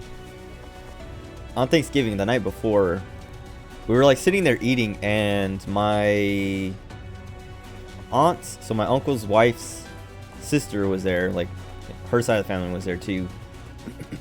We're like sitting there eating, and she was eating brisket, like eating some of the brisket, because we had brisket as like part of it, like we had turkey, brisket, ham, like everything. But she was eating the brisket, and she was just like, man, this brisket is so good or whatever. And she was just like saying that out loud to the table. And my grandma was like, oh, I didn't get it because I can't eat red meat. I don't eat red meat. I don't eat pork or beef or any kind of red meat. And like I was just like, she's lying, but like why did she say that? Like she wasn't talking to my grandma, she was just saying it to the table, and my grandma felt the need to just come out and lie in front of everyone for no reason. And my uncle was sitting right there too, and I was kind of like looking at him like to see how he would react, because he had been talking to her the few days before about like all this stuff, and like asking her and kind of like trying to figure out why she does these things. And she was like, he was saying that she was saying she was going to be better and not do this stuff anymore, which is like, me and my mom were like, she said the same stuff to us and it went nowhere. But yeah, so she like literally just like this blatant lie, and like he just like was kept eating and ignored it, like didn't react to it at all. And then yeah, the next day when we were at this talk, because I told my mom about it and she told him about it, and he said, I know, I heard it, I just didn't want to say anything because I didn't want to embarrass her in front of all these people who don't know her, because like some other parts of his wife, my aunt's family, were there, who had like, this was the first time they met my grandma, so they were like, he was just like, I didn't want to like do that to her. And then when we sat down, like the first thing we talked about was like, why are you lying all the time? And she's like, I don't lie or whatever. And it's like, oh my god. And then they literally like brought that up, and we're like, my uncle was like, last night at dinner, you, like, Linda was just talking about this brisket, and you felt the need to like come out and just lie. She wasn't even talking to you. She wasn't even like, no one was expecting. My grandma's an Asian. Dude, my grandma's Fan Daniel. She's just here to like cause chaos. To like burn it all down, take everyone with her. But anyway, he like brought that up. And her first like response, like he's like, you said you don't eat brisket, or you don't eat red meat, you don't eat beef, pork, all that, but you do. And she's like, no, I don't. And my mom was like, you just had pizza, like pepperoni pizza, like 2 days ago. What are you talking about? Why are you lying? And she's like, oh, I forgot about that. And we were just like, how?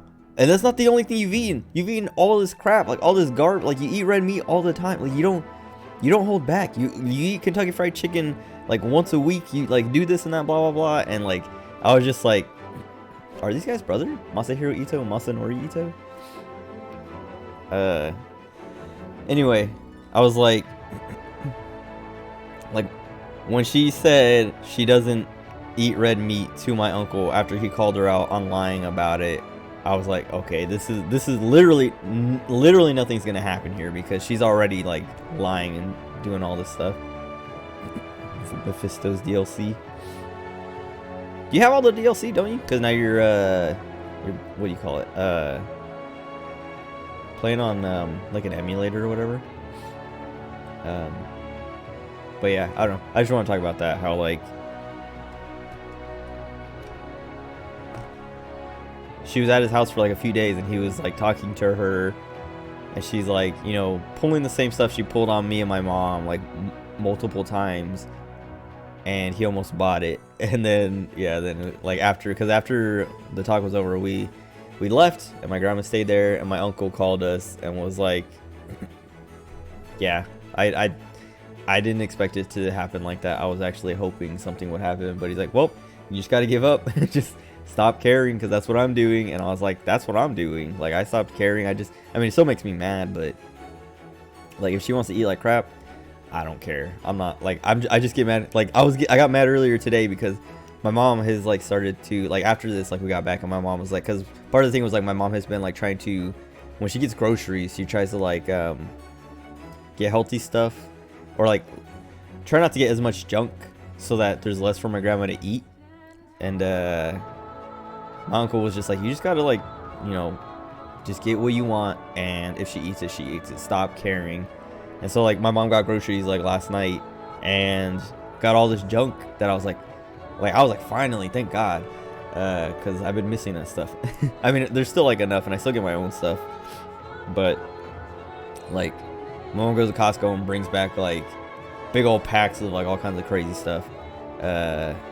So it's like, okay, now like, and like, so she brought this like big old box of like these Oreo, like little packs of Oreos, and I was like, sweet. And I took like a bunch to my room, and then this morning I got up to get like breakfast, and my grandma had like a plate full of like empty wrappers and like a few more just like in her, like sitting on her belly, of those Oreo cookie things. And I was like, man, she like, it made me mad. Like I was like, one, she doesn't care, and she's like my mom cares, and you know, like she cares so little, she's willing to like upset my mom by eating these things.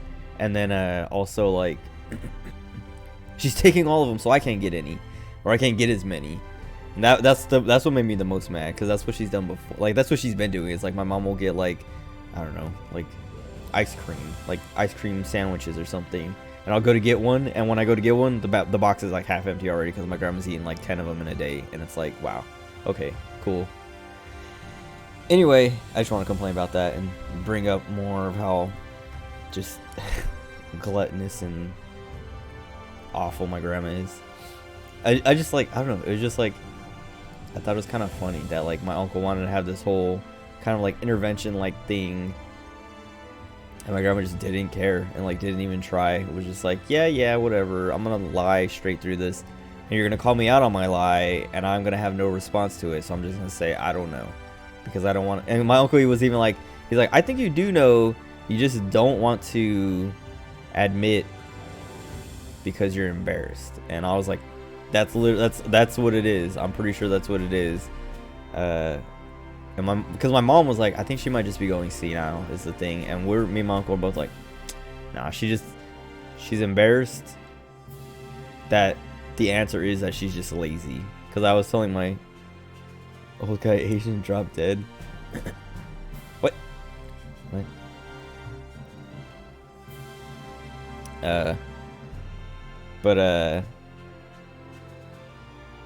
Yeah, I don't know. I just want to complain about that.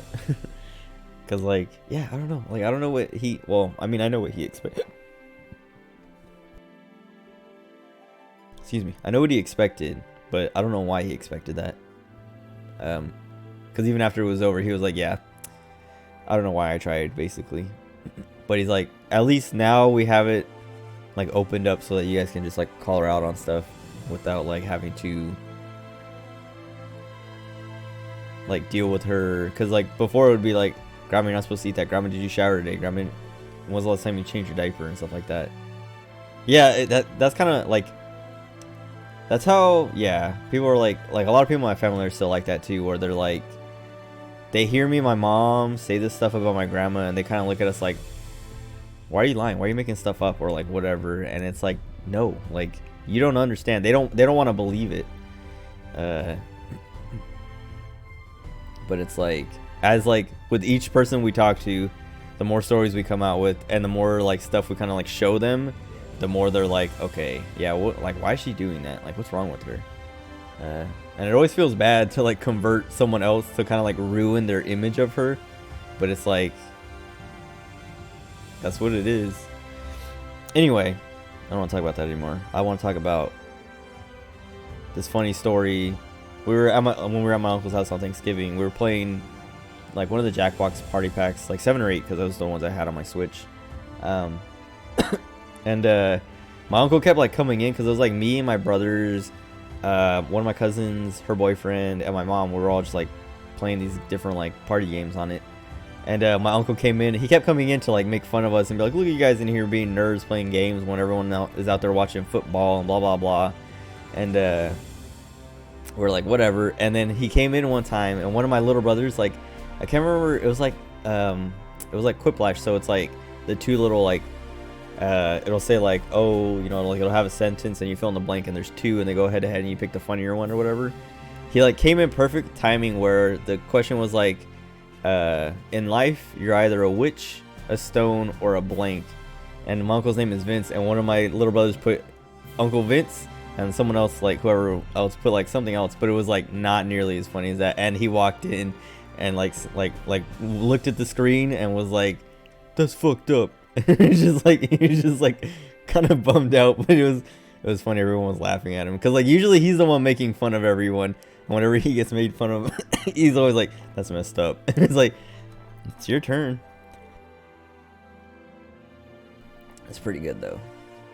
I'm trying to think, because there's like something funny he said. Oh god, I'm dying. Like, he's very funny, and like I was saying, he's always making fun of everyone. It's always in good fun, and it's always funny. There's something I was thinking of earlier that he said that was like kind of like emblematic, or like it's literally like just his personality in like one line. I'm trying to remember it though.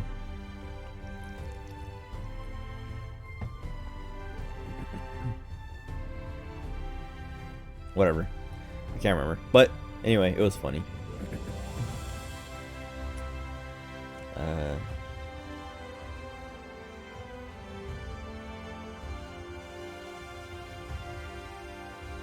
Yeah, I can't think, can't remember. I'm dying. Dude, these cutscenes are taking forever. Or cutscenes, credits. Cause I gotta pee, and I want to like stop streaming so I can like cough my lungs out without looking like I'm dying.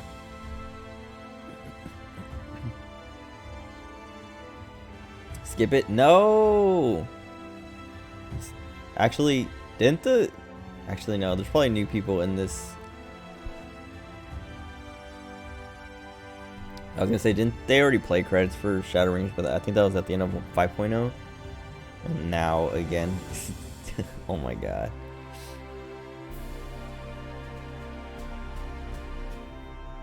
Let me I'm gonna filter that chest real quick.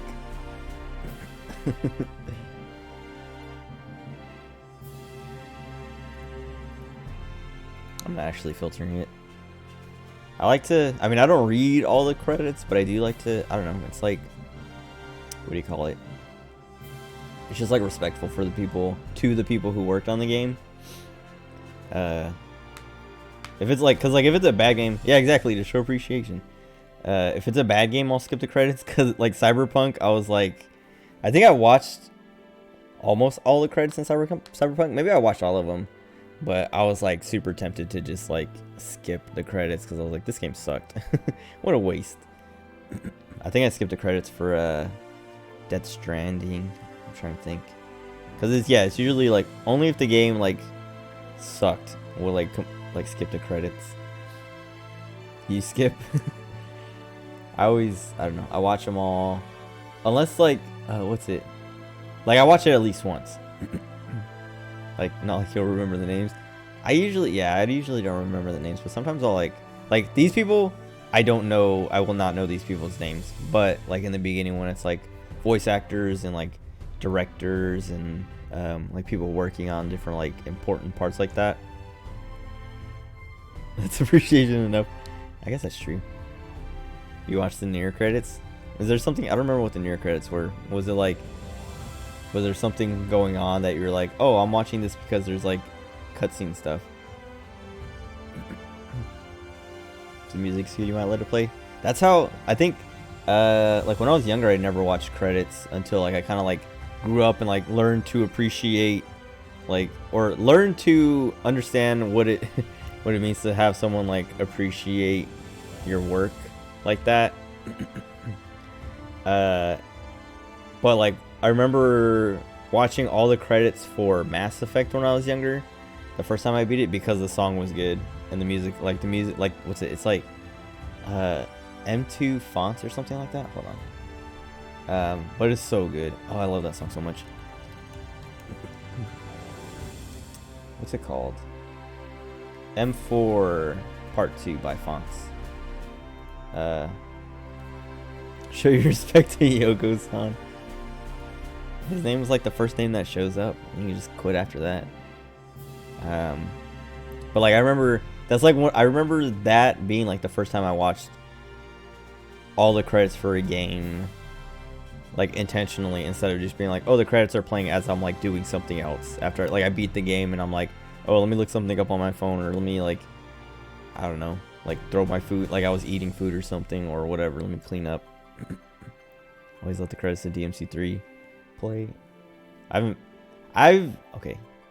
only ever played, I think, the first Devil May Cry, and I didn't even play that much of it. It was like I was at my cousin's friend's house, and they were like doing something that I didn't care about, and he had like a PlayStation or a PlayStation 2 or whatever system the game came out on, and I played it until like probably like only an hour, until like my cousin was bored and wanted to go home, and then I went with them. Fix that now. It's like on my to play list, but I don't know, I just never got around to it, or have never I've never been like in the mood for it, or I end up playing something else like kind of similar to it that I'm like, okay, I'm kind of done with this genre for a little bit. No Endwalker until I play 1, 3, and 4. No. Can I beat them all in one day like that? Can I beat all of them in 24 hours? First time playing through. Maybe I do that for maintenance. That's actually, isn't 4 like, if I'm good? Actually, let me see how long they are.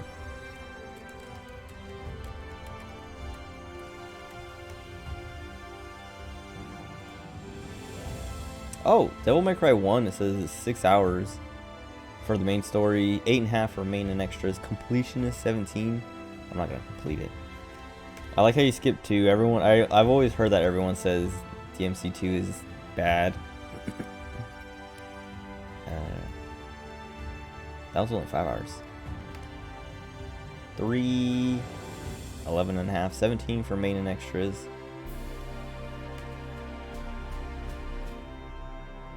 4 is 11 or 14.5 for main and extras. Oops.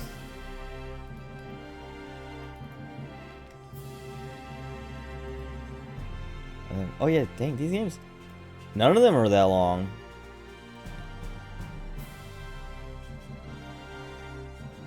DMC2 doesn't exist, they went straight to 3. Oh. Oh, what the heck? Oh. My stream preview like just stopped. I thought my stream died.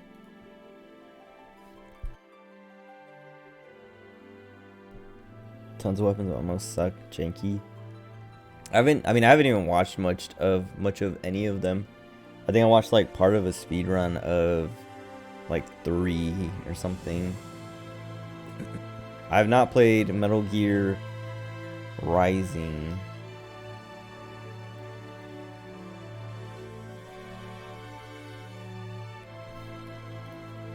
Hold on.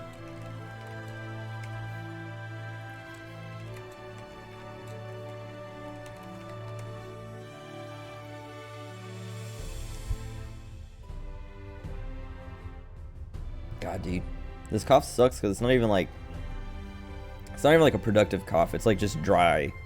It sucks.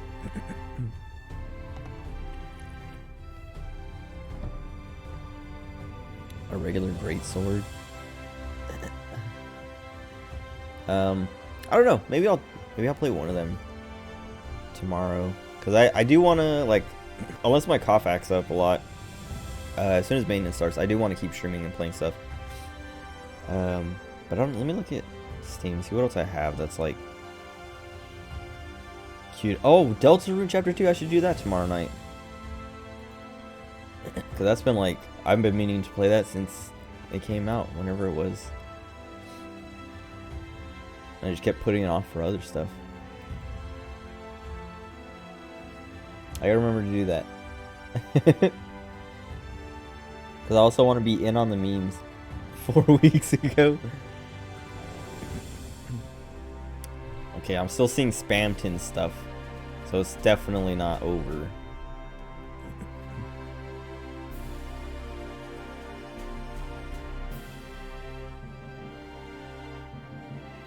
Dude, these credits, oh my god.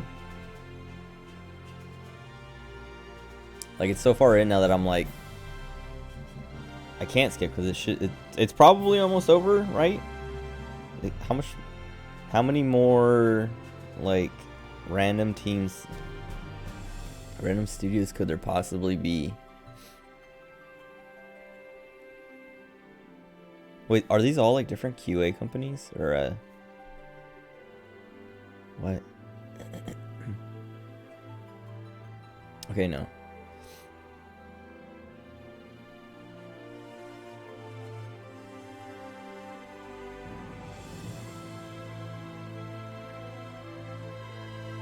I'm trying to think. There's something I just like. Oh, there's something I want to watch. Oh, dude, there's a ton of stuff I want to watch, but there's something like I just remember that I was like, I want to watch that. Evangelion 3.0 plus 1.0. I still haven't watched that.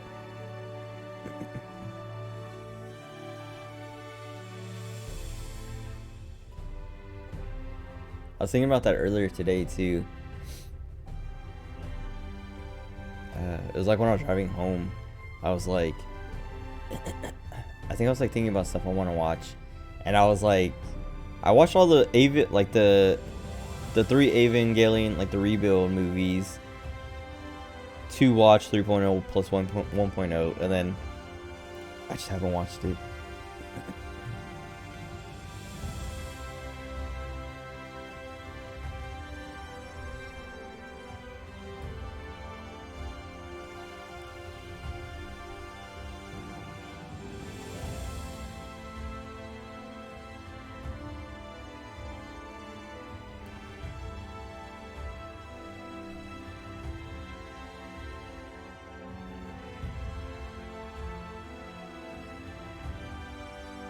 It has to be close, right?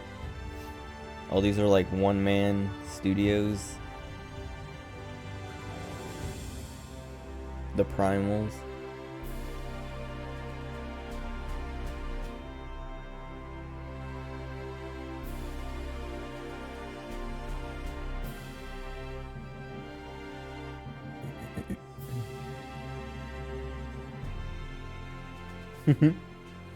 I thought about making the intermission cat an emote, but I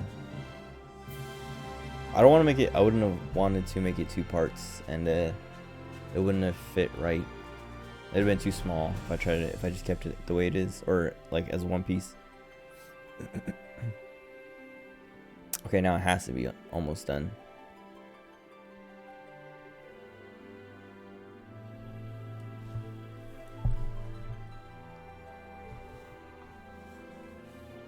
I accidentally knocked the mic.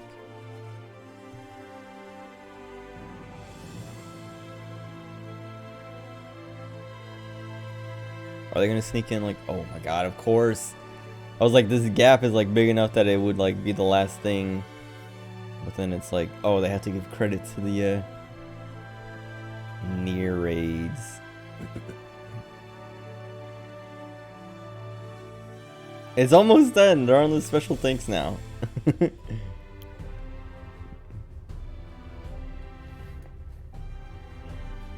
JK because Yoko Taro's name came up. That Voice of Cards game was pretty good. It makes me like, I don't know, appreciate Yoko Taro.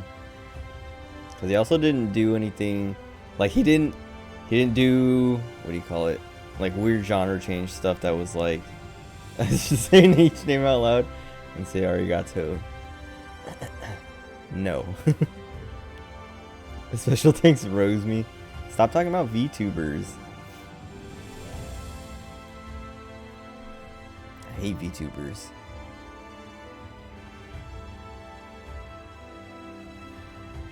Now I'm curious. Okay.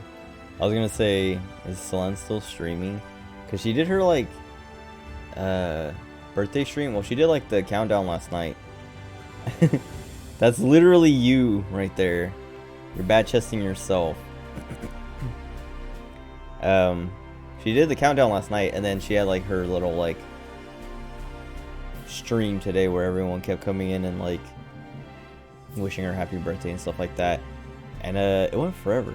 Like it started at 3, and I watched like a good chunk of it, or like I had it on a second monitor for a few hours, and I was like surprised that it was still going, like with people still in the call, and like she hadn't like, cause like when Alira did her birthday thing, she streamed for a while, but people were only there for like a little bit, and then it was mostly just her like just chilling, like Naoki Yoshida.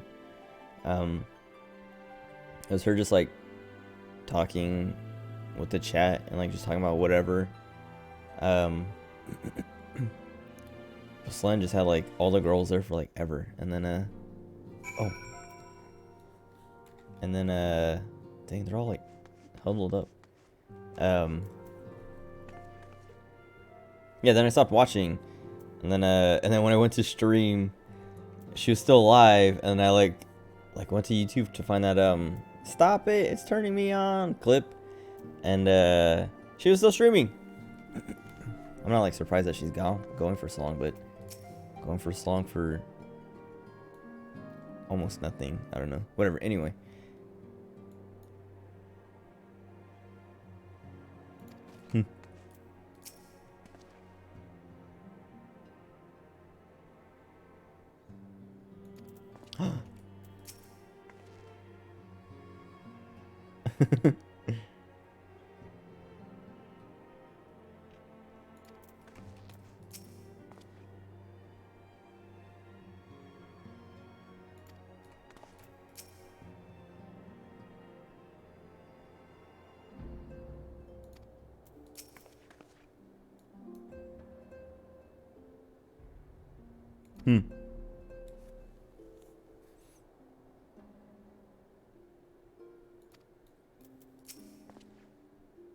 That is like one thing I do like about Fan Daniel. Inexplicably hates Amric.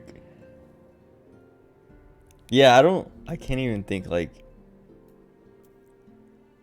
he's never done anything like to slight us at all.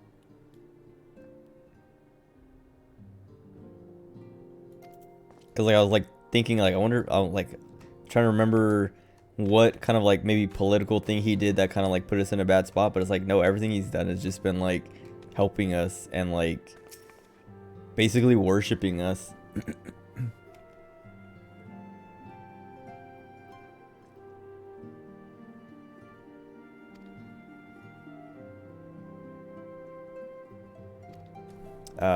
But yeah, I was gonna say, that's one of the things I like about Fan Daniel is that he's like I guess he's like the Joker. He's just having fun. Like he doesn't, like, he lost and he was just like, whatever, I'm out. I'll be back. He wasn't even like that bothered by it. Okay. Give me my shush emote.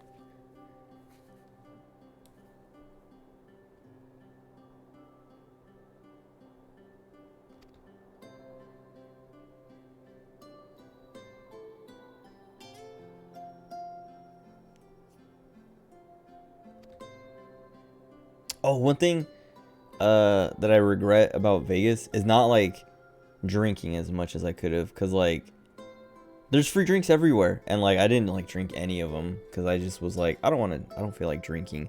But like as soon as like the last day we were there, like when we got back for the night and we were getting ready to leave the next day, I was like, man, I wish I would have drank. Because it was all free. And like there was like, even when we were playing bingo, there's like this girl like pushing a cocktail cart around and was like, dude, I mean, yeah, Emmerich is like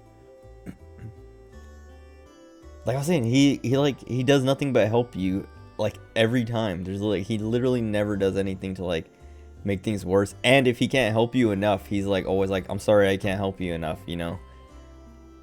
There's like no reason not to like him.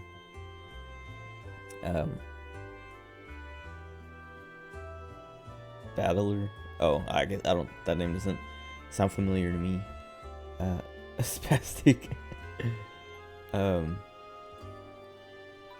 But like when we were at bingo, like the cocktail lady was like going around asking if people wanted cocktails, and I was like, I kind of want one, but I kind of like, I don't know, I kind of don't. And then when like my cousin's boyfriend got one, and I was like, maybe when she comes back with his, I'll get one. Cocktails.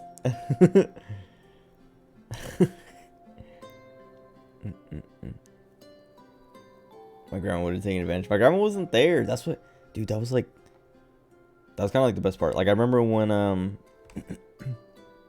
I realized that she was going. It was literally the day that we were leaving. Like I went to like go take a shower, and she had like her bags out in the hallway, and I was like at first I was kind of like, at first I was confused. I was like, what is, like, why are these here? And then I was like, oh, she's going on the trip with us. But she didn't ride in our car, which was nice. And then she stayed at my uncle's place the whole time. She didn't even like come like to a casino with us at all. My grandma's not Mexican. Or this one isn't. My other grandma is, but this she's from Georgia. She's white. Like she's Irish and Cherokee, like Native American. But she's like very white. She's like, yeah. She has like a southern accent and everything. She's lived in California for like, I don't know, like 40 or 50 years, but she still has like a super southern accent.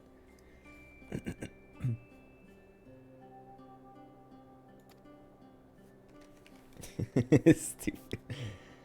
Oh god.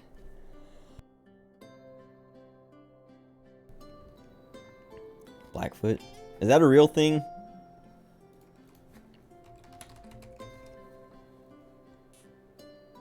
Oh, it is. I mean, I guess they have like a more, what do you call it? That's not their name. Like Cherokee or whatever.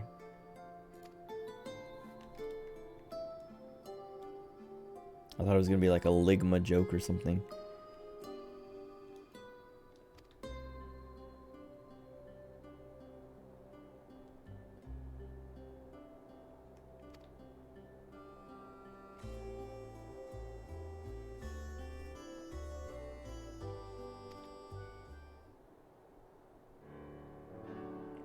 It's like the lighting is so weird sometimes. Like his face looks weird, my character's face looks weird.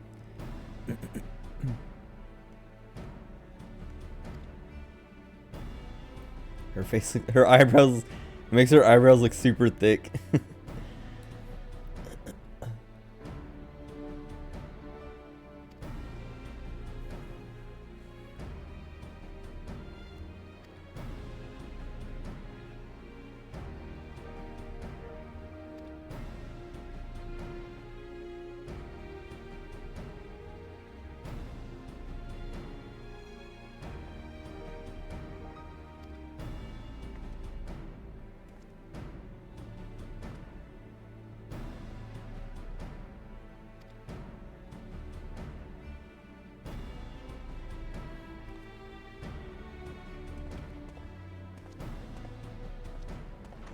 He also looks cool. Like I like his like, I don't like his hair so much because it looks too much like K-pop boy band kind of thing.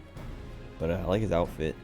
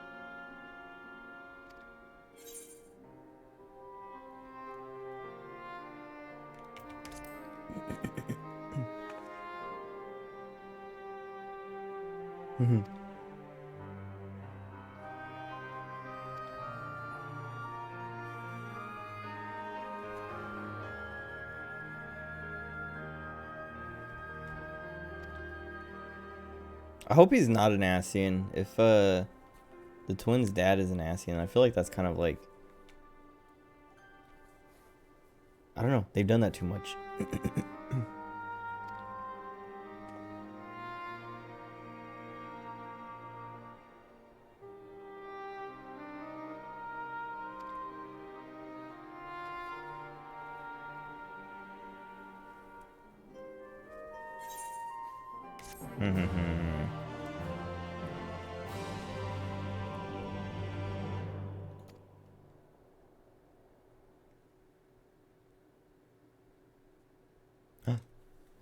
Oh, Xenos. Because he hasn't shown up in like 10 patches. Do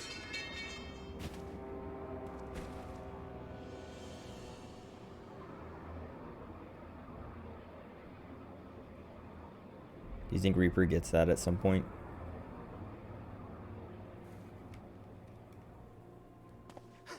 Those Eorzeans certainly are a stubborn bunch.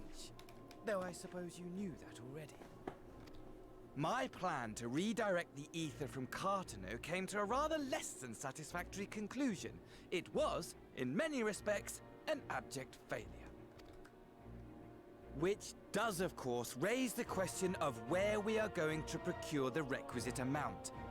The obvious solution would be to draw on resources a little closer to home, though that would require our dreamer to dream a trifle more deeply.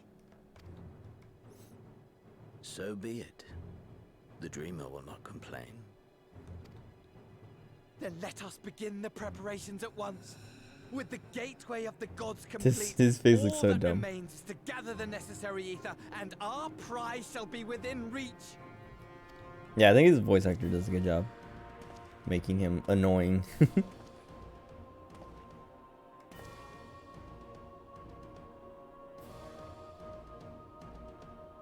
The time has come to fulfill your heart's desire, my desire!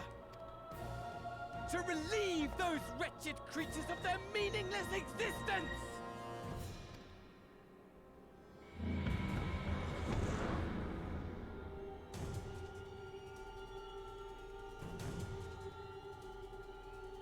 Bro, I just want to fight. Whoa. While I await you, I shall drink a sea of souls and gorge myself upon the darkened moon.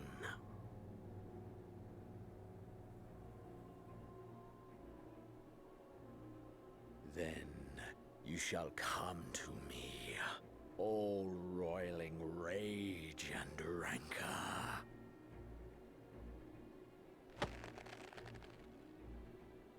and the stars shall bear witness to our final contest. Who's he talking to? Who's that?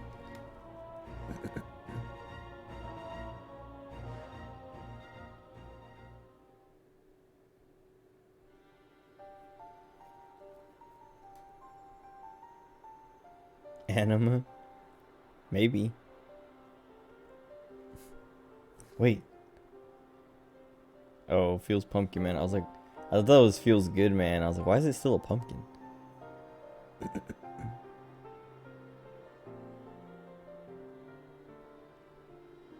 As I thought, the ethereal currents have been disturbed here too.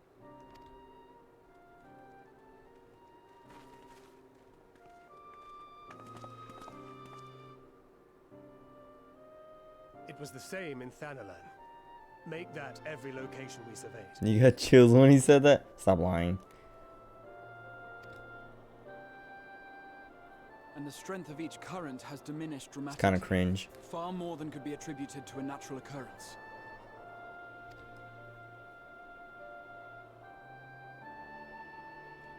I like that pose. I'm so glad we got that. Finally.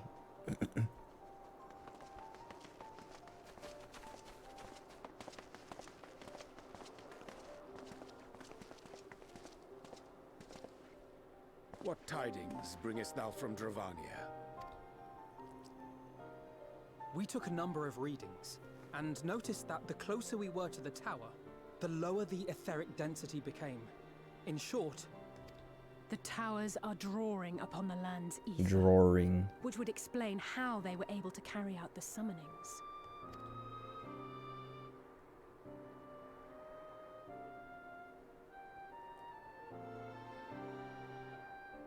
Isn't that what Our allies like must be they informed of thought this. anyway? We should return to the Rising Stones and have Tataru relay Maybe our someone else findings thought that, or maybe that's just been like theories that I've seen around and stuff like that. Or maybe I came up with that myself. I don't know. It seemed kind of obvious that's what was happening.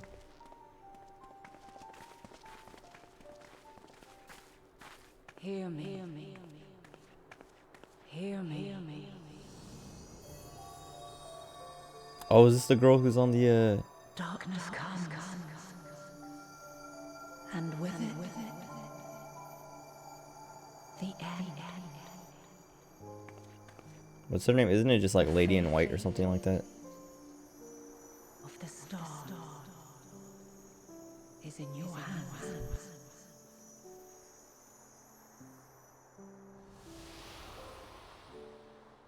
Vanat. Is that actually her? Is it like confirmed? Everything all right back there?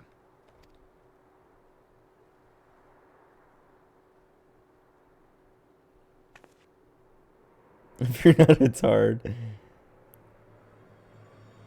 I don't know. I need to see them say it. Because they could come up with some twists of like, Minphilia number 3.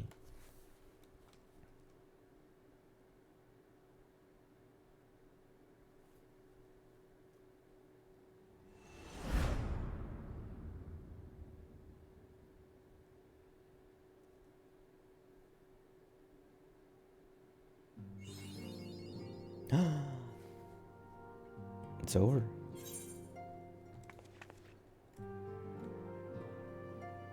Alright, let me talk to everyone. Oh, he went to Radzahan. Radzahan? Mm-hmm.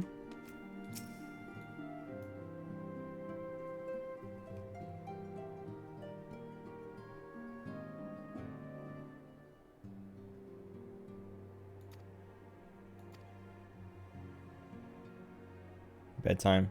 Yeah. I'm not tired, but I'm definitely gonna be done after this. My head's hurting me from coughing so much. I'm gonna lay in bed and watch the last 2 episodes of Arcane. Maybe. And maybe El Camino. I don't know.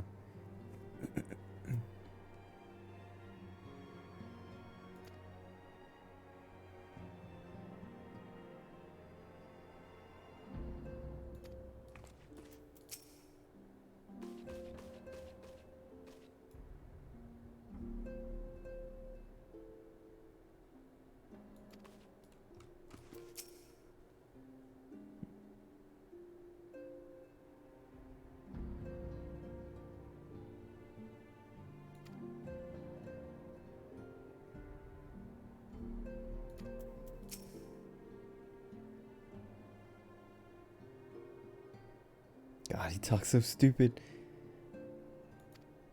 Like, every time I read Urianger's dialogue, I'm like, I have to, like, basically translate it in my head because he talks so dumb.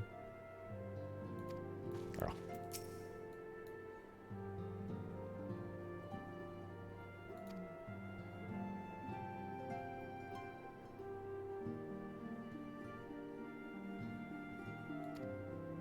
Okay, whatever. That's it. Thanks for hanging out.